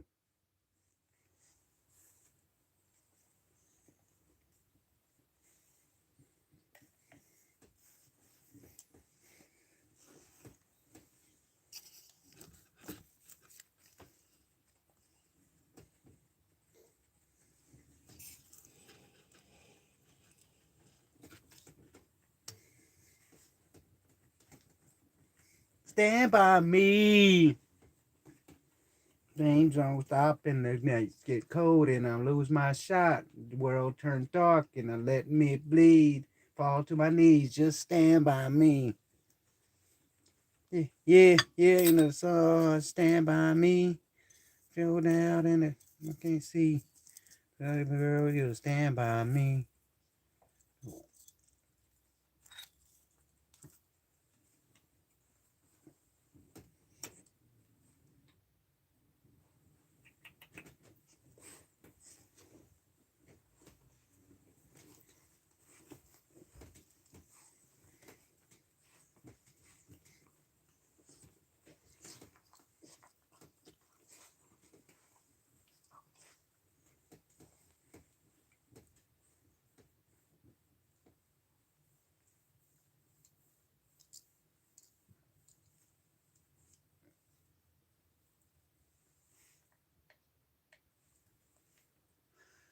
The dark, the earth I go, the perfect.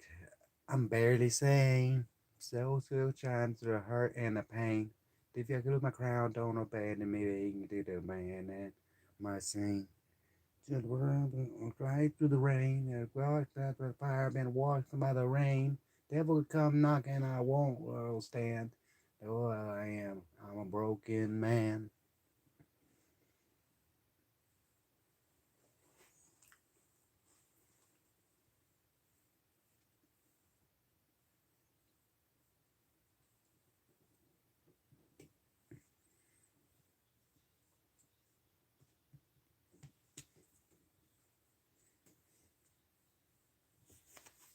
I'm begging by me.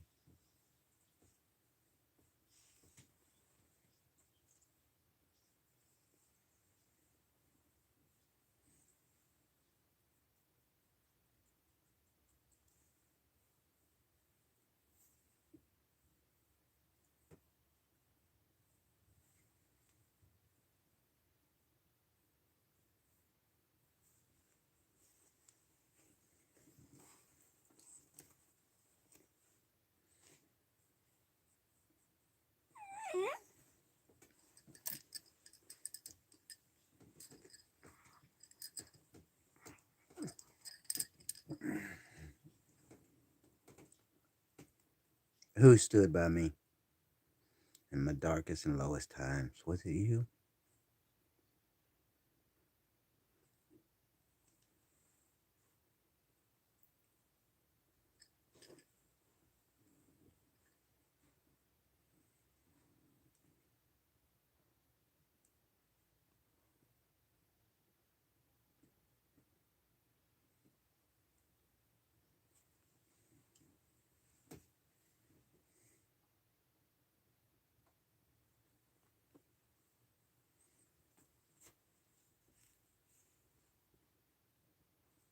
Turn that back when I was crawling on my knees. But if you love me through my scars, then I mean something that ain't sitting cold in the world, my shot. On my knees and stand by me.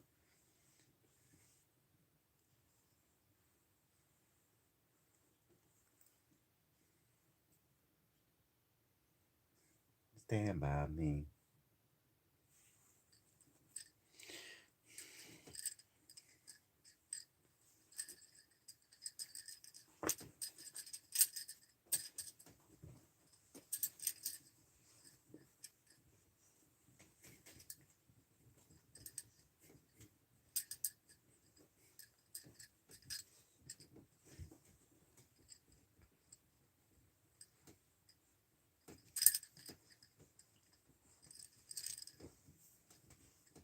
Stand by me.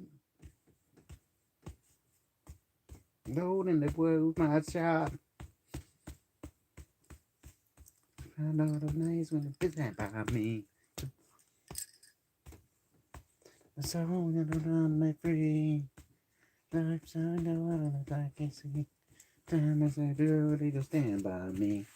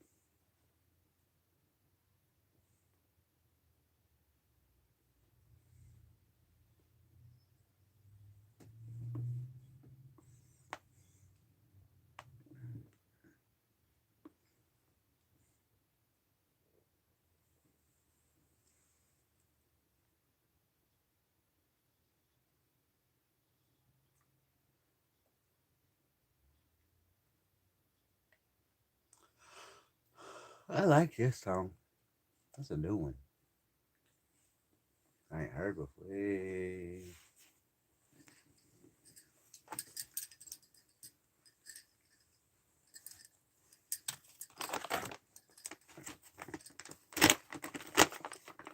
I do the bottom of this place.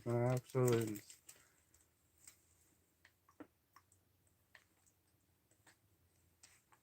hey.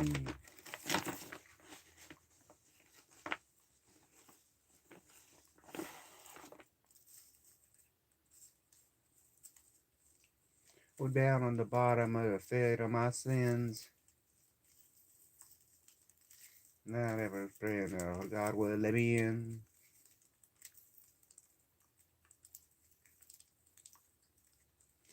They all turned their back when I was calling on my knees. But if you love me through my scars, baby, let's stand by me.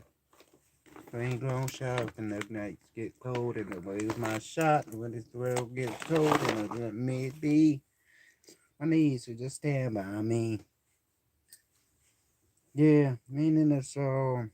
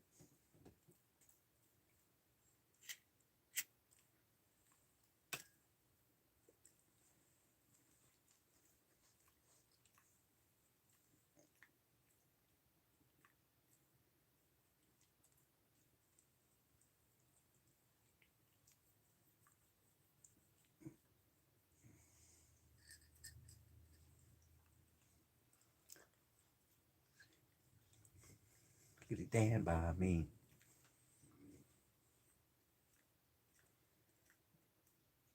Pain to the barbed wire.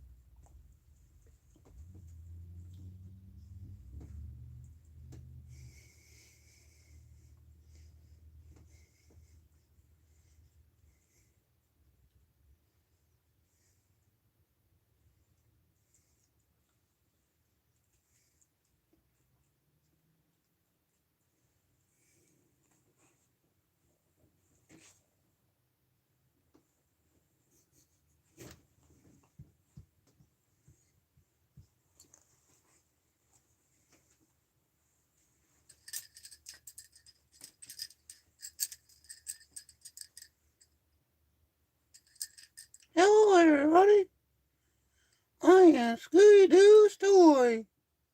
He's really all a heart, and I feel so broken. Please, stay high.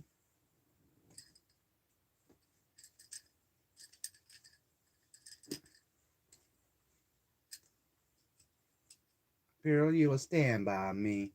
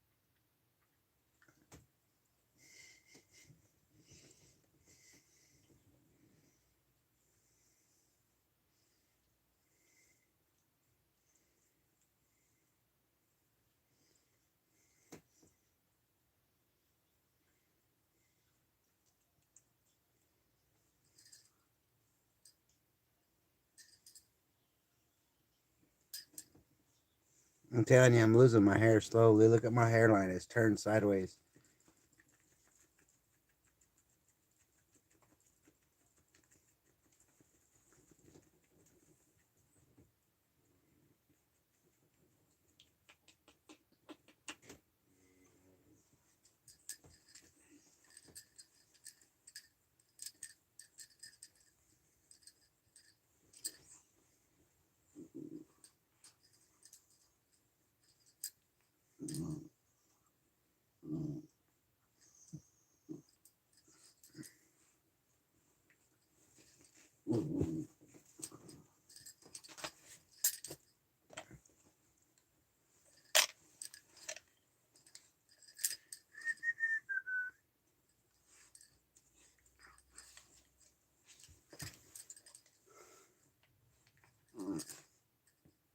Searching for a heart of gold.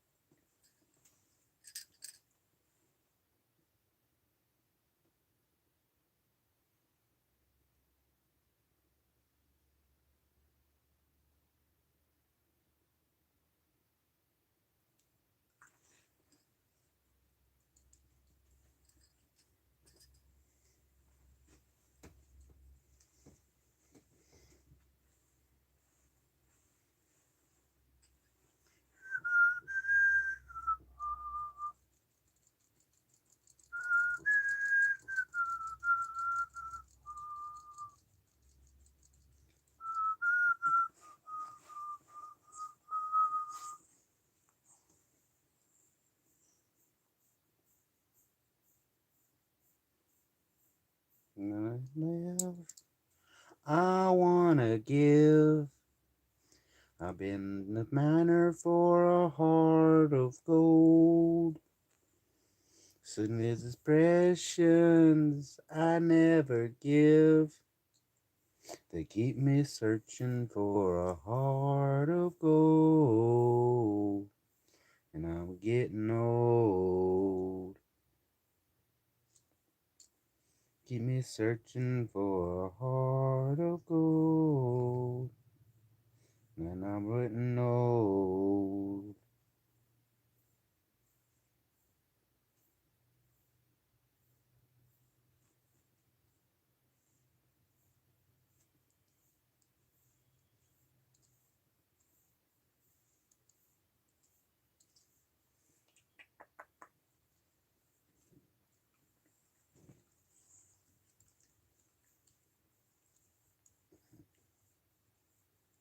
Hollywood, I've been to Redwood.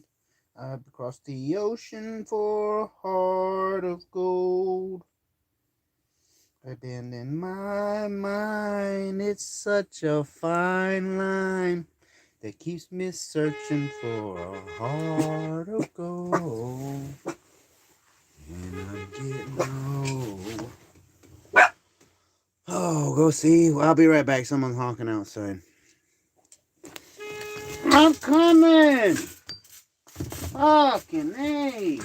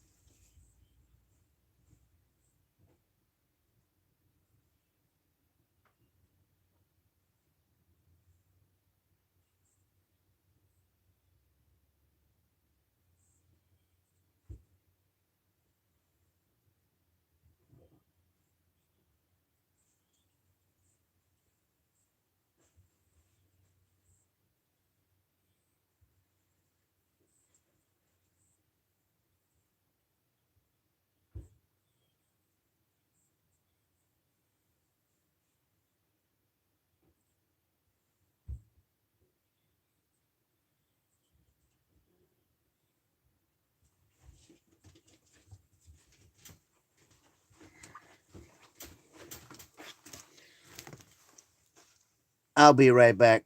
We gotta go talk to my mom.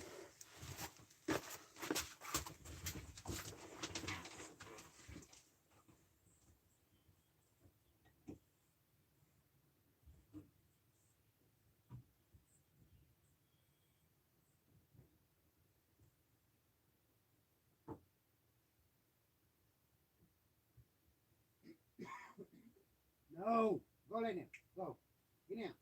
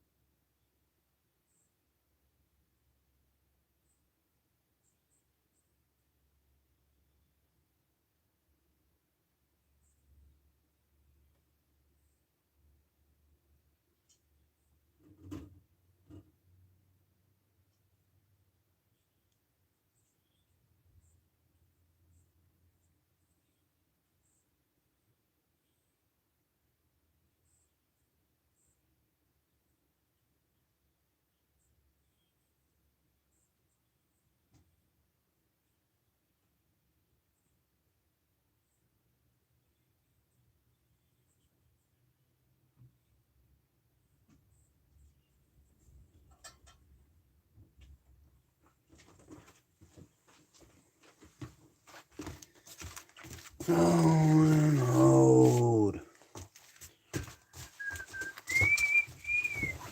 Move. Oh my god, it's cold in this motherfucker.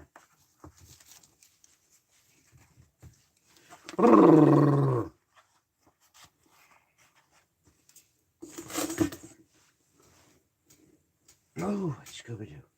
Oh, let me get my covers. Let me get my covers. It's cold. It's cold. And you're behind me, and you're going to get squishy. Move, move, move, move, move, move. Move. Well, back up then. Get out of the way. You're not supposed to be back there. You're not supposed to be back that way. Chill. Chill, chill, chill, chill. You made me fast forward my song. You made me miss my song. You didn't make me miss none, Scooby.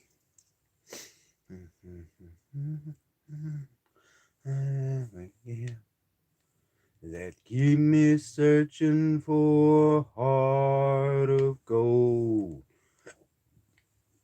I'm getting tired and I'm growing old.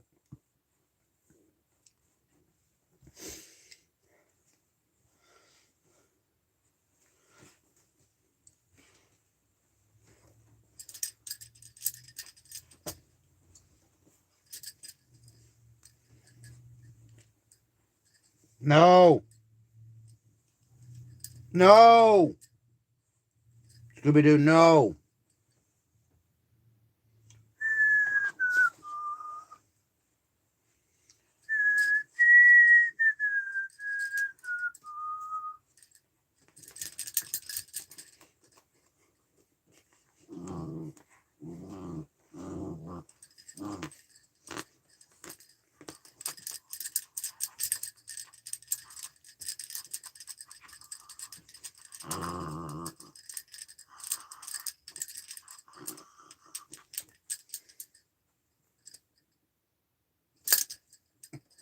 Oh, fuck.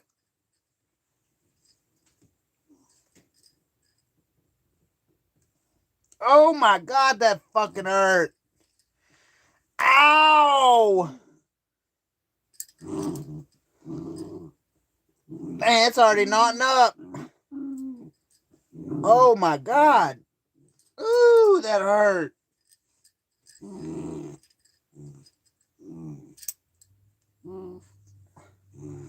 Oh my god. Like there's already a fucking knot there. Like right there. There's a knot. I feel it. Oh my god, that hurt. Holy fuck.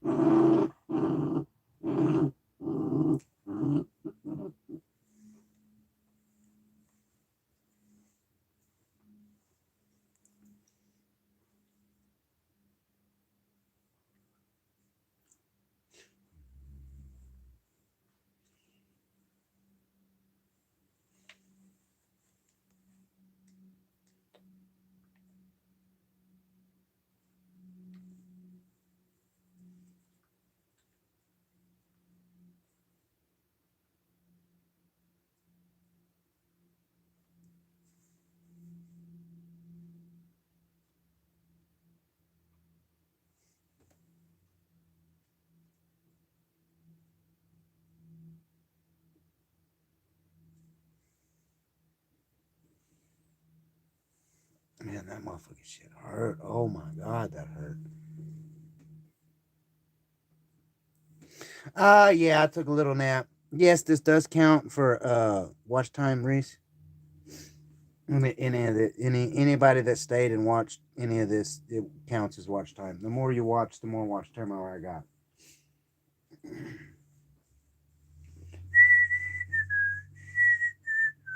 If you're still there, I did. Uh,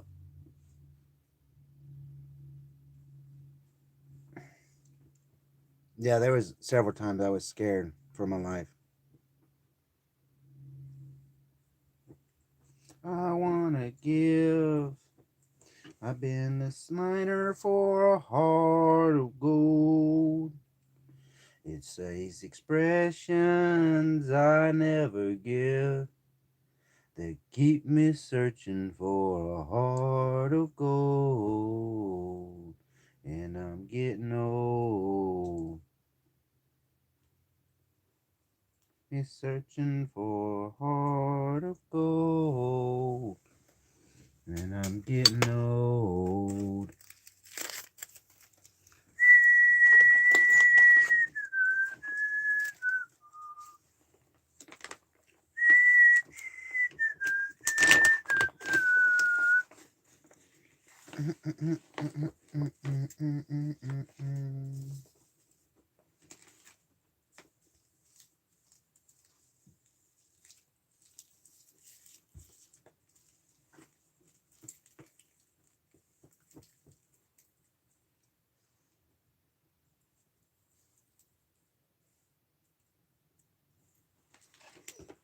It's such a fine line that keeps me searching for a heart of gold.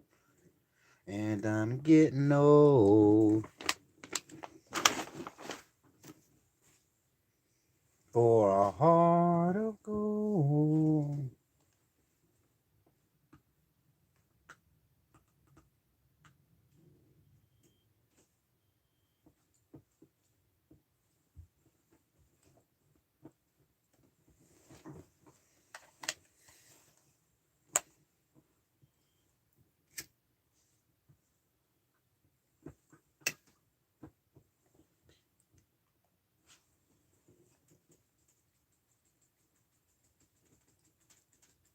Growing old keeps me searching for a heart of gold.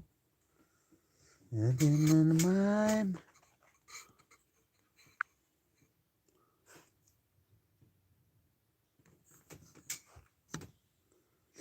I can't pin nothing? No.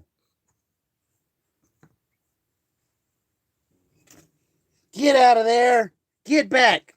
Get back. Back up, Scoob Doo. Back up. You're not supposed to be in there.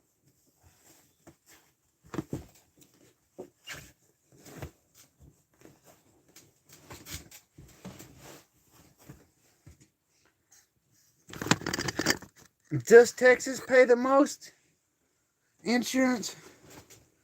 3.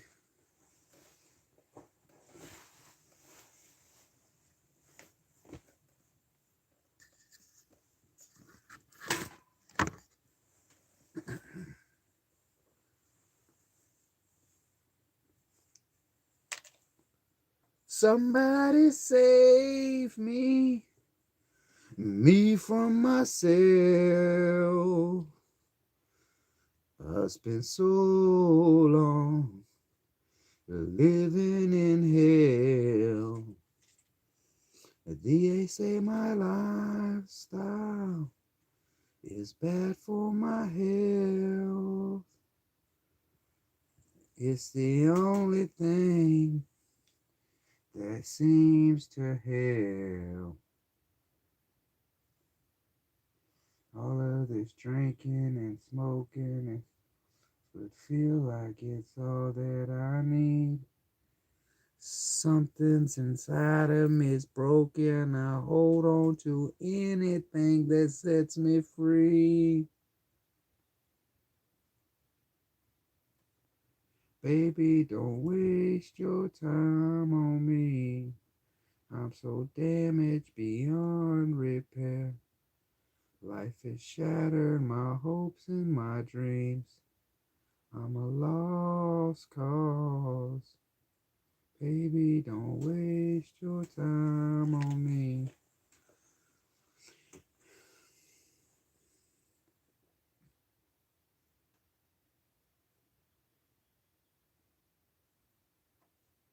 Ooh,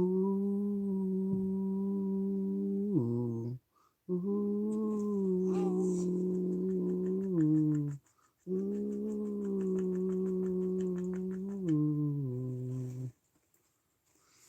What if the night sky was missing the moon? There were no shooting stars to use wishing on you. And all of my sorrows, I just washed them down. It's the only peace I've ever found. Hey, Scooby-Doo, no.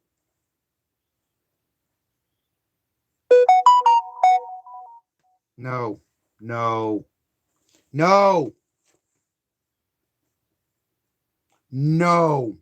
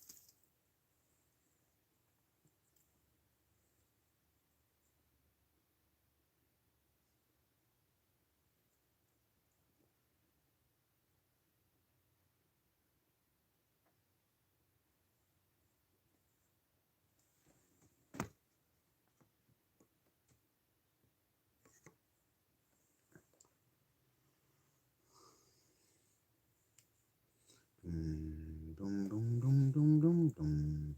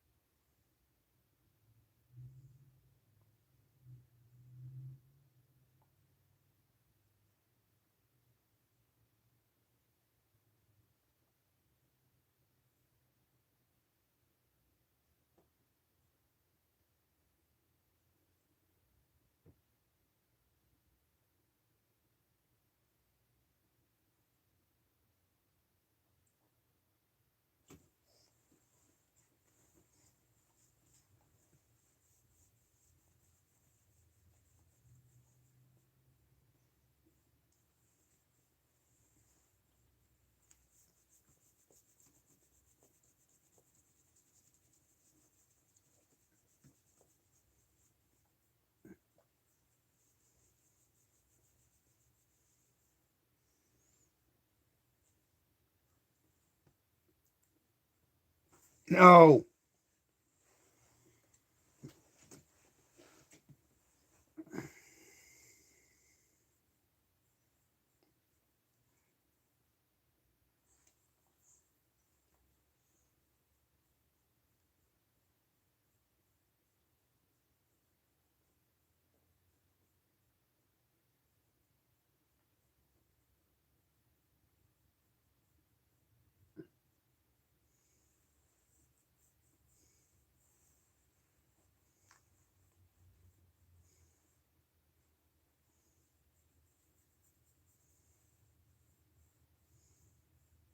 Scooby Doo's a good boy, yeah.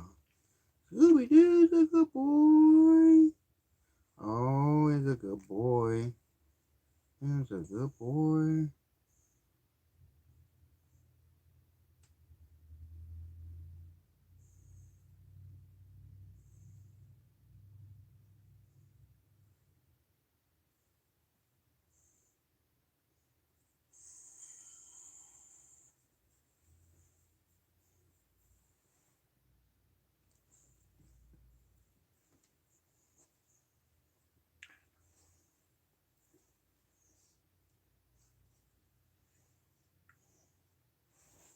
No, no,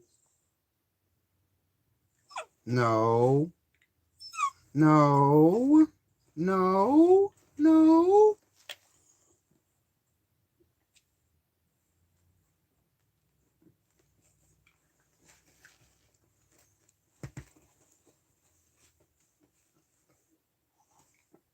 Ow, no.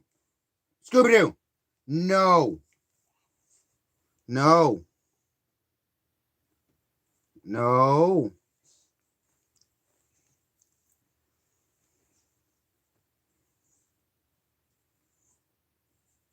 no.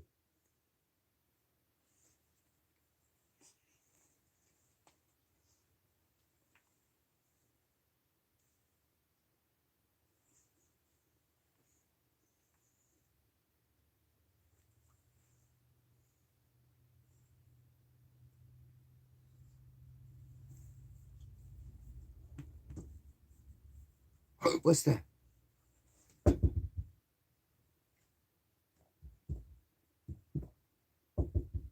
Who's there? Who is that?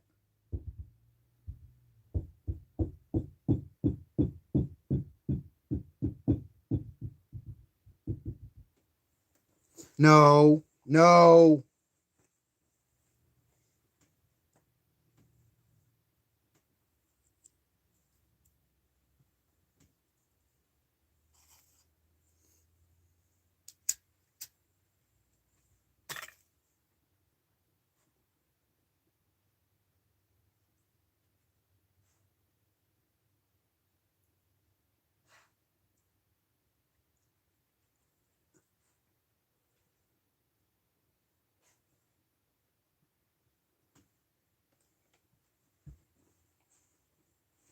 no,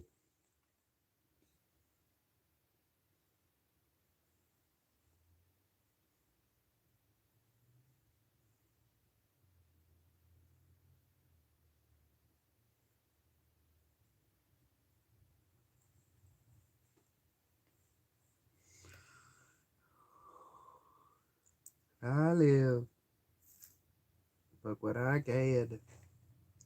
Doing all of the being again.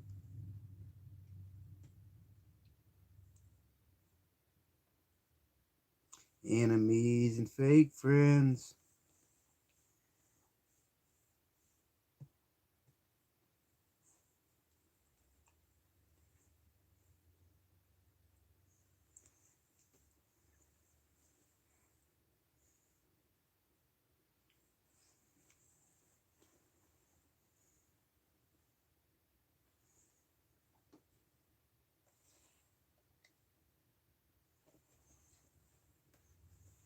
No,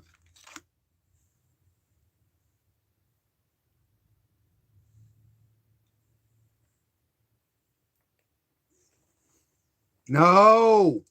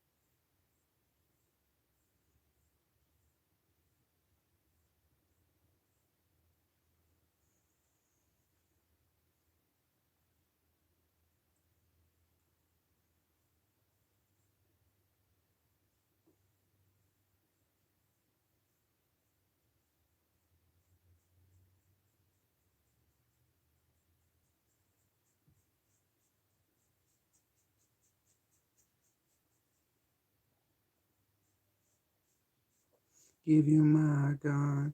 Nothing in the baby even on my long run. Loved one, give you my gun.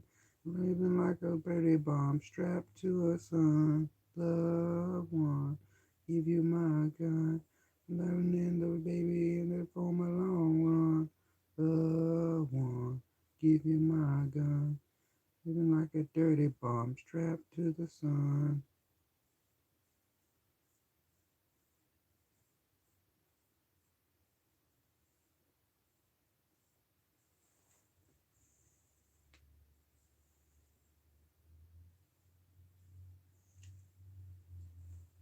No, no.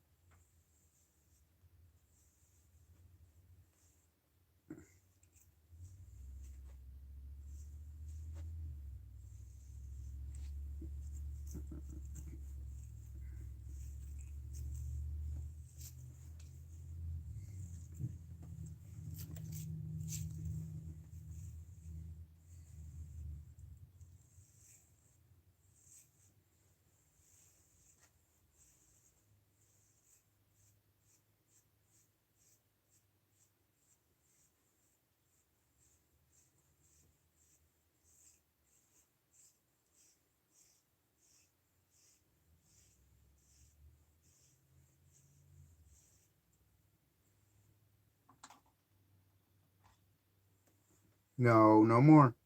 It's enough.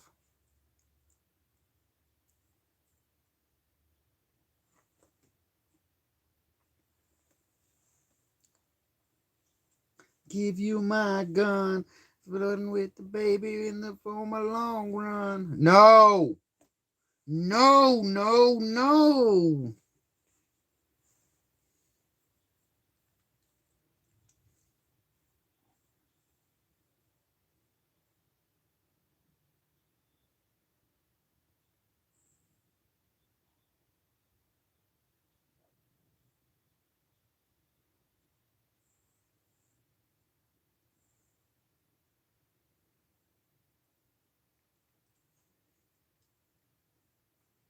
No, no, Scooby Doo. No.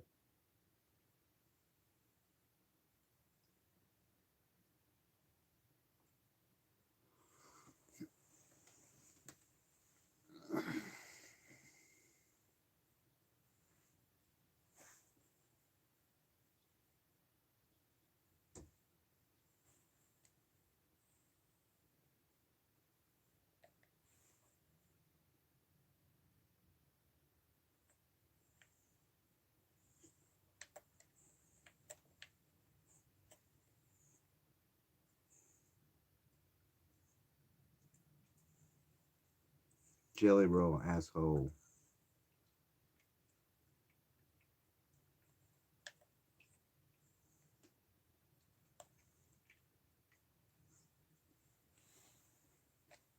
Welcome, everybody. How's everybody's day going?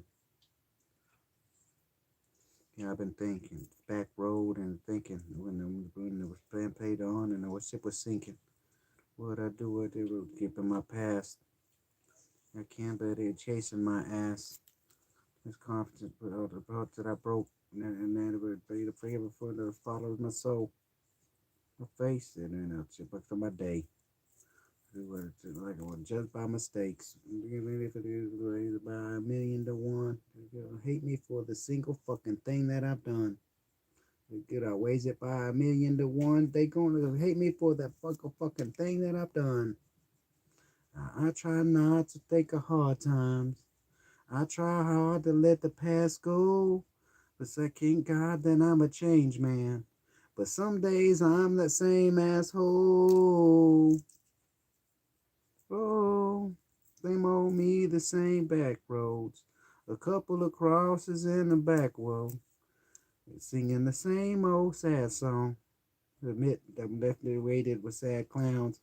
You better be able to understand my dad now. Those who entertain, it's this a pain. They would dance in the rain instead of just complain. Head of was ahead of the game. They report the fucking money. The jealousy came all on the line. No, we're breaking the shit. That's what it was lessons in it. Like it was a marathon. Tighten up. You gotta run. Dollar spends as fast as the dollar comes. There's a lot of ones. I bet you in the kid like really good. The kids at college fun for real. I try not to think of hard times. I tried hard to let the past go. I thank God that I'm a changed man. But some days I'm the same asshole. Same old me, the same back row. A couple of crosses in the back row. Singing the same old sad song. Getting bigger. I need to get back to the gym. Well, fuck that. That's happened again. The baby mama get out of jail and she done relapsed again. All the truth that there's so much in the air. Yeah, he left the critical care. Take the pension, then they say him sick until they help her pay the rent, but she is as it gets. I cannot be paying because mother doing well. What the fuck you think it ain't? There ain't no mistake that he after the show. Alone on the road trying to back to my home. I try not to think of hard times. I tried hard to let the past go. That I'm a changed man. But some days I'm the same asshole.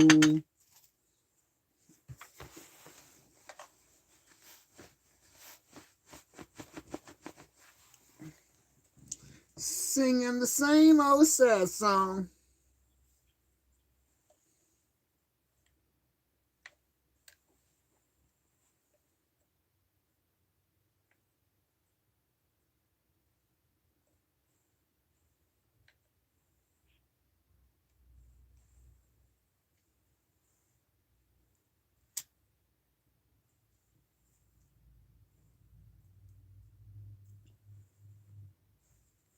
They haven't let the light shine down.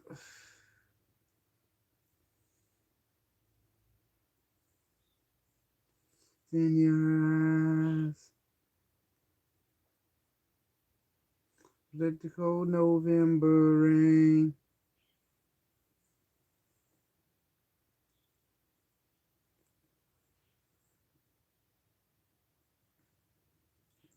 Never knows she's in pain. Nobody ever saw her coming. They started with a little pill. One thing led to another. She was at odds, all been downhill. She was the life of the party. She was the one that everybody used to want to hang around. You wonder where she is now. I wish I could have known before she was too far gone. I was afraid to lose her now. She's afraid of coming down.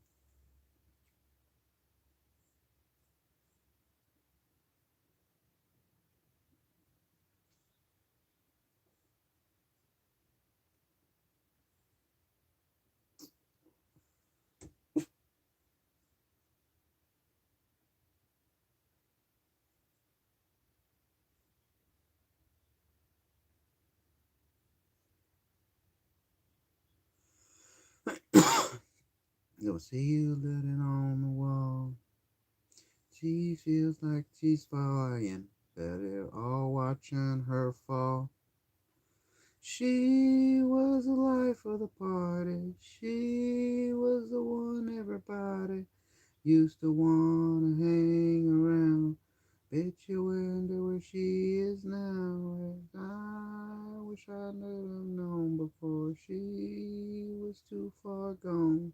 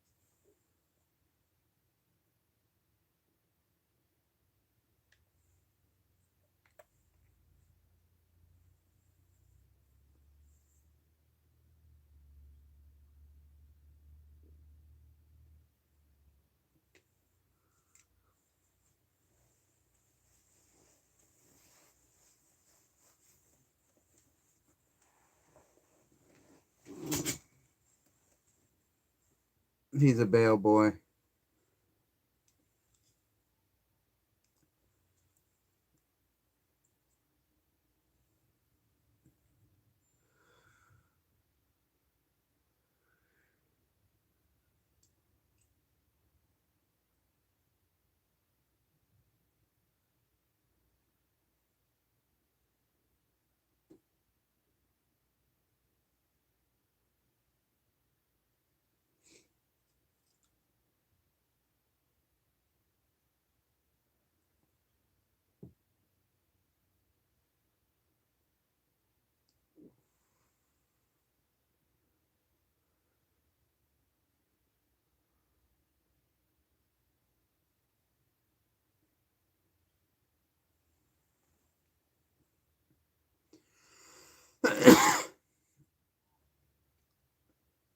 Went in, now you're backing out. Now you're backing out. Start to talk big with the shotgun in your mouth. Shotgun in your mouth. Tell it why friends said it brought your gold down. Like mine too. So welcome to my house. Welcome to my house. To my people, and this is my land. Okay, where I pray for. And this is God's plan. God's plan. From here, then you won't understand. This is my country, and this is who I am, and this is who I am. To my house. Welcome to my house.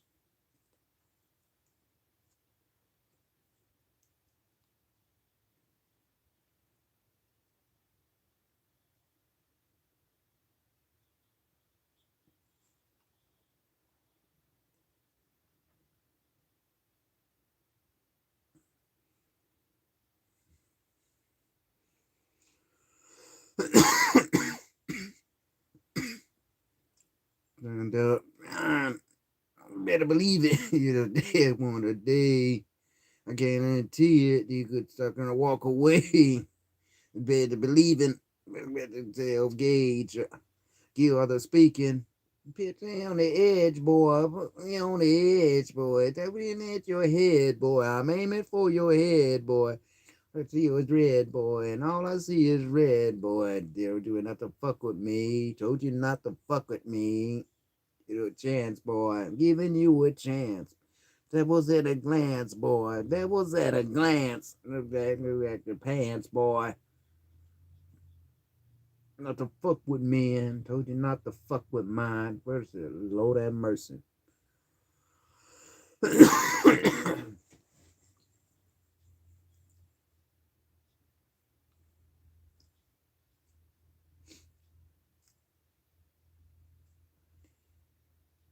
And now you're backing out. Now you're backing out. No, thought to talk big with the shotgun in your mouth. Watch your friends. Watch it go down. Not mine too. So welcome to my house. Welcome to my house. My people, and this is my land.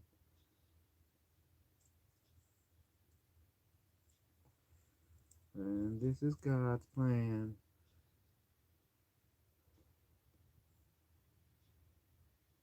And then you won't understand.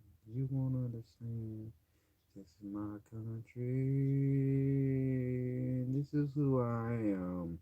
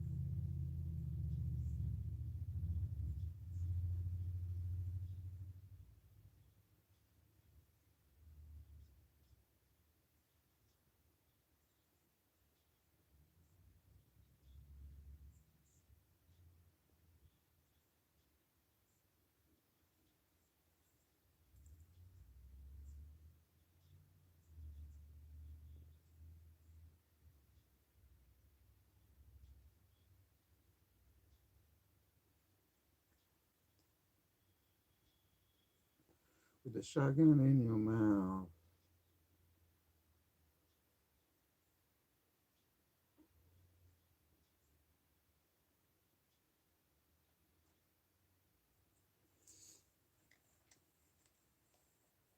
Man, Scooby Doo, you're warm.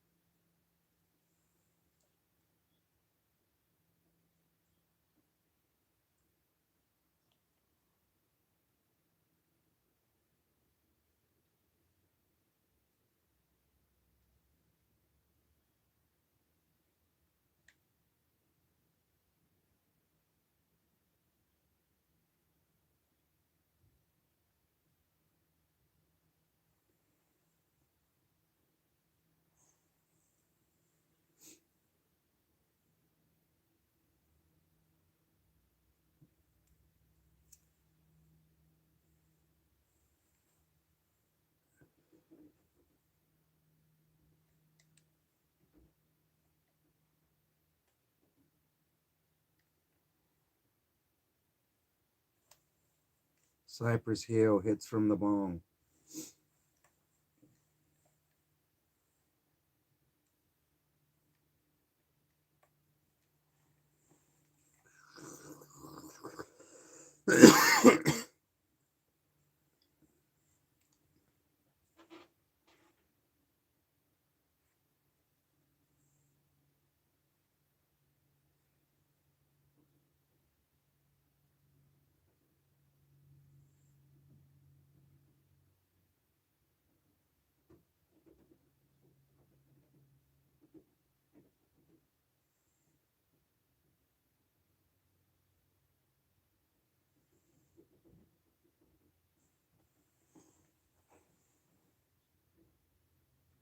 Put the blunt down just for a second. Don't get me wrong, it's not a new record. Inhale. Just getting this mass in the mail.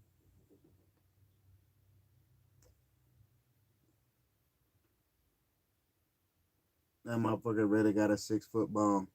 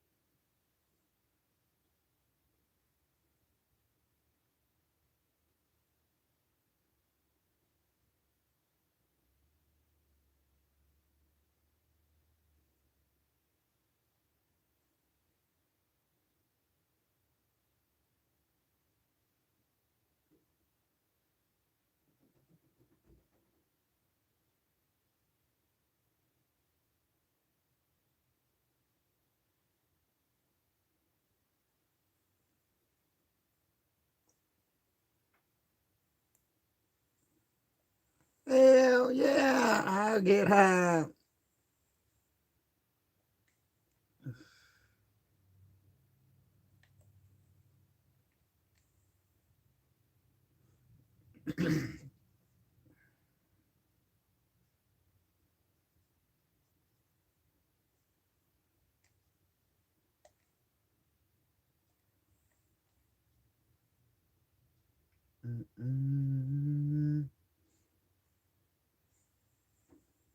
La da da da da da da da da da da da da da la da da da la da da da.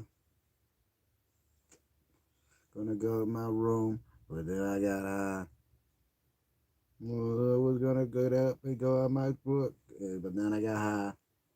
That room be still messed up, and I know why. I've been yeah, cause I got high, cause I got high, cause I got high. Da da. We're gonna go to class, but I got high. Cheated and I did the best, and I got high. And I know why. Why? Cause I got high. Cause I got high. But you know I got gonna go about child support. And then I got high. That took my whole paycheck. And I know why. Yeah, cause I high. Cause I got high. Cause I got high. That. What you gonna about the cops before I got high? No, we're to pull over, stop, but I was high. I'm a paycheck, and I know why. Because I got high. Because I got high. Because I got high. Love to you, but then I got high. We're gonna get your pussy. I don't know why. No, I'm checking off, and I know why. Because I got high. Because I got high. I messed up my entire life because I got high. I lost my kids and wife and I got high. Sleeping on the sidewalk and I know why. Yeah, because I got high. Because I got high. Because I got high. Da da da da da da. Singing this song. You know that I'm high. Singing something wrong and I am high. Don't be so unhappy. I know why. Yeah, got high. Cause I'm high. Cause I'm high.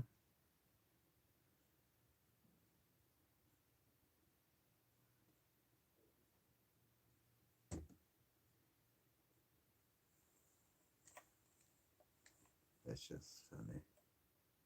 Insane in the membrane. Insane in the brain. Insane in the membrane.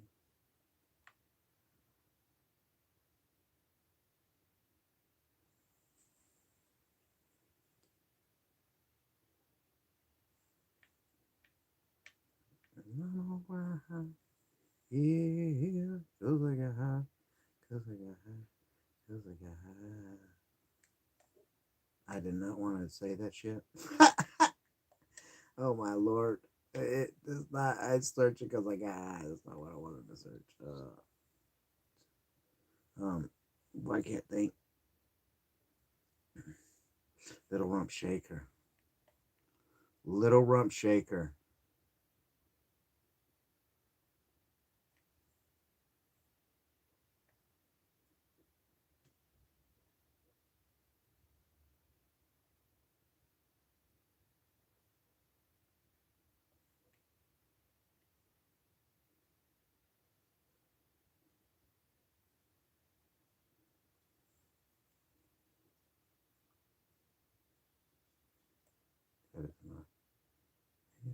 She got skills. Maybe that's what the name of it was.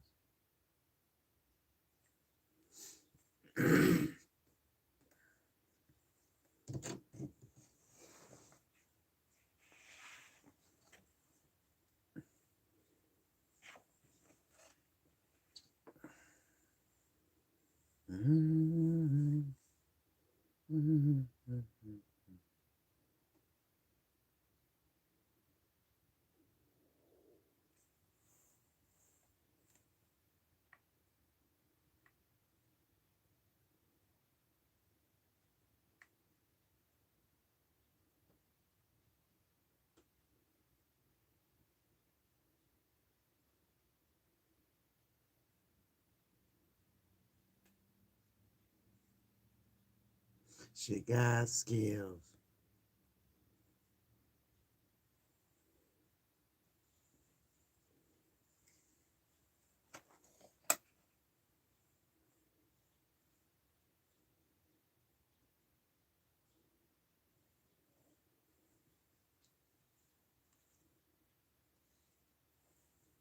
An emotion to secure your feel. She got skills.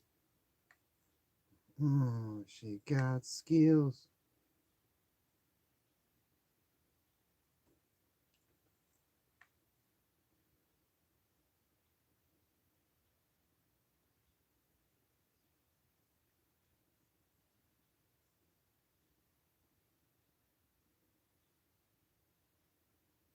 Yeah, I'm eat 'em up.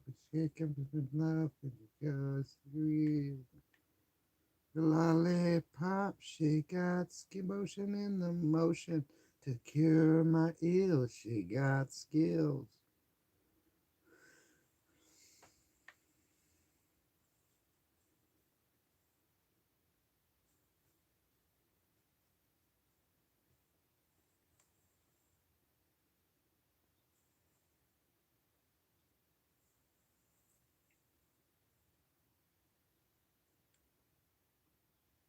No one knows what it's like to be a bad man, to be the sad man behind blue eyes. No one knows what it's like to be hated, to be faded, to telling only lies. My dreams, they aren't as empty as my conscience seems to be. I have hours only lonely. My love is vengeance that's never free.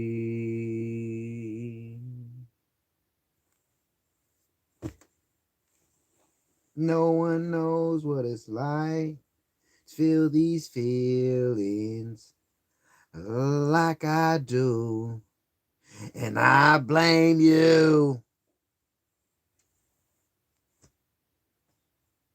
No one bites back as hard in their anger. None of their pain will can show through. My dreams, they aren't as empty as my conscience seems to be. I have hours only lonely. My love is vengeance that's never free.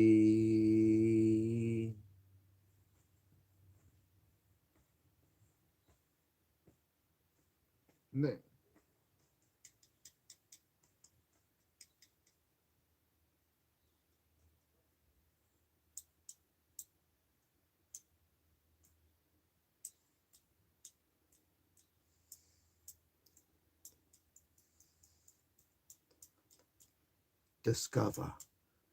LIMP.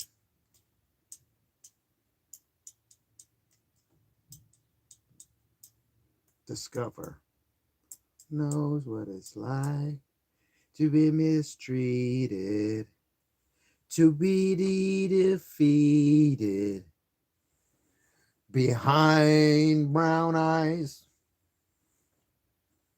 No one knows what to say, that they're sorry.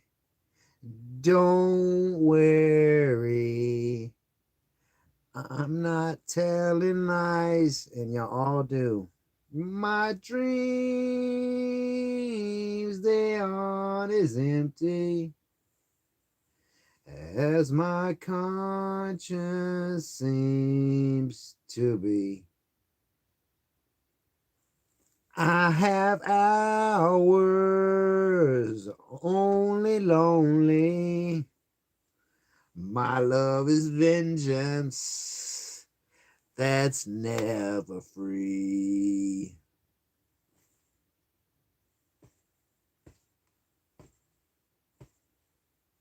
One knows what it's like to be a bad man, to be the sad man, behind blue eyes.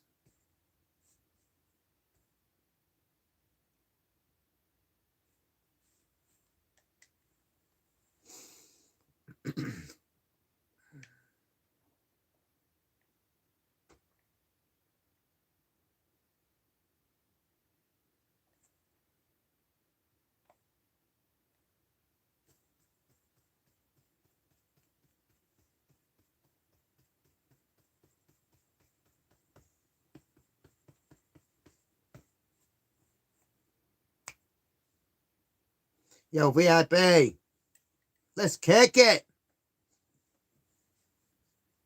Ice, ice, baby.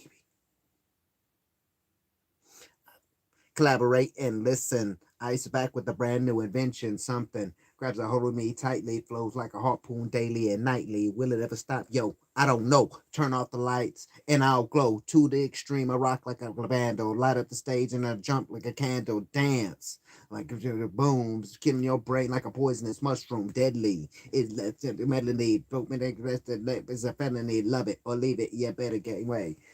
But it was like, it don't play. Yo, I'll solve it. Check out the got a DJ Revolve it. Ice, ice, baby. Ice, ice, baby. Vanilla ice, ice, baby. Vanilla ice, ice, baby. I'll be jumping. The bass get the pumping, jump, put the bacon. It's like an on the bacon bit in the hit the symbol. Tempo. Roll. This time to get solo. Oh.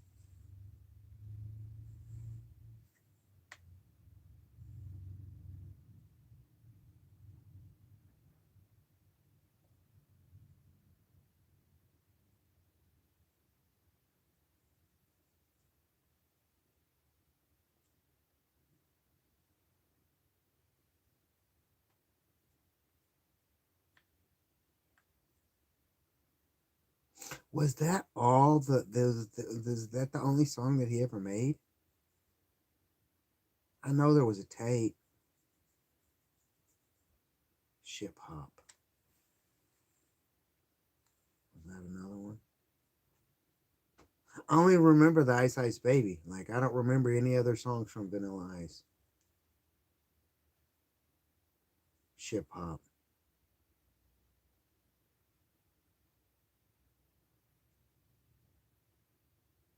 How you doing?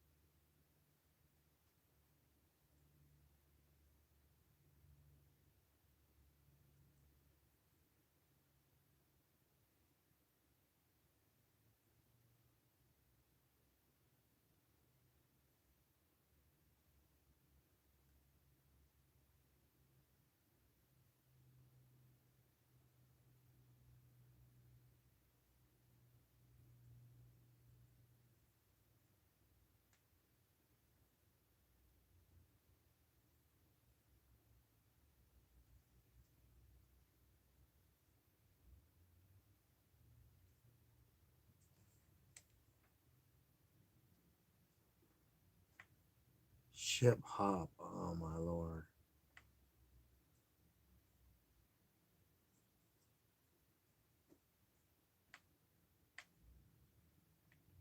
And what about that one? Now that's an old one.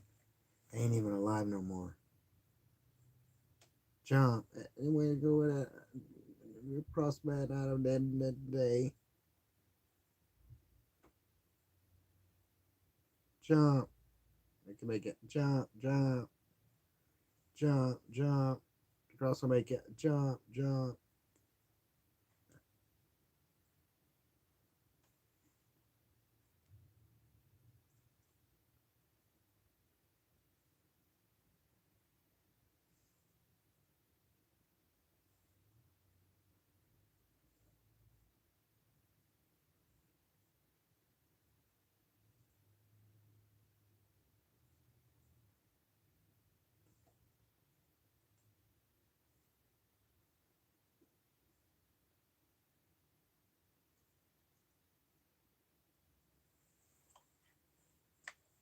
I remember being a kid hearing that one.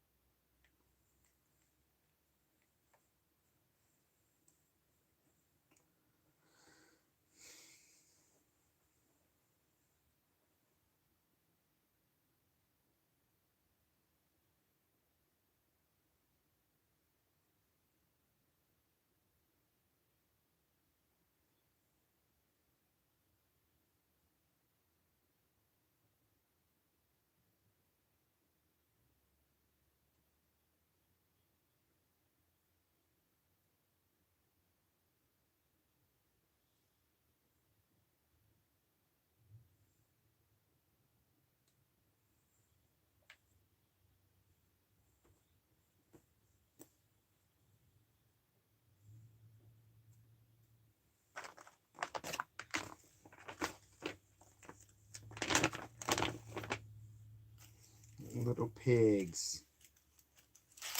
Bad wolf.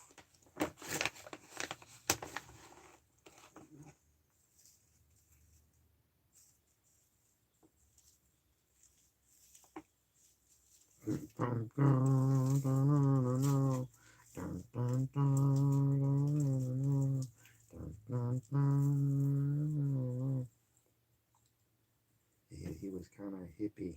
Most of his days just dreaming of the city.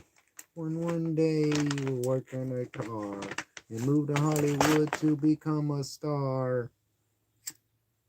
Nothing of the city.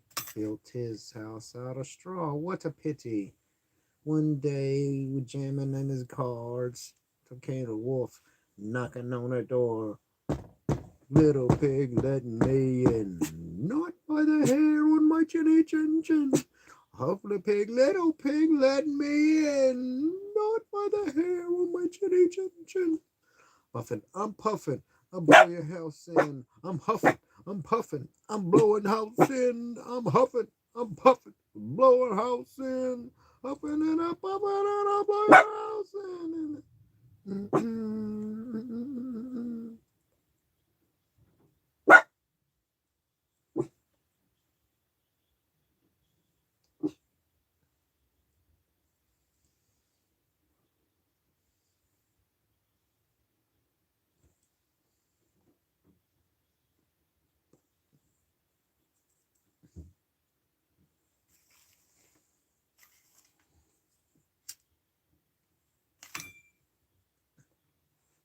Big Bad Harley.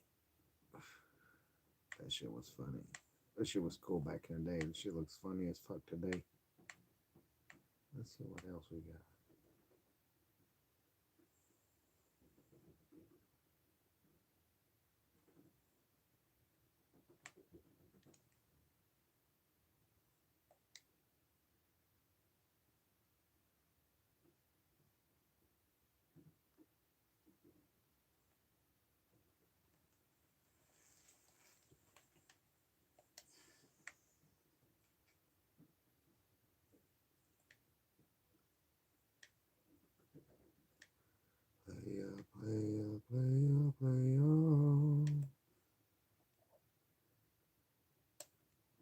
Yeah. What did I just pick?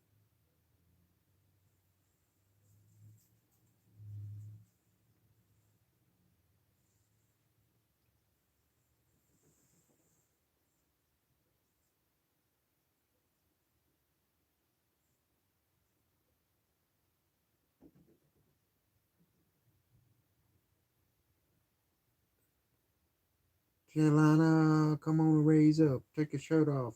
Twist it around your head, spinning like a helicopter. Go Carolina, come on and raise up.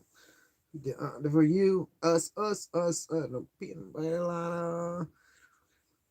Shirt off and twist it around your head, spin like a helicopter. Carolina. This from you, us. I'm TRP, motherfucker. First, put it down for North Texas. It's been worth it. Star, big old car, 4.6. Because it's back.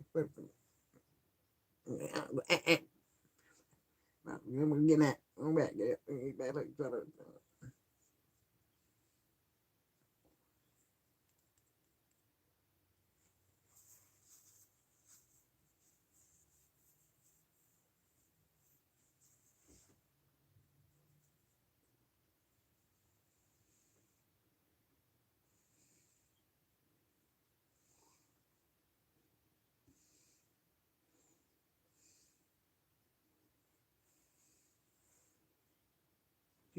This one for who? Us. I'm gonna raise up. Get your shirt off. Twist it around your head, spinning like a helicopter. Gonna raise up. You, who? Us. Well, to play y'all. Damn y'all. The city, the suit, y'all. Pep, rally, pump off. Hood. Cause,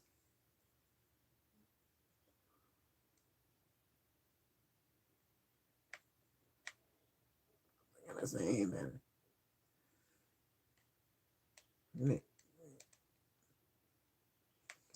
Carolina, come on and raise up. You, Carolina.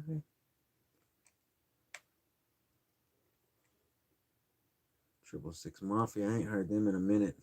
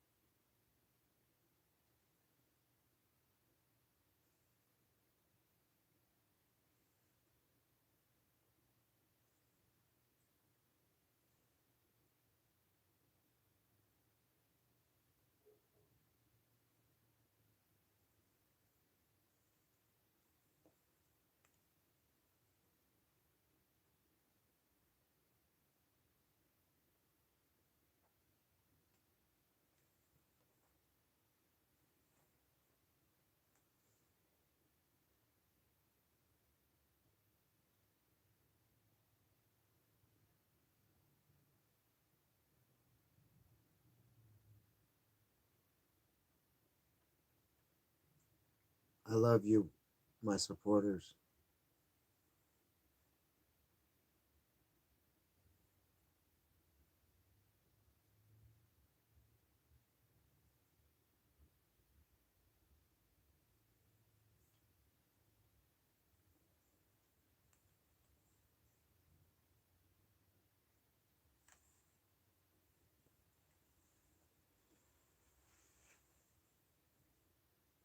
A long day without you, my friend. It tell you about it all when I see you again. It's been a long way, but there we begin. And I'll tell you all about it when I see you again. Oh, see you again. Oh,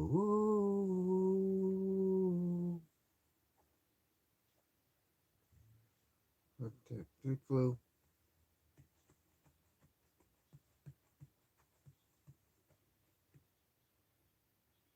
I miss you, Anthony Lamb, Jeffrey Lamb, and Landon Lamb. Think about y'all all the time. Always in my heart, always in my thoughts, never forgotten.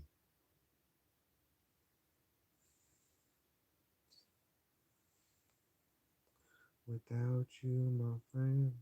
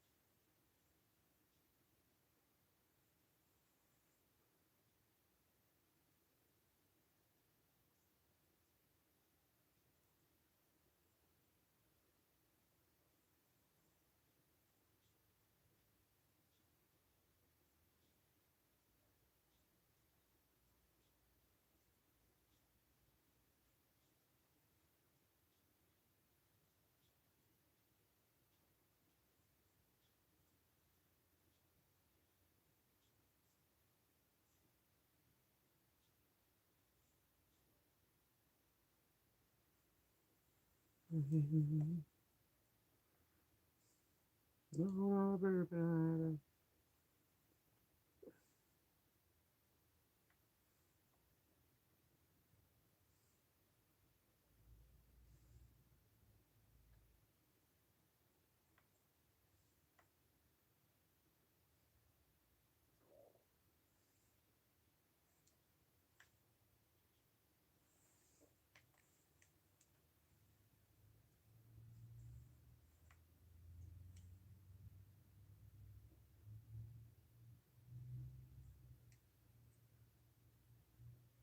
It's bone and biggie, biggie. It's bone and biggie, biggie. It's bone and biggie, biggie.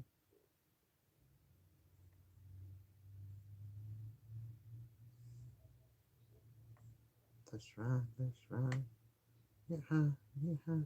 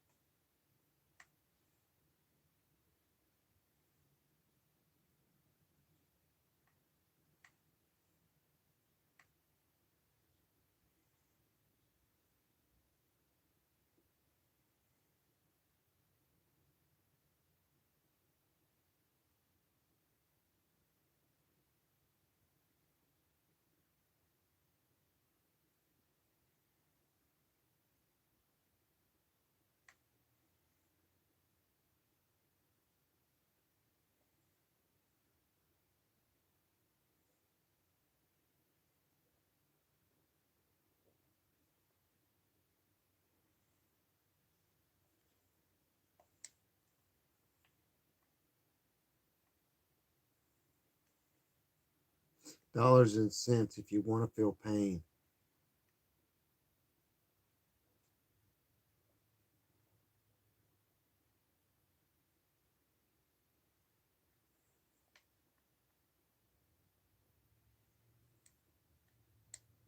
If you wanna feel pain, walk a mile in my shoes. Dollars and cents from Dallas, Texas.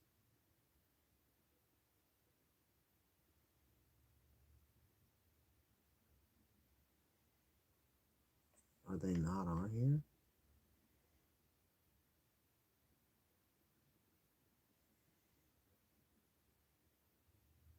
Is this it?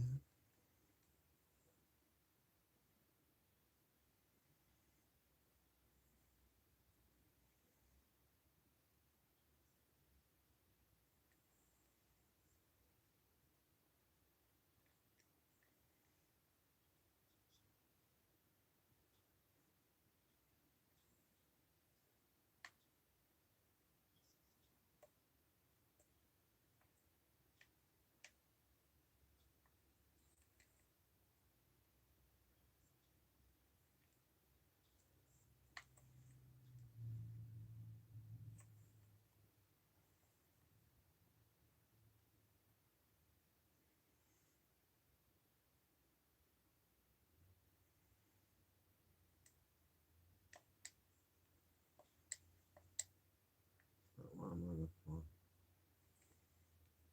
If you wanna feel pain, walk a mile in my shoes.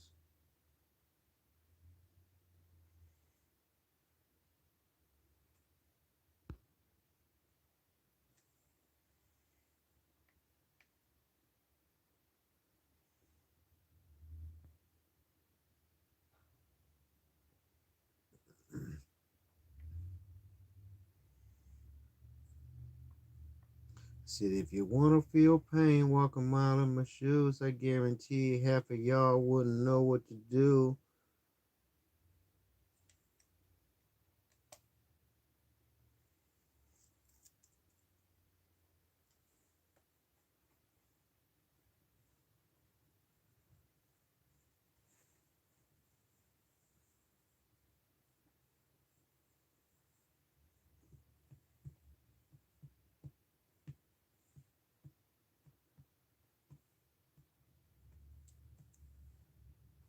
But I'm standing at the liquor store begging for your change.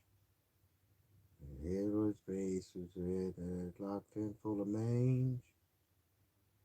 Here was a fan for the water, pan with shame in his eyes. You did a job, you fucking slobs, all he replied. Little prepared, little walk in linen shoes. And I know what it's like to sing the blues. Really mind on what it's like. You really mind on what it's like. Really mind on what it's like. Really mind on what it's like to have to lose. Tommy said he was in love. Said, but the damn thing, man, you been dreaming of. And 3 months later, he said, "I'll return her calls." So goddamn it, man, off his balls. Sad for that kind of static walking through the door. Get up with the killer, get killer center, and they call her a whore.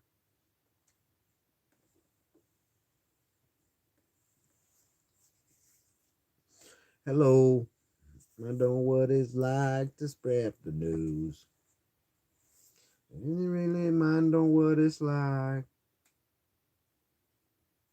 And you really mind on what it's like. You might know what it's like.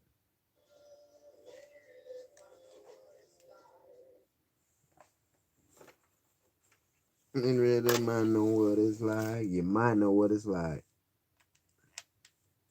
Begging the poor man saying, seen a old man cry. Seen a poor win and a sad man grin. With a honest man lie.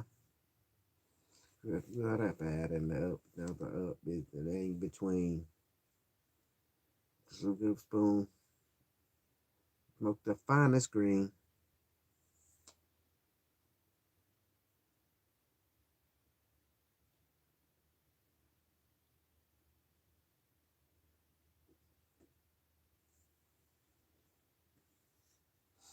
Mm,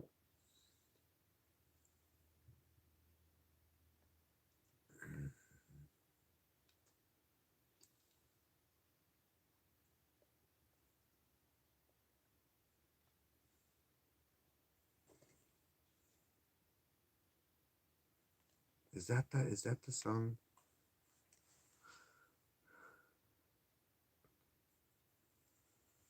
Is that the song that I'm always singing? Who's that by?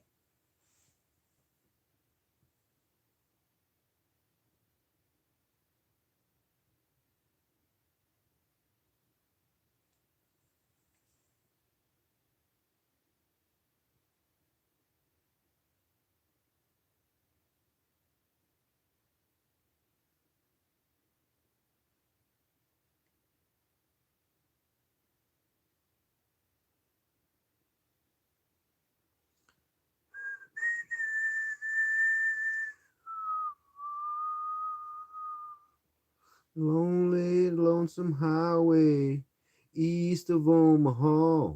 You can listen to that engine moan out as one long song. You could think about the woman or the girl you knew the night before.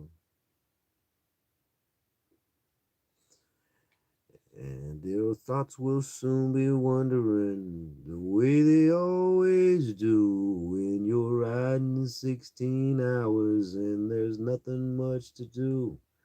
You don't feel much like driving, you just wish the trip was through.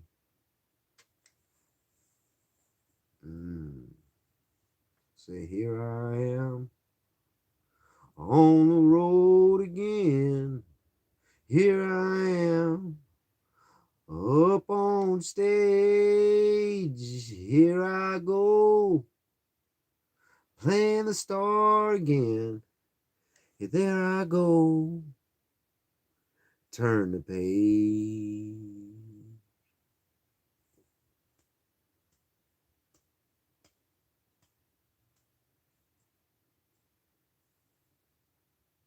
And you walk into the restaurant, strung out from the road. You could feel the eyes upon you as you're shaking off the cold. You pretend it doesn't bother you. You just want to explode.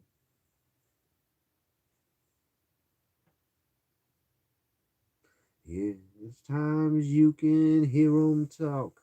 Other times you can't. You know the same old cliche. Is it a woman or a man? You always seem outnumbered. You dare don't make a stand.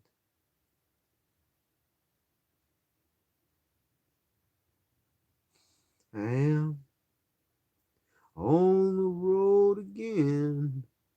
Here I am up on stage, and here I go playing the star again. Here I go, turn the page.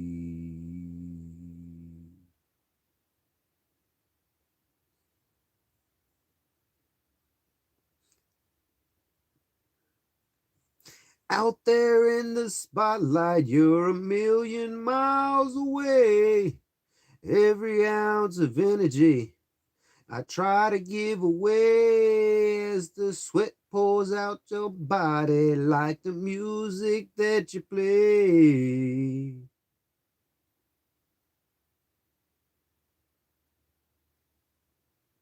Later in the evening, as you lie awake in bed, with the echoes from the amplifiers ringing in your head, smoke delay's last cigarette, remembering what you said.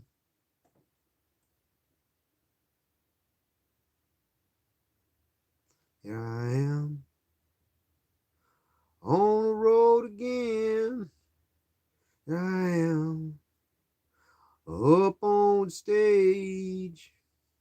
Here I go playing the star again. Here I go. Let's turn the page. Here I am on the road again. Here I am up on stage.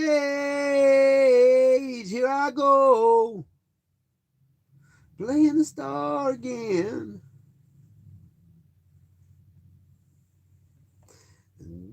There I go.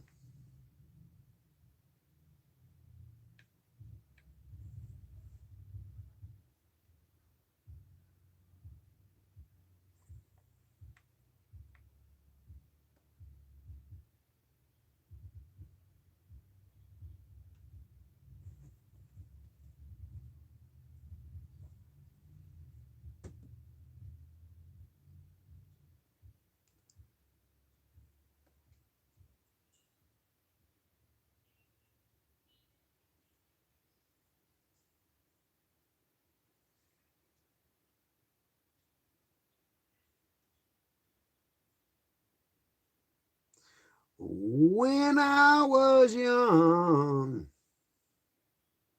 sit beside me, my third son, closely to what I say. To do this, it'll feel warm sunny day. I am.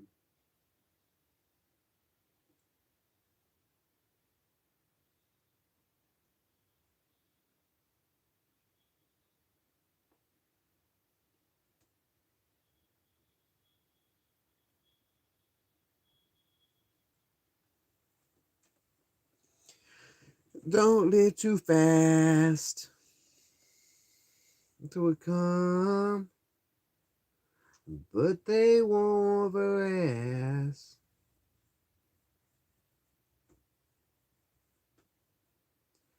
You'll find love.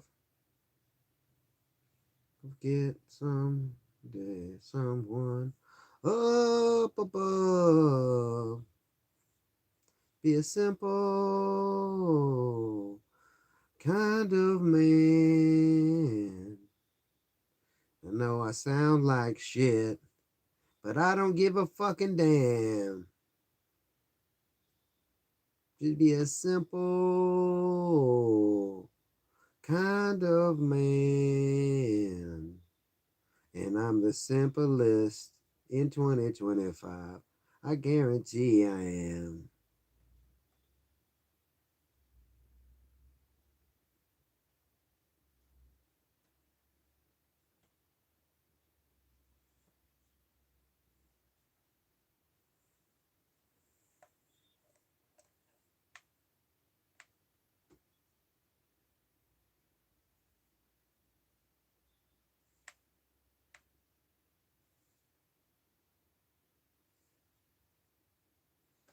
If you try,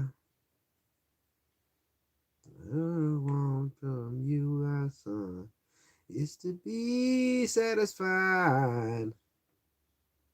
Simple kind of man. There's something I can understand.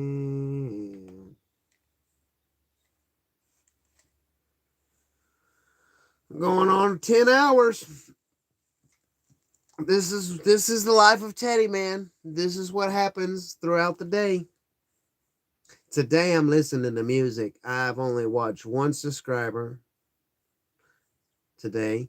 I watched her for, I don't know, a couple hours while she streamed this morning with her little boyfriend. With Mi Amor and You Love V. You know who I'm talking about. Damn, this song was made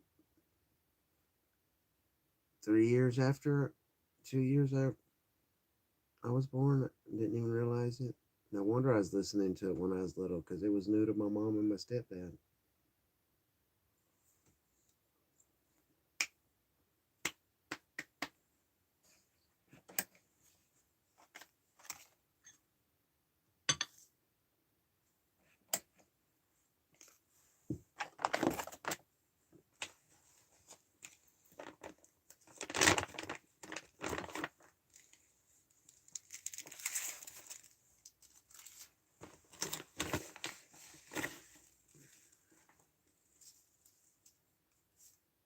You feel it coming in the air tonight. Hold on. And I've been waiting for this moment for all my life. Hold on. You feel it coming in the air tonight. Hold on. Hold on.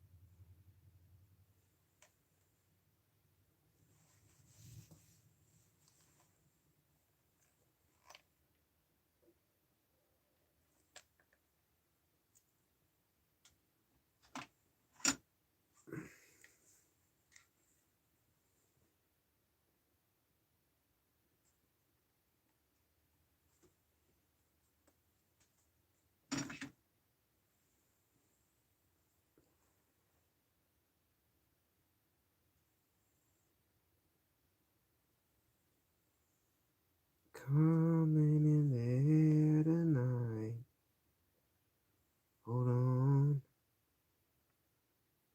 And I can wait for this moment for all my life. Hold on. I can feel it coming in the air tonight. Hold on. Hold on.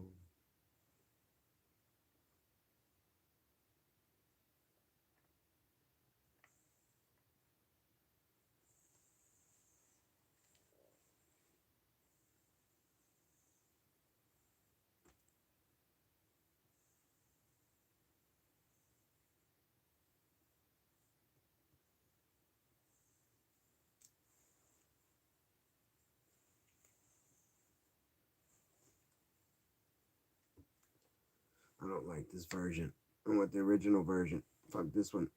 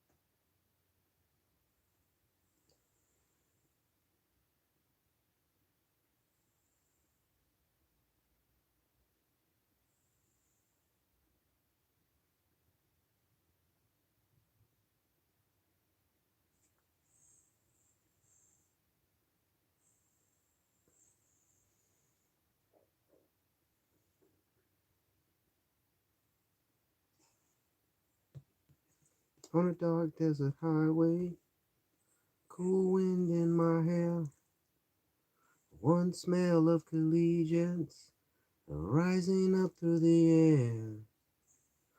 Up ahead in the distance, I saw a shimmering light. The gravity in my sight grew dim. I had to stop for the night. As he stood in the doorway, I heard the mission bell. Thinking to myself, this could be heaven or this could be hell. And shut up the candle, and she showed me the way. There were voices down the corridor. I thought I heard them say, welcome to the Hotel California. Such a lovely place, such a lovely place, such a lovely place, such a lovely place. Living in a room at the Hotel California. Every time of year, any time of year, you can find it here. Mine is Timothy Tisted. She got the Mercedes Benz. She got a lot of pretty boys that she calls friends. That dance in the courtyard, sweet summer sweat. Some dance to remember, some dance to forget. So I called up the captain, please bring me my wine. Said, we haven't had that spirit here since 1969. And still those voices were calling from far away.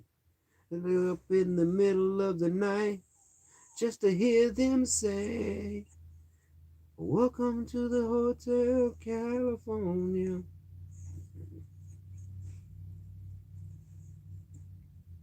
Such a lovely face. Cleaning up at the Hotel California.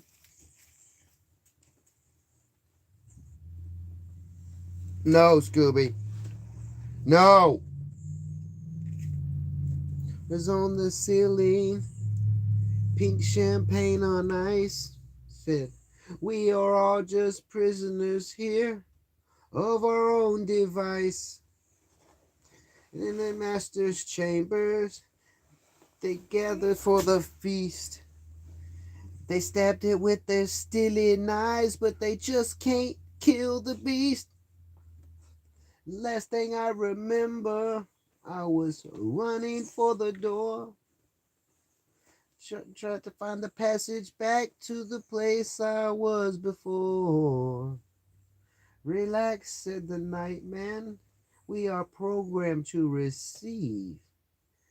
You can check out anytime you like, but you can never leave.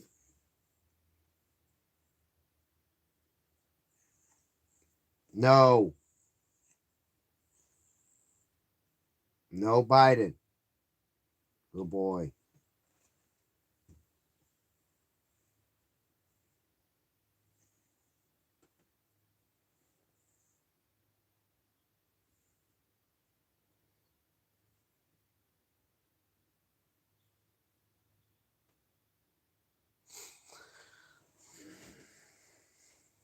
Oh no, I don't want to do that. Ow, Scooby. What was that other one I was fixing to listen to?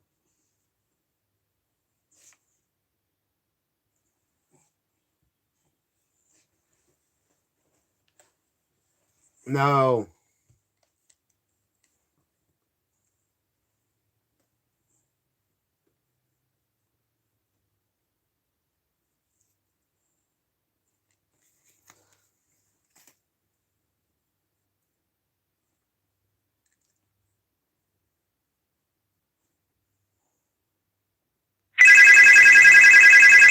Son.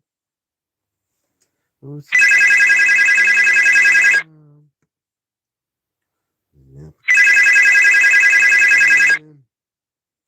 yeah, walk away. Sitting on the dock of the bay, watching the tide roll away. Sitting on the dock of the bay, wasting time. My home of Georgia, heading for the Frisco Bay.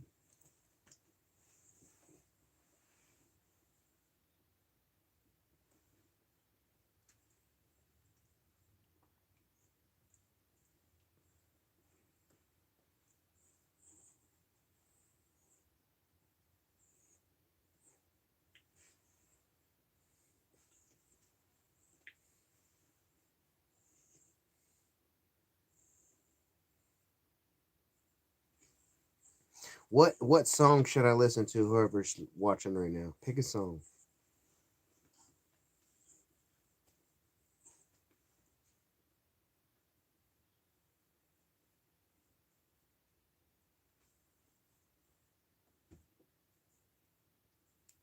Sitting on my loans. This smile just leave me alone.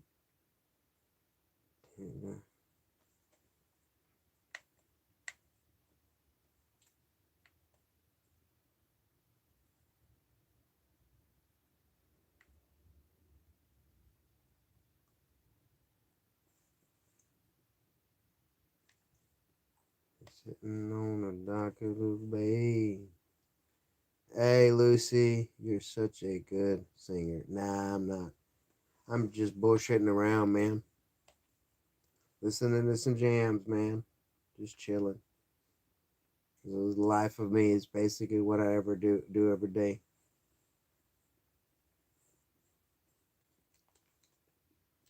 I'm probably tone deaf. Good girl. Loves her mama. Love Jesus. America too. Good girl. She's crazy about Elvis. Legit horses. And a boyfriend too. Scooby, no. Stop fighting, bro. No. No. All I'm doing is petting you, dude. You don't need to be biting me. If you be a good boy, I'll get the brush and pet you with the brush. You know you love the brush. It's with a good girl for breaking her heart. 'Cause I'm free. Free fall. It's been going for 10 hours. My day is. It started at 3 this morning. I woke up. Didn't feel like video gaming. I need watch time hours. So I was like, I'll do an IRL of me sitting here living my life. This is what I do. If I'm not listening to music, I'm watching subscribers. Do you post content on your YouTube channel, Lucy? On the phone, I can't check it. I'll have to check it after the stream ends.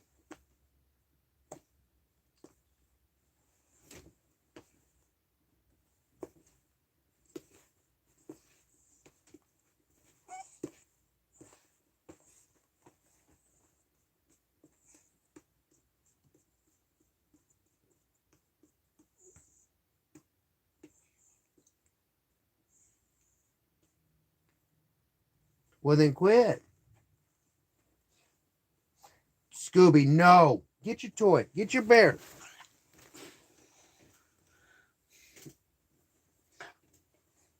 Let me grab it with my toe, and we'll play Toga War. We'll play Toga War. Look.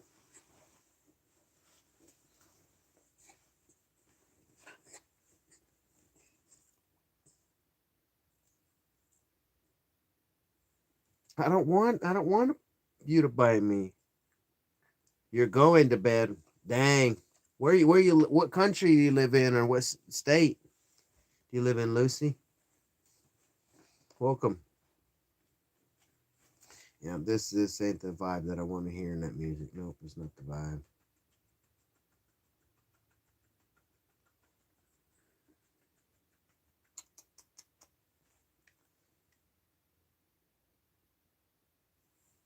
Let's listen to that one. Jump around. It's not the one I'm listening to. You go. Bye. Later, Lucy. Appreciate you stopping by for the little bit of time you did. Come back. I stream daily. Usually gaming. I don't usually do RLs.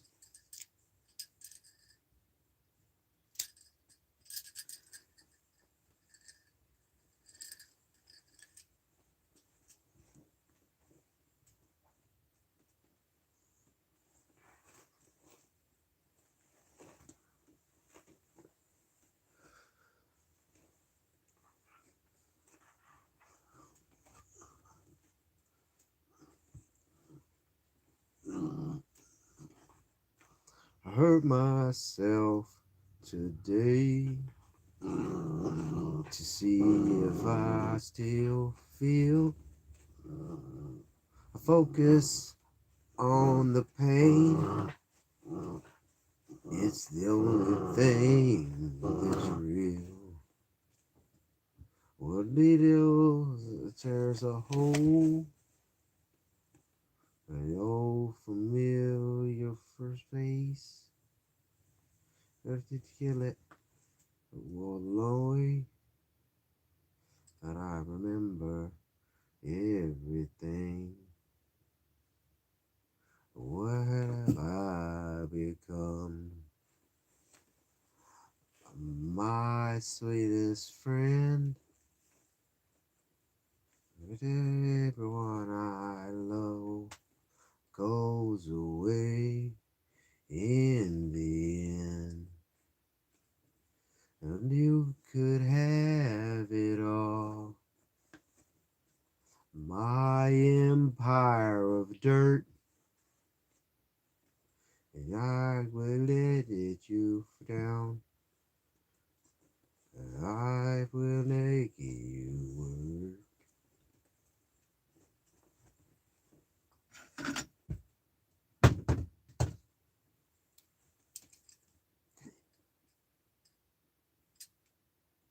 I wear this crown of thorns on my liar's chair, and full of broken thoughts, and I cannot prepare. Beneath the veins of time disappear. You are someone else. I am still right here. What have I become? Thy sweetest friend. Everyone I know goes away in the end. And you could have it all. My empire of dirt would let you down.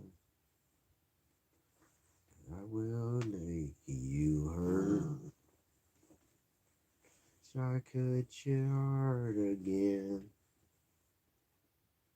Maybe smiles away. I wouldn't be itself.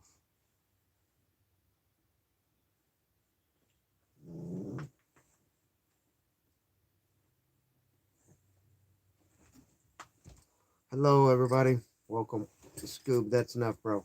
It's enough. Chill. Calm down. It's been 10 hours of you just steadily fucking chewing on my arm, and go get it.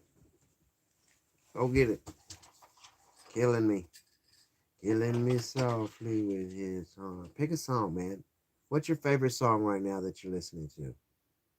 Smoke is bad for you, by the way. I know. I'm not worried about your when you pay my electric bill and you pay my water bill and you feed me, clothe me, pay my property taxes, put gas in my vehicle, pay my car insurance and all that stuff, then worry about how I live my life. I know it's bad. I'm not promoting it. If you go back and look at some of my older streams, I tell people don't smoke cigarettes.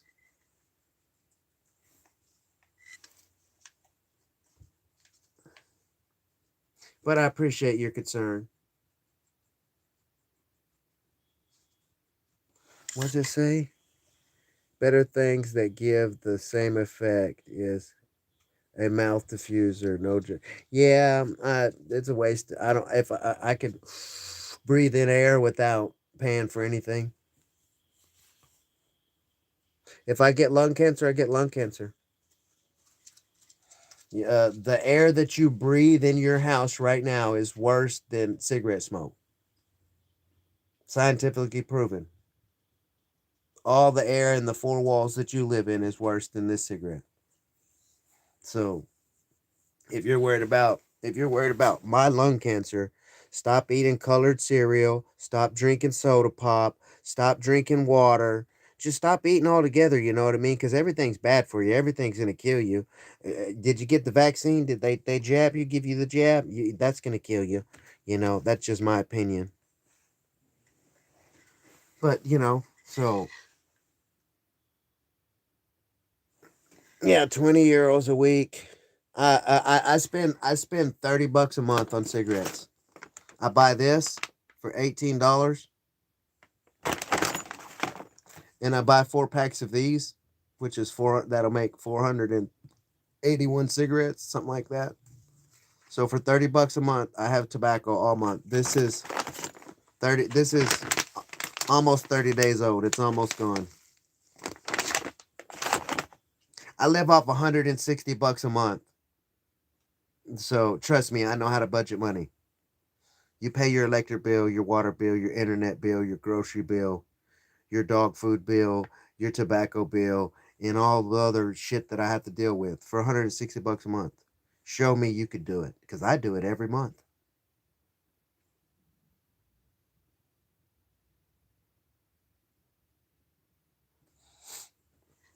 Well, I mean, so is air. You know what I mean? They say nicotine is the cure for cancer. It's a cure for a lot of things. Not nicotine in this form, but pure nicotine at the right doses. But they don't give it to us because they want to keep us on their big pharmaceutical bills. They're not going to make no money if they cure us. Don't have me go down rabbit holes, because I've been down a bunch.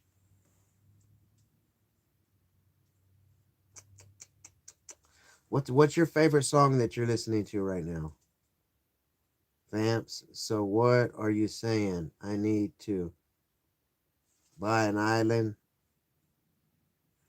I don't. If you want to go buy, it don't matter where you go on Earth. The air is bad.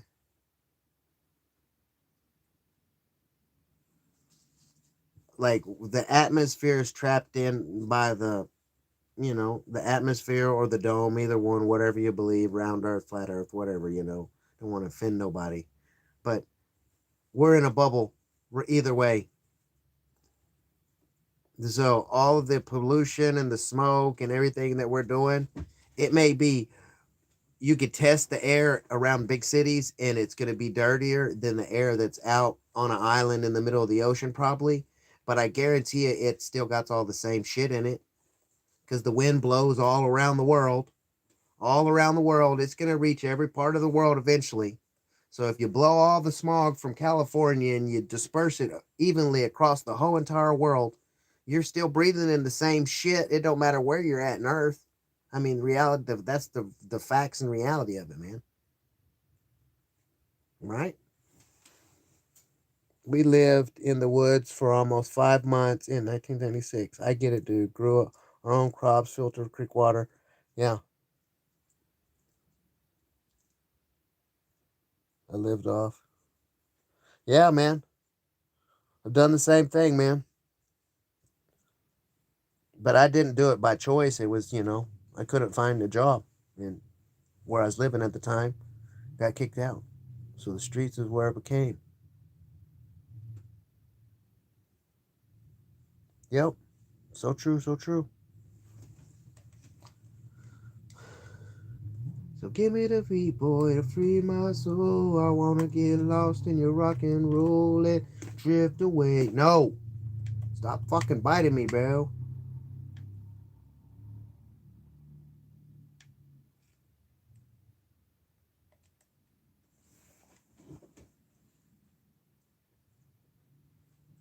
Hey, okay.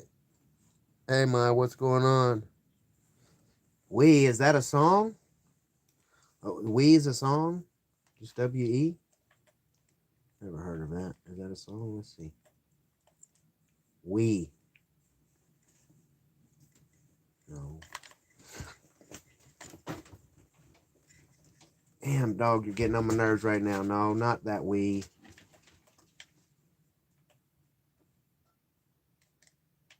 Oh, that's not what I want to fucking do. Oh, my lord. We.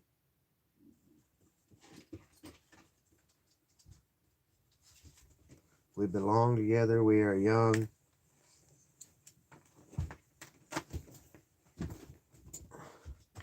I don't know if that's a song. They were correcting something. What do you mean they were correcting something? Would you like me to find you a job? Now, I'd like you to find me a doctor that'll do the $80,000 surgery to fix my arm so I can work. That's what I need. I can work one day and then my arm don't work the next day. Got torn ligaments in my on a muscle. There's no song named "We." If that's what we was talking about, bro.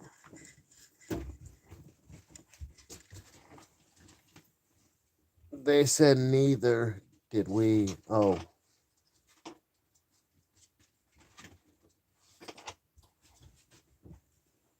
I got a job as soon as I get monetized. YouTubing. That's my goal right now because I could get monetized and start making a little bit of money off of YouTube ads faster than I'm gonna get this shoulder fixed because it's been almost 45 years now. No insurance company will cover it. They want money out of pocket. And the $80,000 bid was 4 or 5 years ago, and the prices of everything has gone up. So it's probably more than that now. So until it completely breaks and the emergency room has to do something about it, there's nothing I can do. So getting a job, yeah, find me a job. Find me a job that pays me $25, $30 an hour because that's what I'm worth. Where I'm a supervisor over a construction site where I don't have to do. I can sit in my truck and just sit in the AC and make money, make sure the job gets done. Because other than that, I don't want to work in fast food. I did that for 10 years. I don't like retail. I did that. Yeah, a computer. Yeah. Well, you're first gonna have to buy me a computer and send it to me. So when you find this job, make sure you send the computer with me, all right? Because I don't own a computer. I own a 10-year-old phone, a PlayStation 4 that was donated to me by a subscriber because my PS4 took a shit. Like, what can you do? You can't buy. Go buy me a laptop, bro, for $160 a month. That's what I make. If it wasn't for old people, me mowing these old people's yard, I wouldn't have no money income. Because as soon as I make any money, it's out the door to a bill.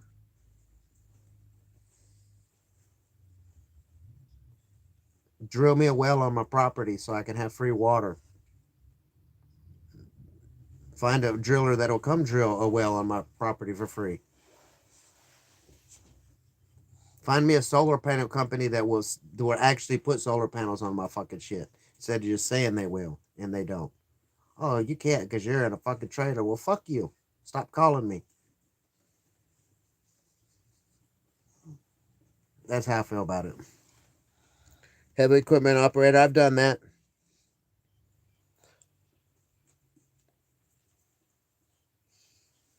I've driven dozer and excavators.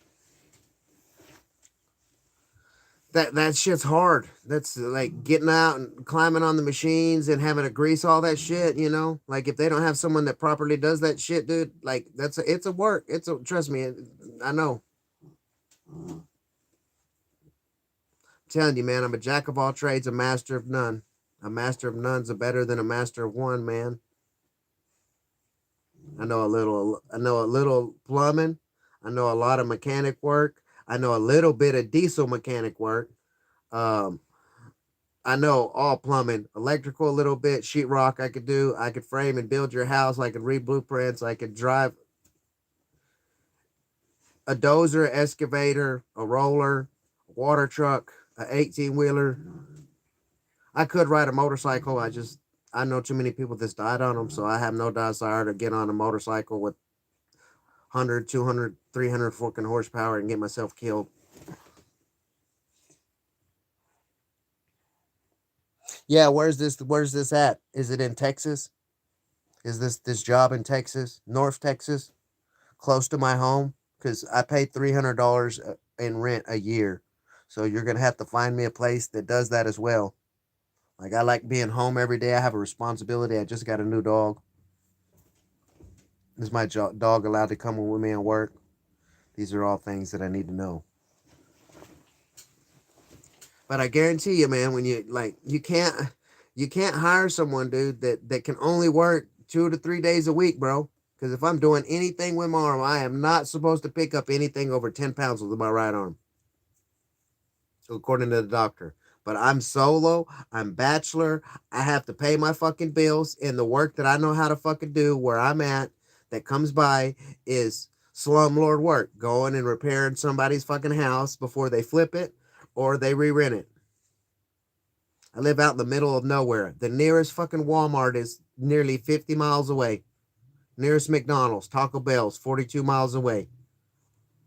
Like I got a Sonic, a Dairy Queen, a Subway, a barbecue house, a pizza, a Mama Pop's pizza place, 5 gas stations, 42 churches, and nothing else out here. There ain't no work. And if you don't know the right people, the town that I live in is ran by 5 families that have money. And if you ain't fucking any of their boys or girls, depending on if you're male or female, you're not getting a job out here.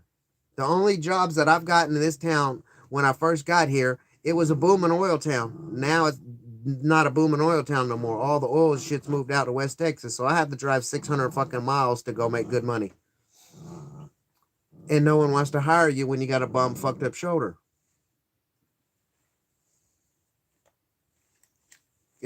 I know I could do it. My mind knows I could do it, but my arm will not allow me to do it.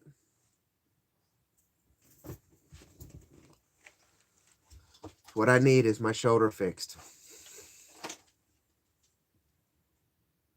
Is what I need. It's what I need, man.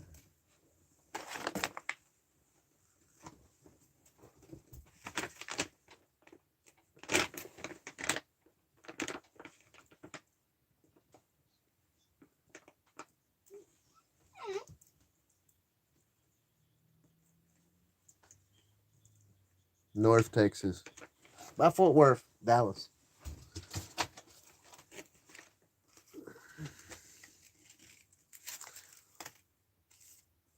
I'm telling you, man, they're not.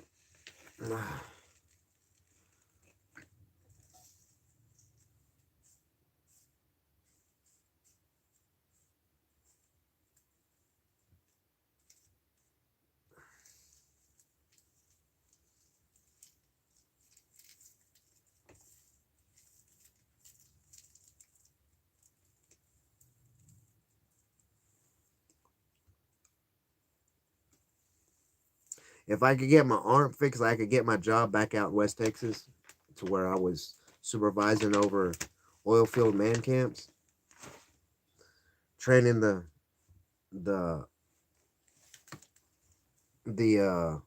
maintenance men on how to fix the problems and the plumbing around the camp. I was making $33 an hour, getting paid 24 hours a day, 7 days a week, even when I was sleeping. I've averaged $7,000 to $8,000 a week.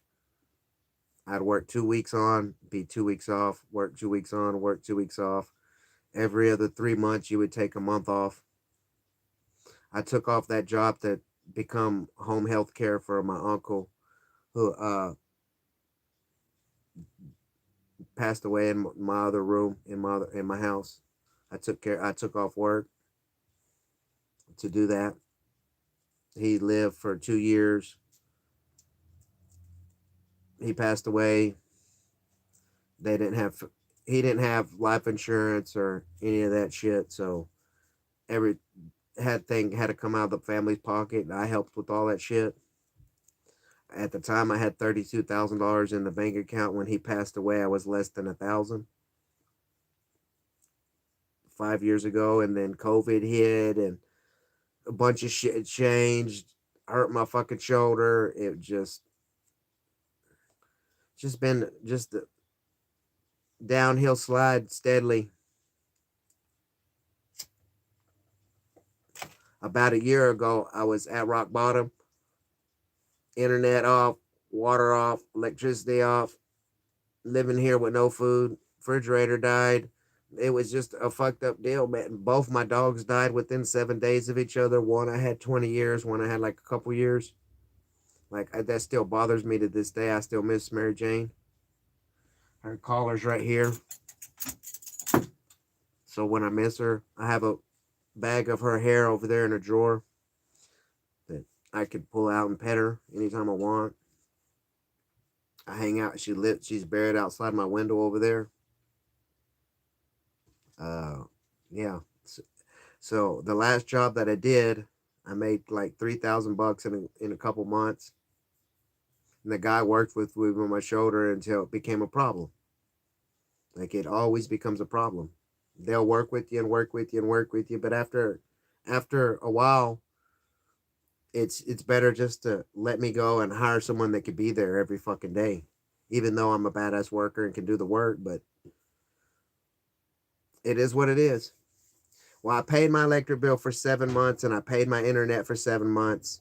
After a YouTube, one of my subscribers sent me a PlayStation because they wanted me to continue to stream and they wanted me to continue to be able to game with them.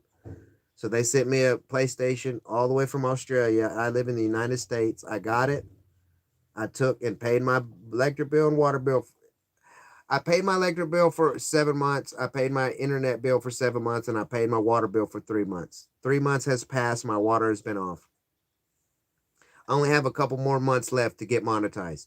I'm at 1,400 hours. I need 3,000. If I can get 3,000 watch time hours on my YouTube channel, then I can get ads.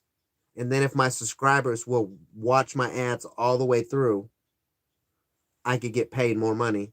I only need a little bit of money.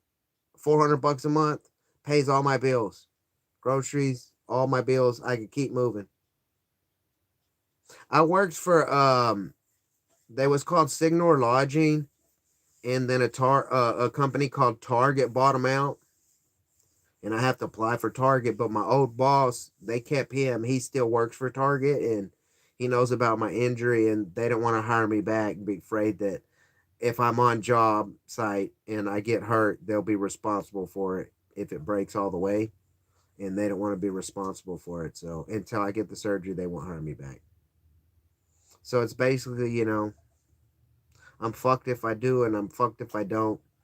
The easiest deal, I've always wanted to get paid for gaming.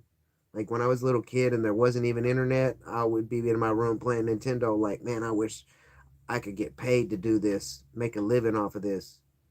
20 something fucking years later, it's a reality. It can happen.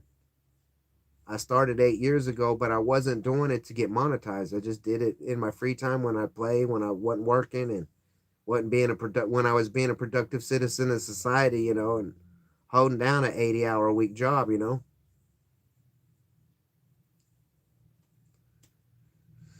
Now, if I don't get monetized within the time my electric bill and water bill gets cut off, or a job comes along where I can make some money and keep my shit afloat, I'll be back where I was a year ago. I'll lose all my watch time hours and I'll be fucked again. I'll be at rock bottom, and I don't want to be at rock bottom. It's like I want to go out there working every day. I really do. Like, come home, stream a little bit, post some content, go to bed, do it all again is what I want to do. I don't feel like a man.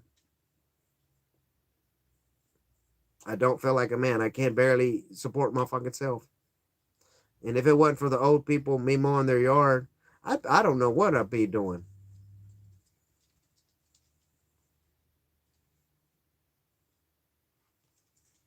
Like, if it wasn't for, like, in the last year, just a guesstimate, what do you think that I've spent at the grocery store in the past 12 months? Just a guesstimate.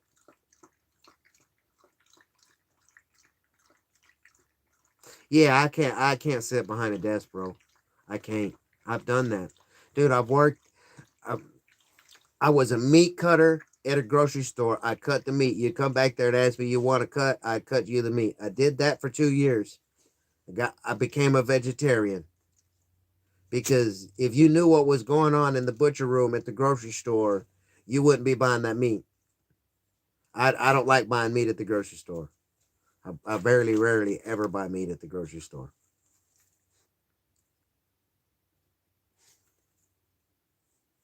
I worked in retail for like 4 years. Worked all the way from pushing shopping carts into the store all the way to the only person in the store that could tell me what to do was the GM. I wasn't a manager or nothing, but the position that they put me in, I could go to any department and any manager and say, hey, you need to do this. You need to stop doing this, or you won't have a fucking job. And I did that for a while, and it just, kid came in the world, drama with baby mother, made drama in life. Shit got hard. I got out of that. Like, I, my ADHD and my insomnia, like, there's not, like, in 46 years of living, I have not found a job that I just want to do every day, all the day, all the time. Even YouTube, like me streaming and shit, I get so frustrated and aggravated when I have to go and make shorts and shit. It's so annoying. I don't like it. I don't like doing it. Like, I believe if I could have the money to pay someone, a trustworthy person, and have them go through all my 4,000 videos on my YouTube and they edited it properly and made proper shorts, I could probably blow up. But I don't have the money, and I don't know nobody that I would trust to give my account to.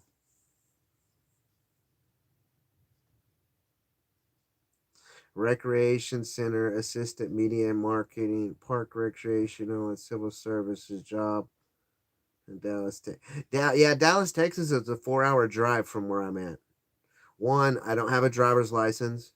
I'm not riding a bicycle 4 hours one way to work. And if I was riding a bicycle, it'd be more like a 12-hour bike ride. Because it took me 6 hours to ride 62 miles about 5 months ago. Like, I appreciate what you're doing, man. I appreciate you trying to find me a job, but I guarantee I can call them, talk to them. How am I getting there? I have a vehicle. I had to pay a $800 no insurance ticket. That's a whole nother story that I don't even want to fucking get into right now.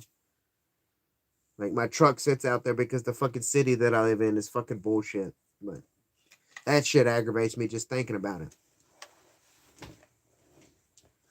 It's just, I want to work, man. You're not the first one that's tried to do shit. There's people that, like, literally, there's people in this town that know how badass a worker I am. And they'll come knock on my door, bro, because they know I don't have a phone. I do, but I don't. It only works off Wi Fi. And if I take the phone 10 feet away from my front door, my aluminum house blocks the signals, and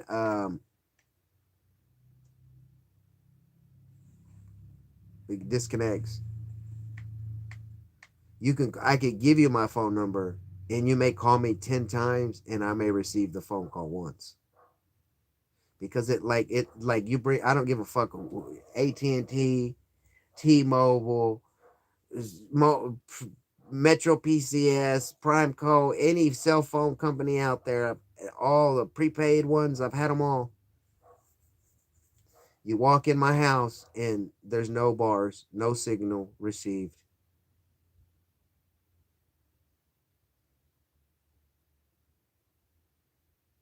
No, I said I was by Dallas. I'm like an hour, like, I'm an hour north of Fort Worth. Fort Worth's an hour and a half from Dallas. Is driving from where I'm at to Dallas literally takes almost 3 hours, 4 hours. Like, I'm not in Dallas. You asked me North Texas or South Texas is what you asked me, and I said North Texas by Dallas Fort Worth. Them are the biggest cities closest to me. No, I'm not in Austin, Texas. I'm in a little bitty country town, like an hour north, hour south of the border from Oklahoma. I live out in the middle of nowhere, bro. I live in the sticks, bro. But yeah, in the last year, you didn't answer my question, but in the last year, I've spent $0 at the grocery store. I'm telling you, man, I live a rough life, man. A lot of motherfuckers, like the people that know me, they're like, I don't know how you do it, Teddy. But I just try not to worry about anything, man. I don't make plans for anything. I don't, like, I just live on the wind. I'm a feather floating in a fucking hurricane, man. A tornado. So all I am. Wherever the wind takes me is where I fucking go. Like, I don't make plans, dude. Like, anytime I make plans, they never, I mean, in all my life, man, all the plans I've ever made, they always fell through. Oh, we're going to go to the football game this weekend. Nope, something happened. Can't go. Fucking work called, or fucking car broke down, or got kicked out, or your fucking hat. Like, bro, like, they say the good Lord puts people, the strongest people, through the worst shit, man. I'm ready for this shit to be over with, man. Norman. I don't even know where Norman is. And I can't check because if I start fiddling with my phone, it'll end my stream. Man, I appreciate what you're doing there, Vamps. I really do. And I'll go back when I'm done with the stream. I'll look in the chat and I'll actually check out that shit. Write it down on a piece of paper and check it out. You never know. Motherfucker, there may be someone out there that says, you know what, man? I know the person that can help you, and I can also help you get a job. You never know, man. But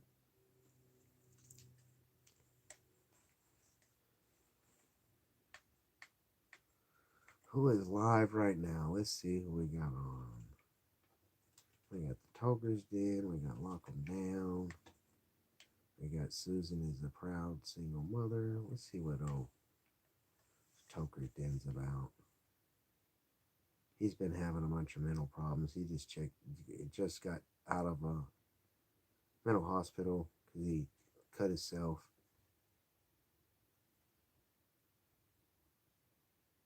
He's just a dude that plays video games like me, man. Going through rough times. He just took it to a completely whole nother level though. He tried to end that shit. I did that at one point. It's not the way to do it, man.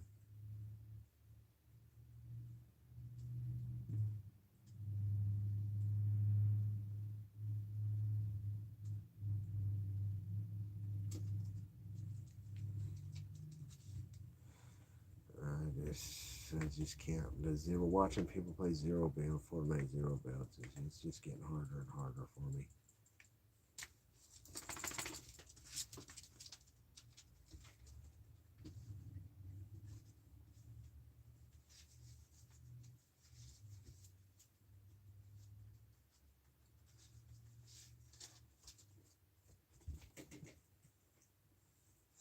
What is the job? I don't even know where Norman, Texas is, bro.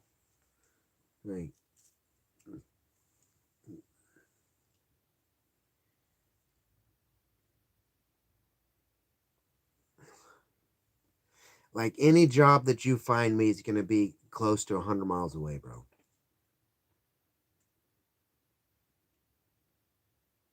I truly appreciate what you're doing, but yeah, I just don't. I'm not thinking you're understanding an hour. I'm an hour. Look up. Look up. Look up Graham, Texas. Graham, Texas. Graham, Texas is 32 miles away from me.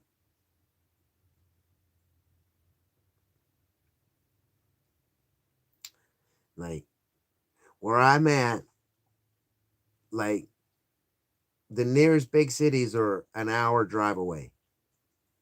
That's just getting to the edge of Fort Worth. That's just getting to the edge of Wichita Falls. Like, telling, like,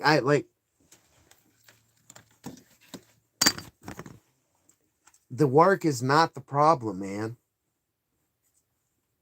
The last little job that I was doing, I worked 3 days. And in 3 days, I made like $500 or something like that.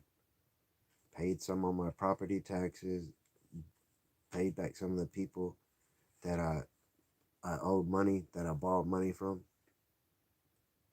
Like, if you ever borrow money from people, make sure you pay them back. Because the next time you need to borrow money, there's a good chance that they'll lend it to you because you pay it back. I've always paid my debts back. And when I ask people for money and I tell them I'm going to pay them back, they know I'll pay them back.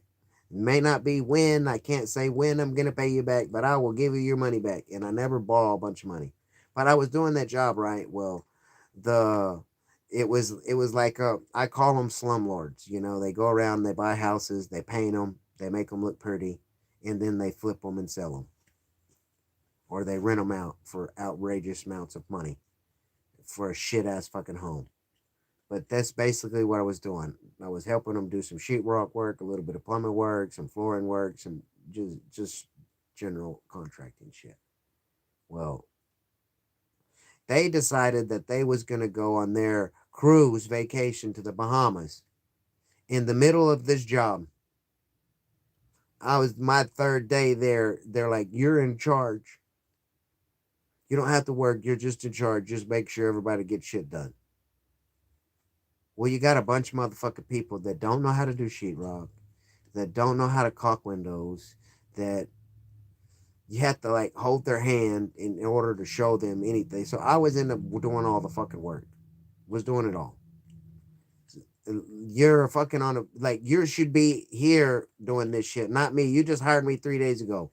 You don't even know who the fuck I am. I could just grab all your tools and run off with them and you would be fucked. But that's not the type of person I am. I was like, fuck it, I'll go. I wasn't even work because my arm was hurting. And I told them I'm not coming to work. My arm's hurting.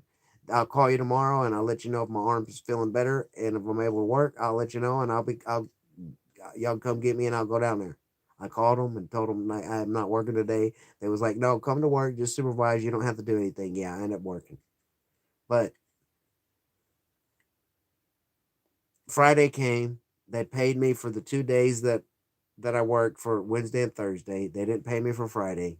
They wanted me to come back Saturday and Sunday. I was like, well, they never came to get me. I'm not carrying my tools across fucking town.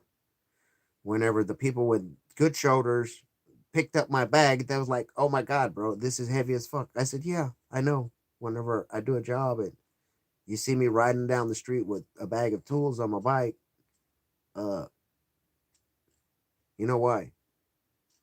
Because that shit's heavy as fuck.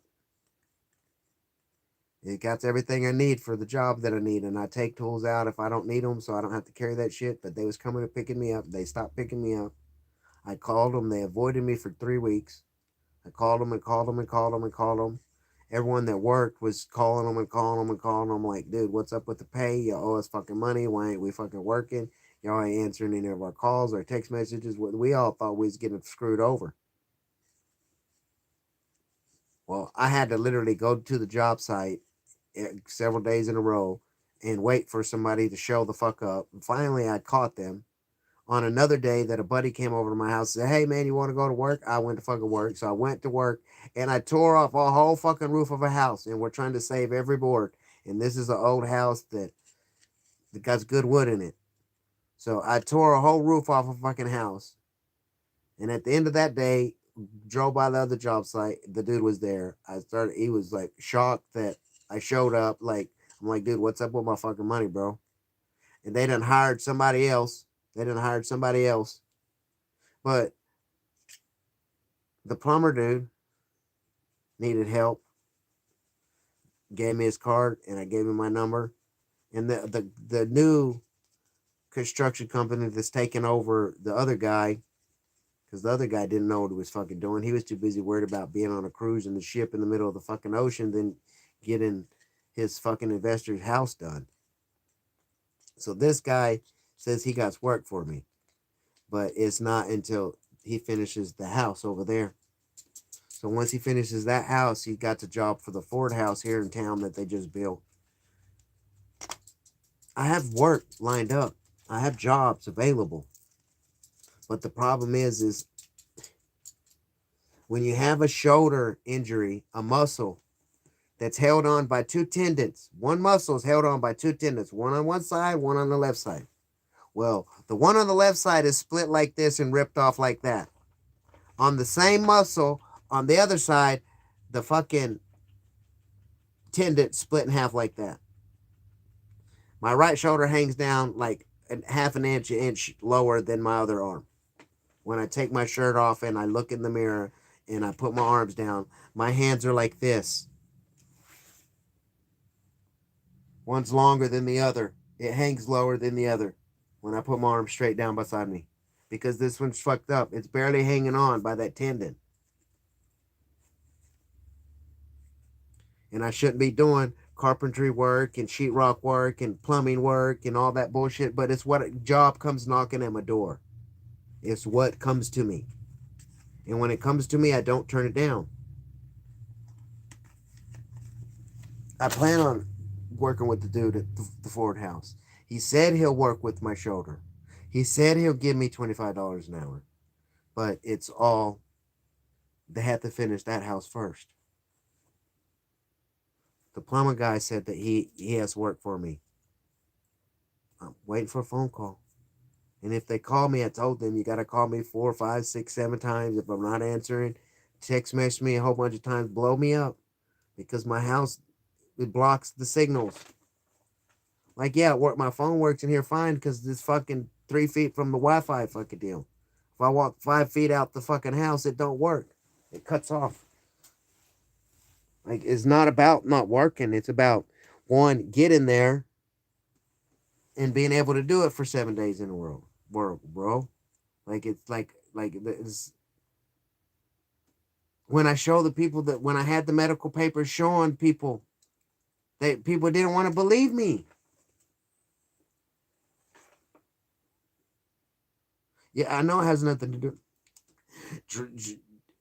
Vamps, what you're doing, I've done over and over and over and over again. Out here, dude, going online and putting in fucking a bunch of information and waiting for a fucking call is not happening out here in this neck of woods where I'm at. There is 5 rich ass fucking families that own all this fucking shit out here. I am only been in this town 12 years and I'm still the stranger. They're like, no, I'm not going to hire. I don't know who that guy is. I'm not going to hire him. Then they ask around and the people are like, yeah, he knows this and he knows that. Da, da, da, da, da. What the fuck is? I don't want to hear that. No, Scooby. No, no, no. Stop biting my fucking hand, bro. Stop it. No. You've been chewing on my arm for fucking 11 hours almost. It's hurting. It's sore. Fuck. I know there's no jobs in Graham. And Graham is bigger than where I live. I live in a, blink your fucking eyes and you drove through my fucking town. I got 2 stoplights and they a country block away from each other. There's one building on one corner and another building on the other corner. That's the block. Stoplight, stoplight. There ain't nothing else out here, man.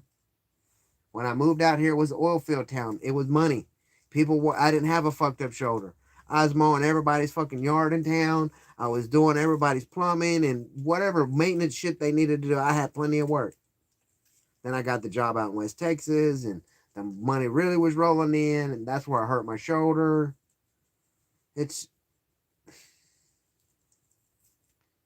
Find me a doctor that would do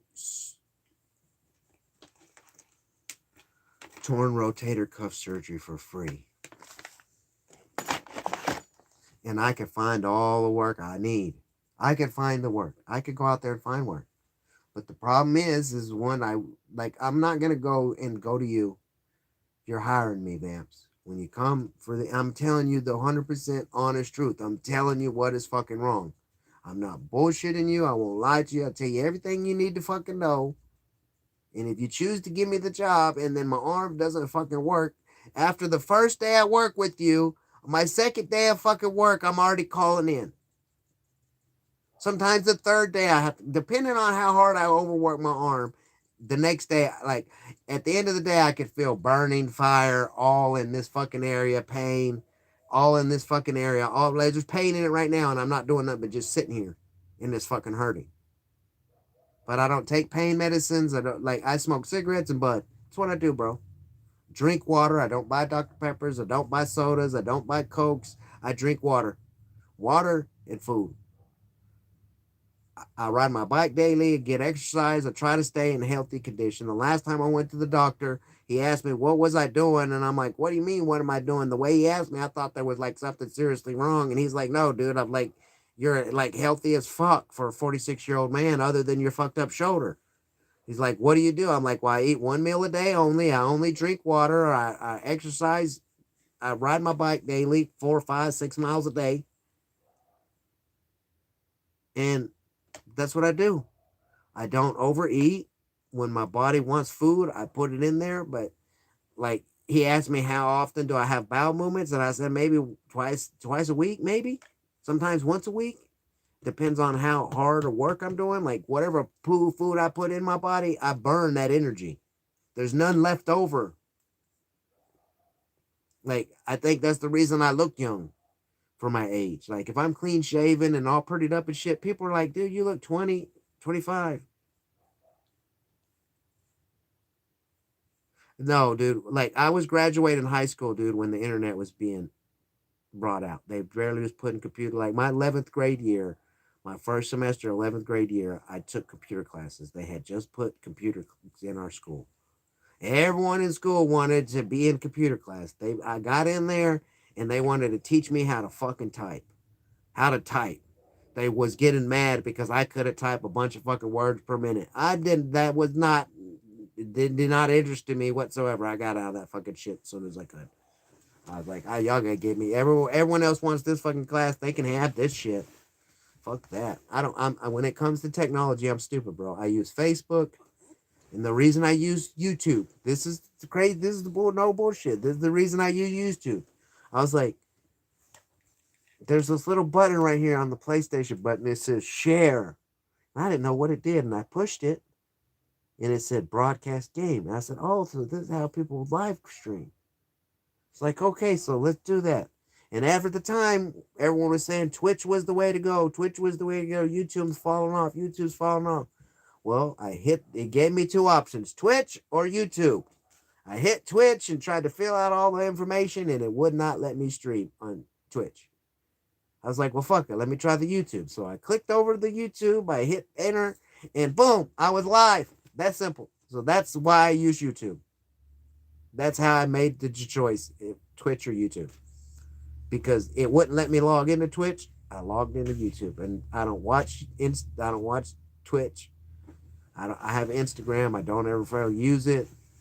Or like I don't use Discords. I'm never gonna use Nightbot or any of them fucking bots that you see in people's fucking streams. I'm not gonna ever do that. I do not follow the sheep. I make my own path. I follow my own fucking way. It may not be the right fucking way. It may be a long way. But if I was trying to get my channel really monetized, I would have been monetized a long time ago. But that was never my goal. Now it's my goal because I don't see any other way to support myself than doing that. You know what I mean? If I have to stream 6, 7 hours a day every day and people come and watch my shit and it gives me $300 a month, it's $300 added to my 160. That's $460. That's enough to pay my bills. Like I need people to watch my shit.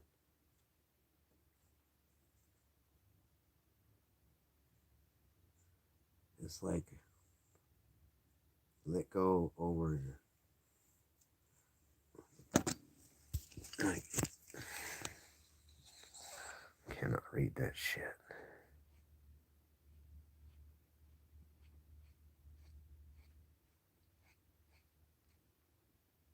Oh, I know there's dude. Let's put it this way. That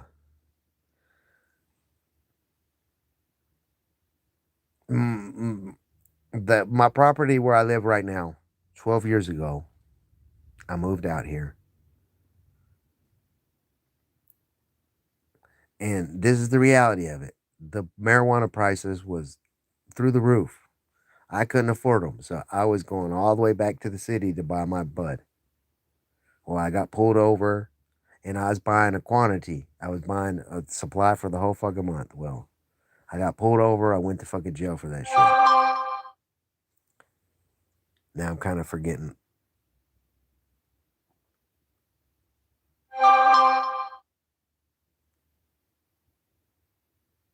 You know what I'm gonna say, and don't say it. Man, I'll say. I'm not gonna say. The only thing I don't say on here is racist comments, bro. I cuss. I don't hide any shit. But, anyways, I got caught. I got in trouble, but I only owed $1,000 left on my property. That's how much I had to pay it off. I couldn't find no job.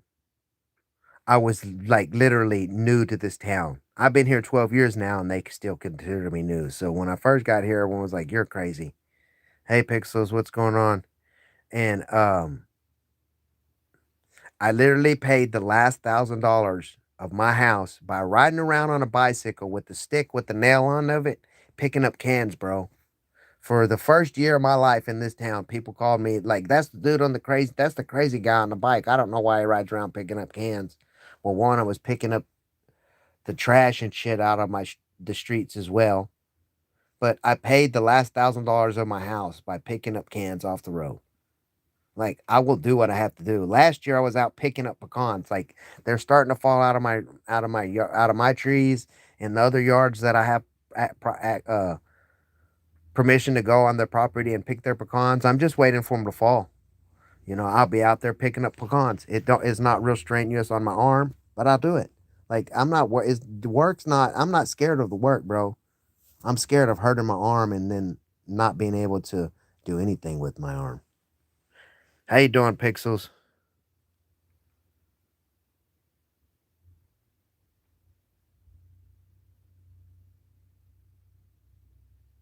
I used to get 4K watch hours a month under 1K subs, so I know it don't add up. Yeah, I know it don't add up, but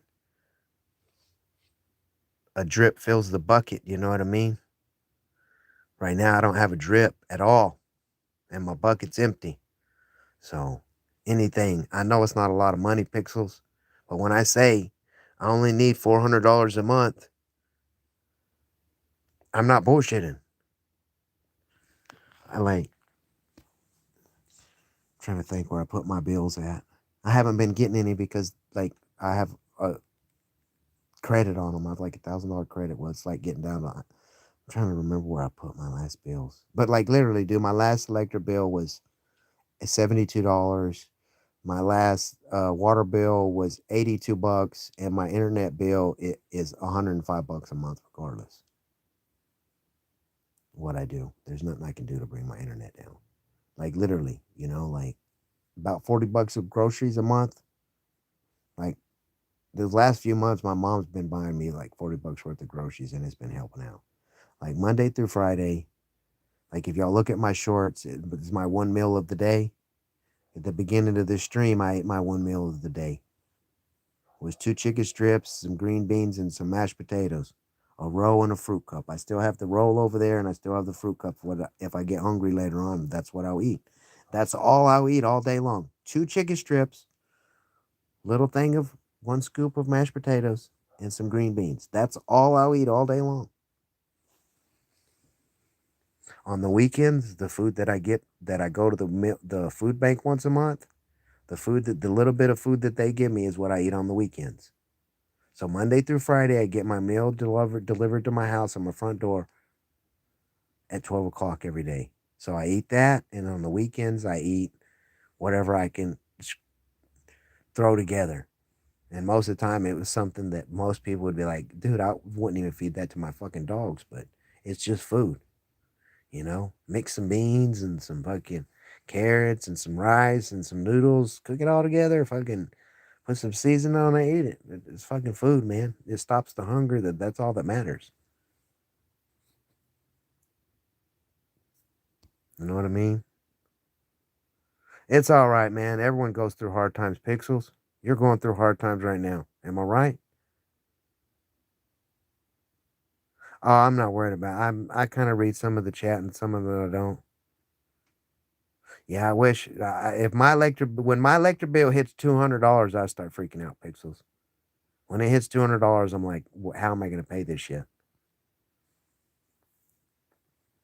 Like I know I can run this light right here next to my window, which I have the curtain open right now. I can run my TV, I can run my PlayStation, my refrigerator, and my water heater. And if I do it, if I turn the light off, turn the TV off, turn the PlayStation off, I know exactly how much money that saves me. Saves me like $32 off of an $80 electric bill. So if my lazy ass would turn the light off, turn the PlayStation off, and turn the TV off when I go to sleep, instead of putting it on somebody's YouTube channel and pressing play and watching it while I go to sleep and help somebody's channel grow, I'd rather pay the $30 and help somebody else. I could save myself and make my electric bill 40, $50 a month, but then I wouldn't be able to support the way that I support.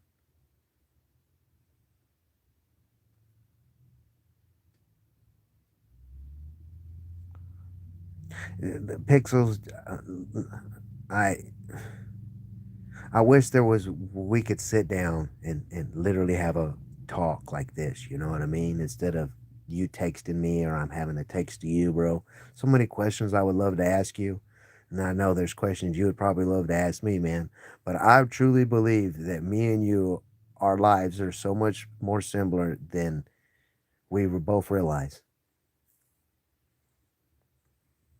You have two more kids than I do. I only have one. You got a couple grandkids. I got a couple grandkids. You had a rough life. You've worked and made good money in your life. I've worked and made good money in my life.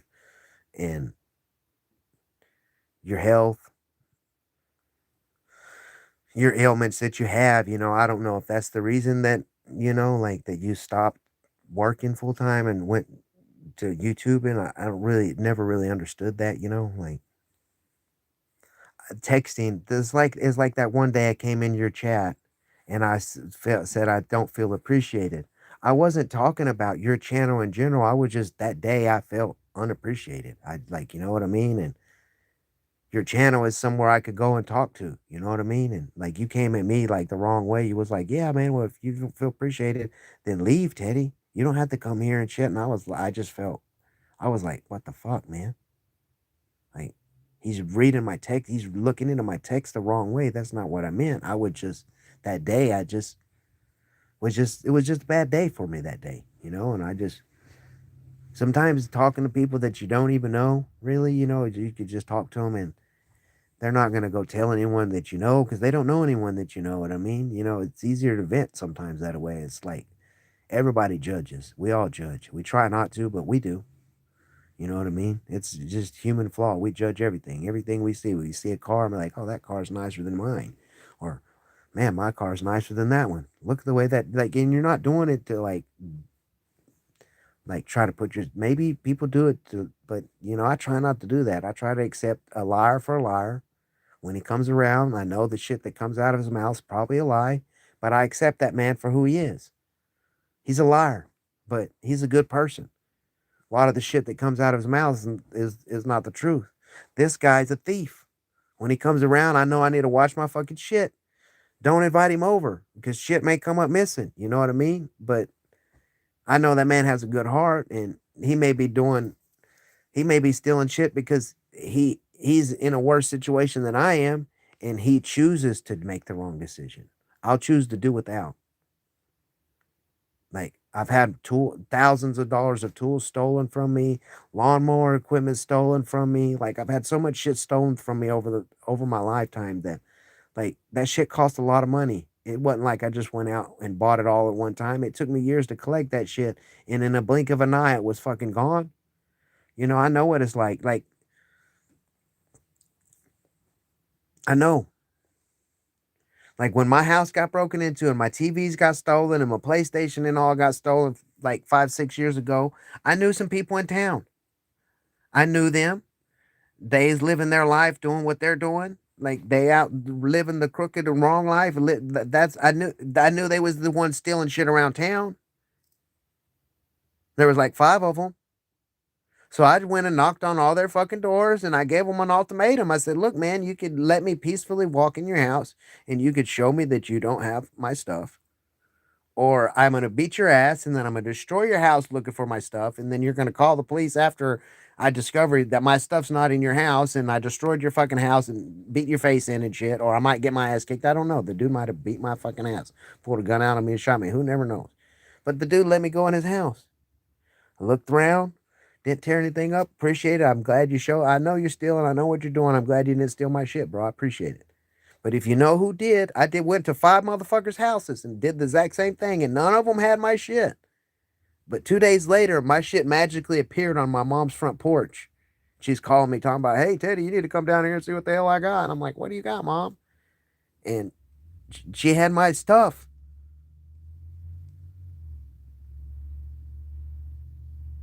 Never said you called me a liar. It says, on a screenshot in Teddy's community post, refrain from calling me a liar.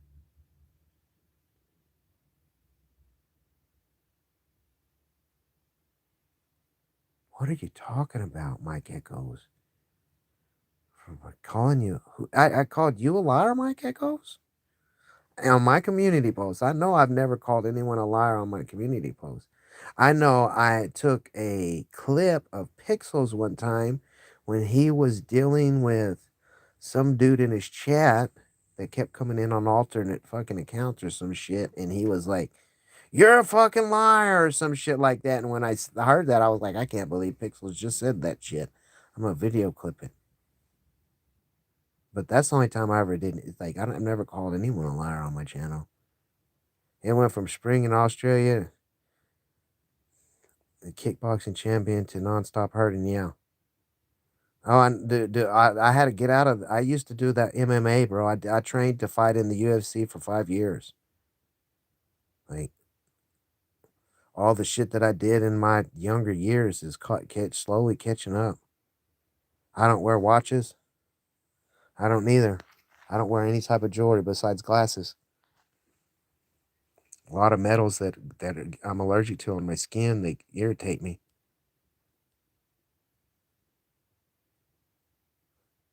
Yeah, my baby's mother's a twin and they hate each other. They fight like cats and dogs, man. My mom has fibromyalgia. I know exactly what you're going through, Pixels. She has trouble walking around, moving, cold weather messes with her, warm weather messes with her. It's crazy.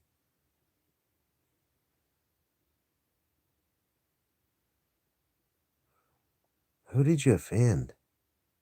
They said I called them a liar. Was talking to Pixels. Pixels called you a liar in my stream? No, he didn't. Because if you're bringing something, Mike Echoes, if you're bringing something from another channel here, bro, leave that shit somewhere else, bro. I got enough drama in my life without everybody else's, man.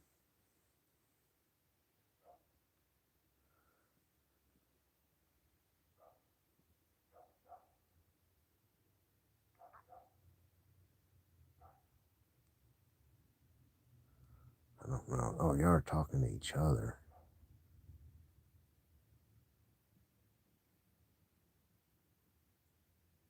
Yeah, no, man. It just, life's not easy, man. And all the people that think it is, all these young kids that they think life's easy, that shit's not easy, man. It all depends on the choices that you make, man.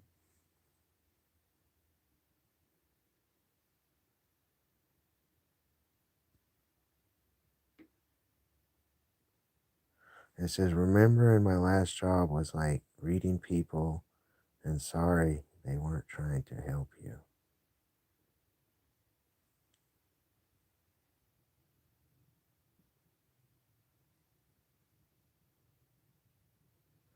It's not a problem, dude. LOI. I just know how many hours I've got in the last month on my channel. Or I'm confused. I'm confused. But yeah, no, it's just it is what it is. I mean, I just go with the flow, man. Like my plans after this stream are it's fixing to be 12 hours, so I'm probably gonna end it, and I'm probably gonna take me like a little bike ride, take Scooby Doo for a run, and then burn off some of that energy, and then I'll probably do some Fortnite or some Call of Duty. I haven't decided what I want to do. Sounds like you're doing great on your channel, Keith. Either way, Ted, how is your religion going to offer to bring you on for some streams to get your channel out there and maybe some long form content up? I appreciate it, Mike. You're always on. I can't check it right now. You're the one that's always shouting my channel out, like, or you're tagging me in something, and I'll go check out, and you'll be streaming or whatever. I don't know exactly what it is. Like, I'm still trying to learn all this stuff, man. Like, it's hard to learn how to do shit when you're on a old PlayStation 4 on a 10-year-old phone, man. It's really hard.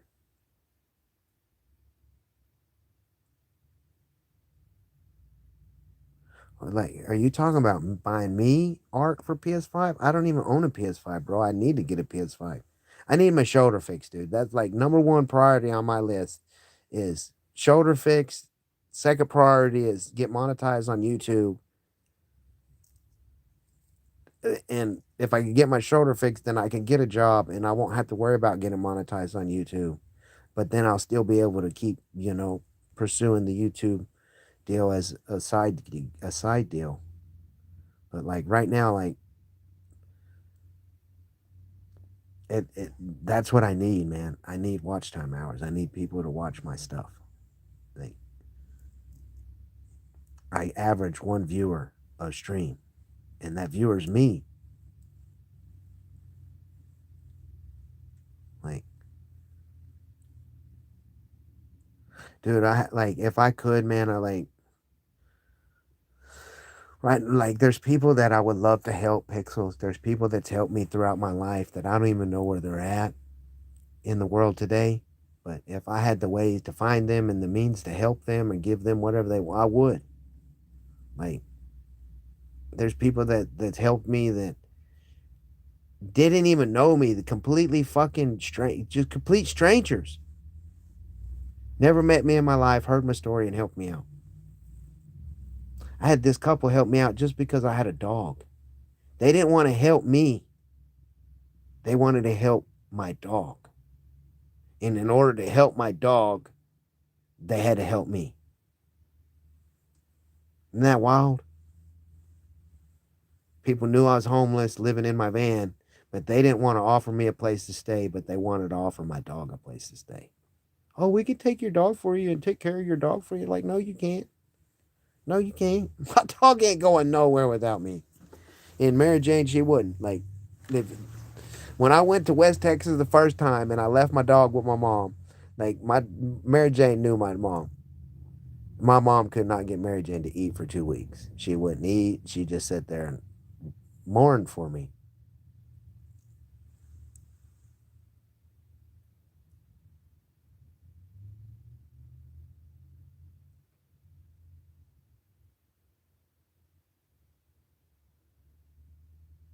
Yeah, I like right now, like I have art for PS4, but the deal is PS4, they're going to be shutting down the PS4 servers. PS4 is going to be like PlayStation 1. It's going to be obsolete in the next 12 months. So, like there's more weight on my shoulders. Like there's other stuff that's going on in my life that I just like talking to people about is not going to fix the problem. It's not going to I just got to go through it on my own, you know what I mean? Like I've learned, I've been alone and been solo living for so many years that I, I, when people say they're going to do stuff, like don't want to say they're a liar, but I don't want to believe it until I see it. Actions speak louder than words, and I've had a lot of people give me a bunch of words, but their actions don't match their words. You know what I mean? Like if I'm going to tell you I'm going to do something, I'm going to do it. You know, if I say I'm going to support your fucking channel, I support your channel. And I'm getting more and more subscribers, and it's getting harder and harder to go to everybody's channels. Really is. Yeah, they'll stop playing. Like I have people that's like the deal is the people that sent me my PlayStation 4, they have their own Arc ASE servers. Arc Evolved. Like they play on ASE and ASA. They have PS5s, they have PS4s. They sent me one of their PS4s. They're having trouble with the company that they're renting their servers through right now. Like that's the reason I'm not playing Arc. Like I want to play with them. Like I wouldn't be gaming if it wasn't for them. My Arc community, the people that I play with on Arc. Like if it wasn't for one of them, I wouldn't be streaming Fortnite. I wouldn't be doing anything. I wouldn't have internet right now because I'd have water instead. But because I had a PlayStation, I felt my goal was, well, I have this money, pay my internet, pay my light bill, pay what I can on my water bill, grind everything that I can to get monetized. And that's what I do. I try to do it every day. Like right now, Fortnite is just not. I'm not feeling Fortnite. Like my best friend's in the fucking hospital. I miss playing with him. I'm worried about his health. There's nothing that I can do. And like he's helped me so much throughout my time than knowing him. And there's nothing I could do for him right now. Like he's having trouble with money, and I wish I had money to help him. Like I worry about more people than I worry about myself. And it's sometimes self detrimental to myself. But it's okay. I'll manage. I'll survive. I always do. I always have, and I always fucking will. No matter how hard or how deep the hole gets, I'll dig and climb my way out of it some way or another. Right now, I'm doing all the digging and climbing I can, but I need help. And I hate asking for help. I do. It sucks not being able to be a man. It sucks not being able to support yourself. And I try every day to stay positive. It's a battle that I fight every day. I could go out there and rob, and I could go out there and steal, and I could go out there and kill easily. But then the consequences are not worth it. I could go steal your lawnmower, sell it for $20. That's not going to get me nowhere. It's not going to pay a bill. Why do that? Then I jeopardize my freedom. It's not worth it. It's not worth it to me. I know we're similar pixels. I know we are. But we're different in our own ways too. I mean, everybody's different, but life struggles, they're not unique to just one human being. We all have struggles. We all have fights with our loved ones, with our wives and our boyfriends and girlfriends and husbands and wives and children's and grandchildren's. We have fun times. We have bad times. You know what I mean? We all lose jobs. We all struggle financially and shit. But then there's people out there that are doing it alone.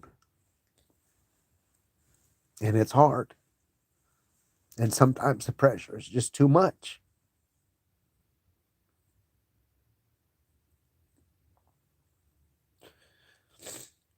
But like me, myself, and I just put one foot in front of the other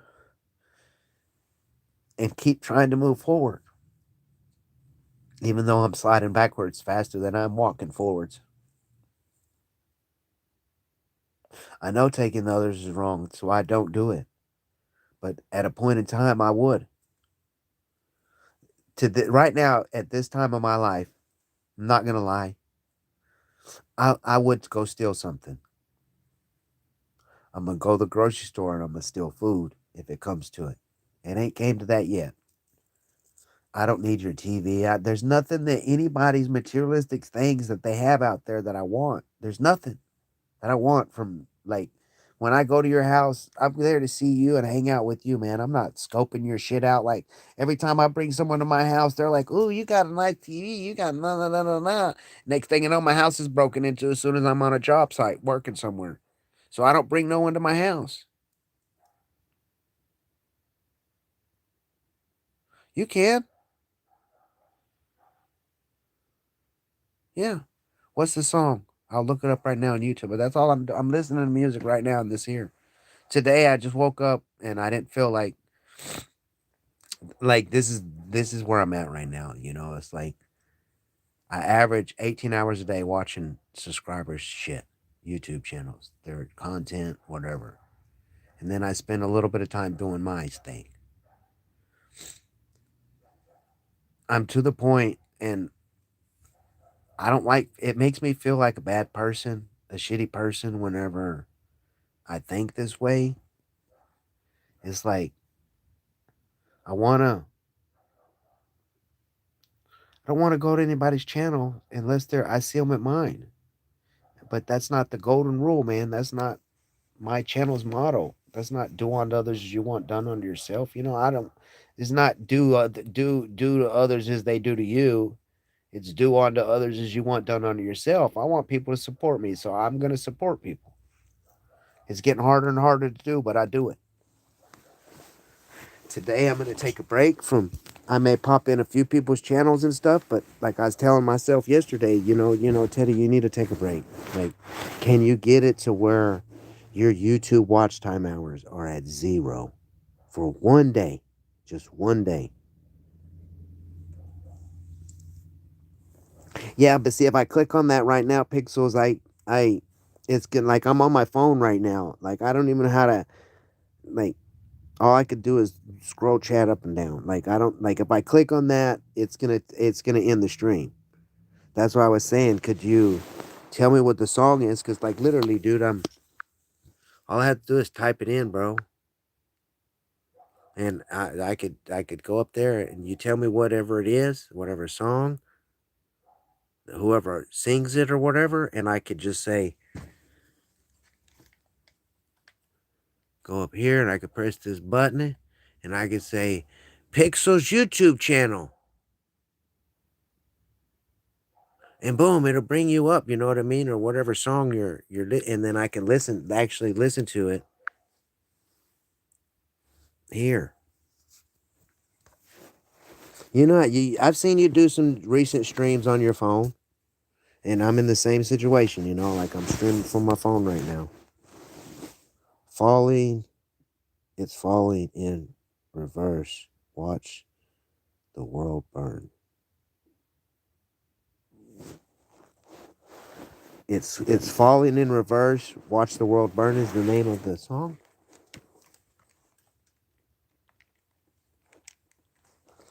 Watch. Oh wait, no. It's falling in reverse. Watch the world burn.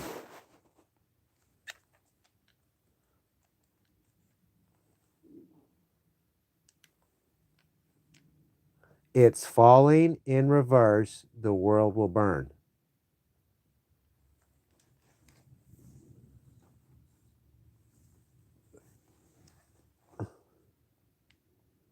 Falling in. Watch the world will burn. Falling in reverse. Right here. Here we go.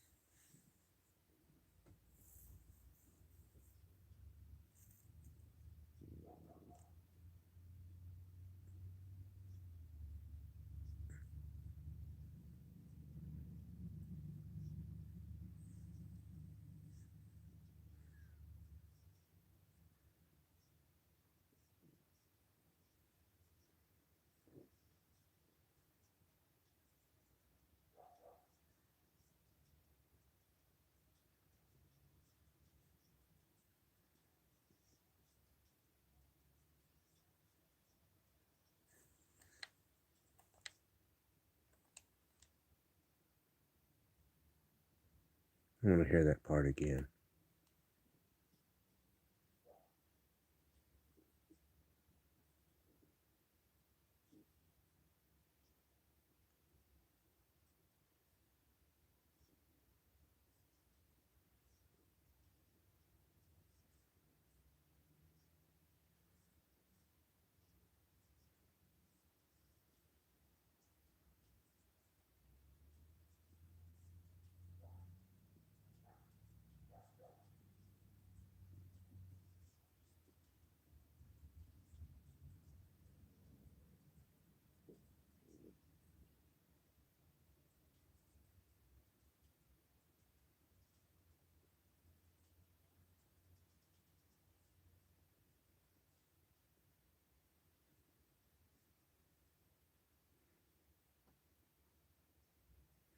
That hits right there. That hits. That what he said right there. I got enemies trying to get rid of me. Evil tendencies fucking with me. Fucking with me. Evil tendencies are fucking with me mentally. That hits fucking right there. Get rid of me. Talking about my mentally.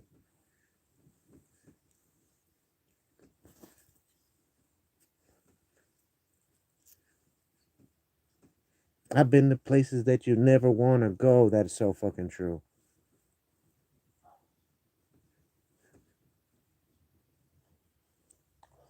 What'd he say? What was that?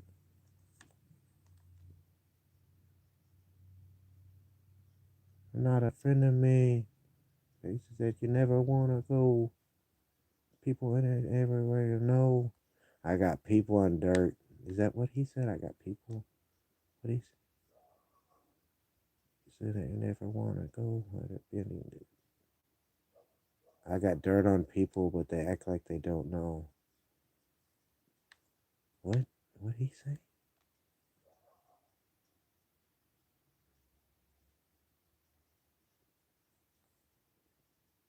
I never rocked a boat.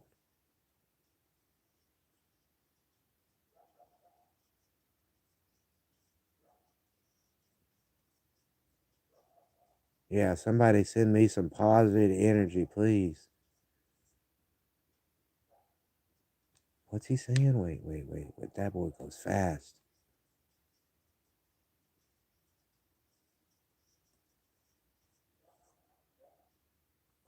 What the hell is he saying?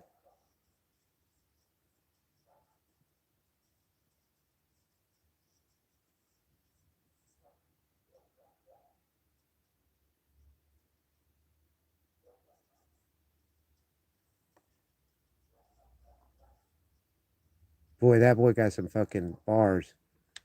Boy, that I'm gonna have to listen to this a whole bunch of times.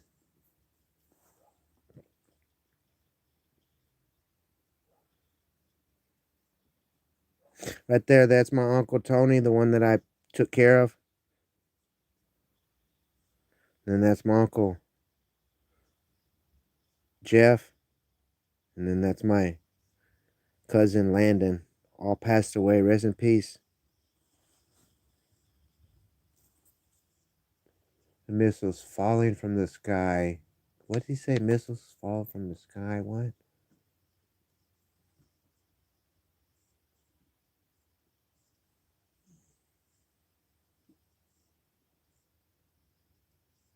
The pain and sorrow left us hollow. What? The pain and sorrow left us hollow. What?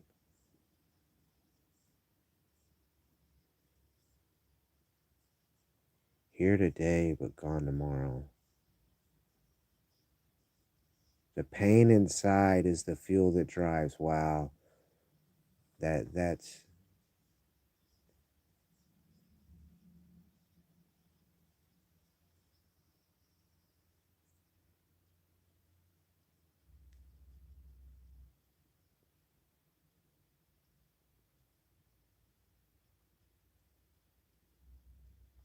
yeah. Come back and listen to this some more. I want to figure out if they have a version where it like shows the lyrics because I want to know everything. Some of them bars he goes so fast it's hard to keep up.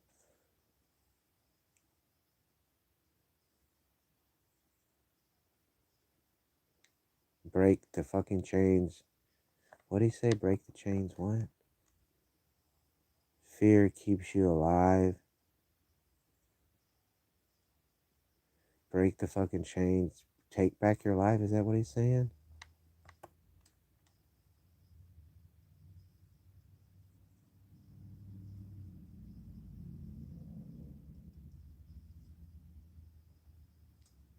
The fear is what keeps me insane.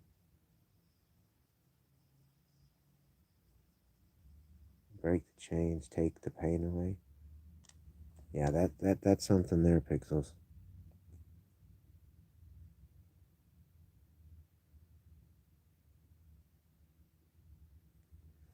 When I got 13,000 in donations in 1 month, that's when I started. They started eating me. Unfortunately, I got eaten by sharks. Gotta go, Teddy. Earn some money, or I'll end up homeless after I burn through the savings. I hear you, man. Do what you gotta do, brother. I'm fixing to end anyways. It's 11:40, 11 hours and 40 minutes. I need to stop before 12 hours.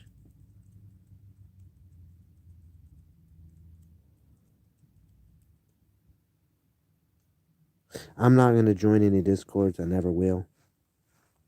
Not gonna.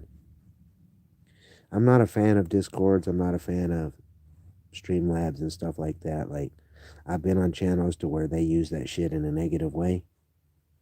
And if you're able to do that in a negative way, it's like, I don't need to use that shit.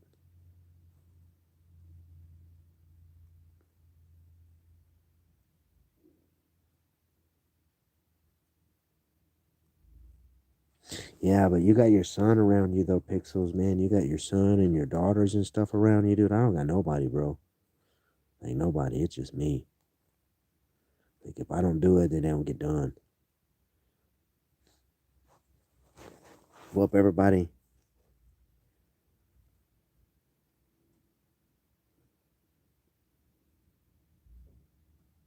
Well, I appreciate everybody who stopped by today, man. It's 11 hours and 41 minutes, and I definitely want to stop before it hits 12 hours because I wanted this to stay on my channel to where future generations can go back and look at it.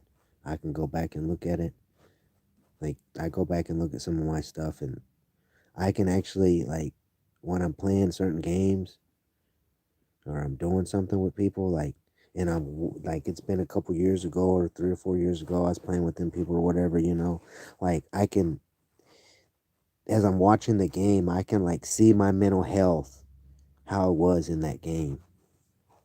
And it's been better and it's been worse throughout the times and shit. Take it easy, man. Y'all have a good one. My twins hate each other. I only said that for you, okay? I'm lost. I don't know if you're talking to me or someone else.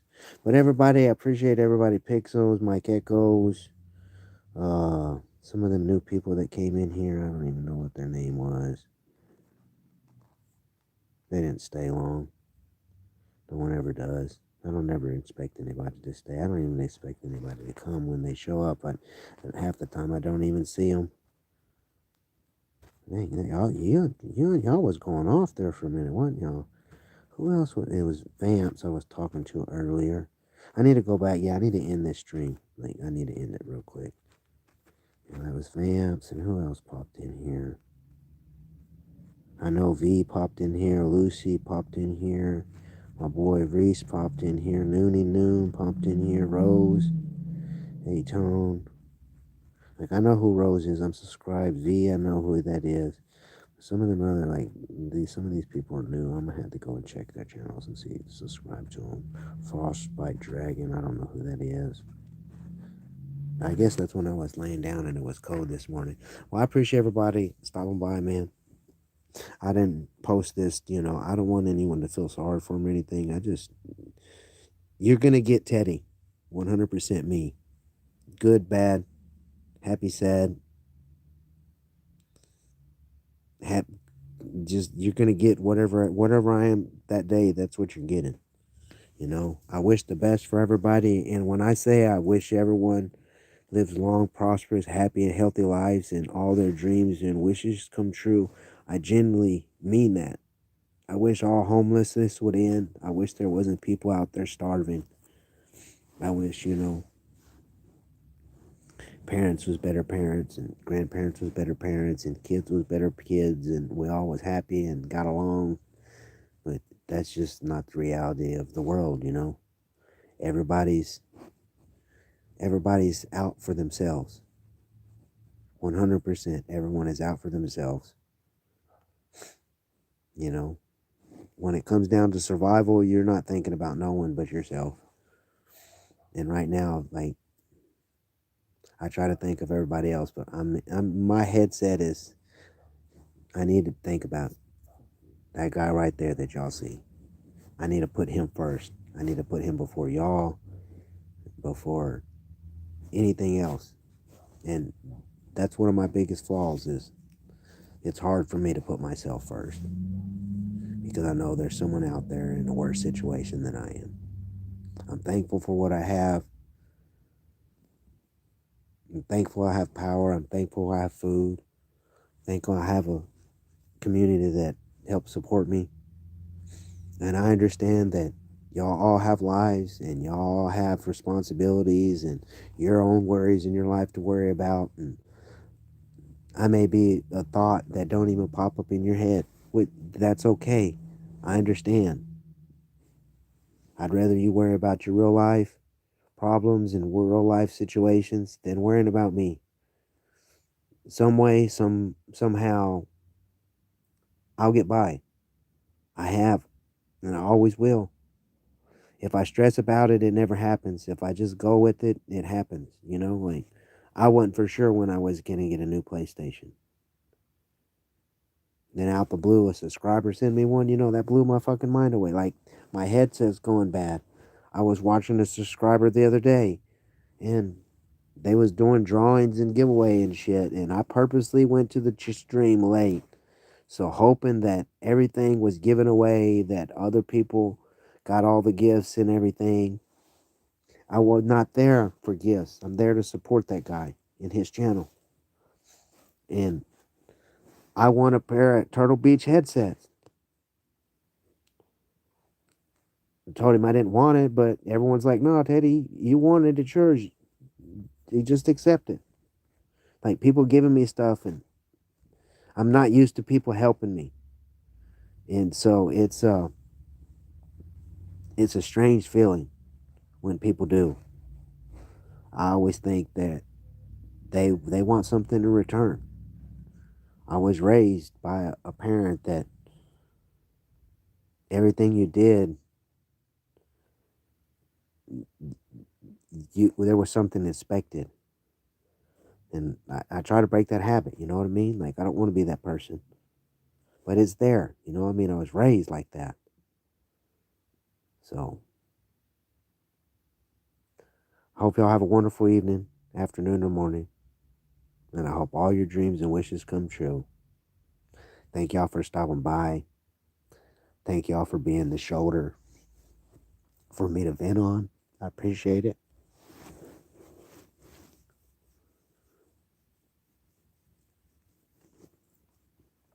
Until next time, y'all have a good one, man.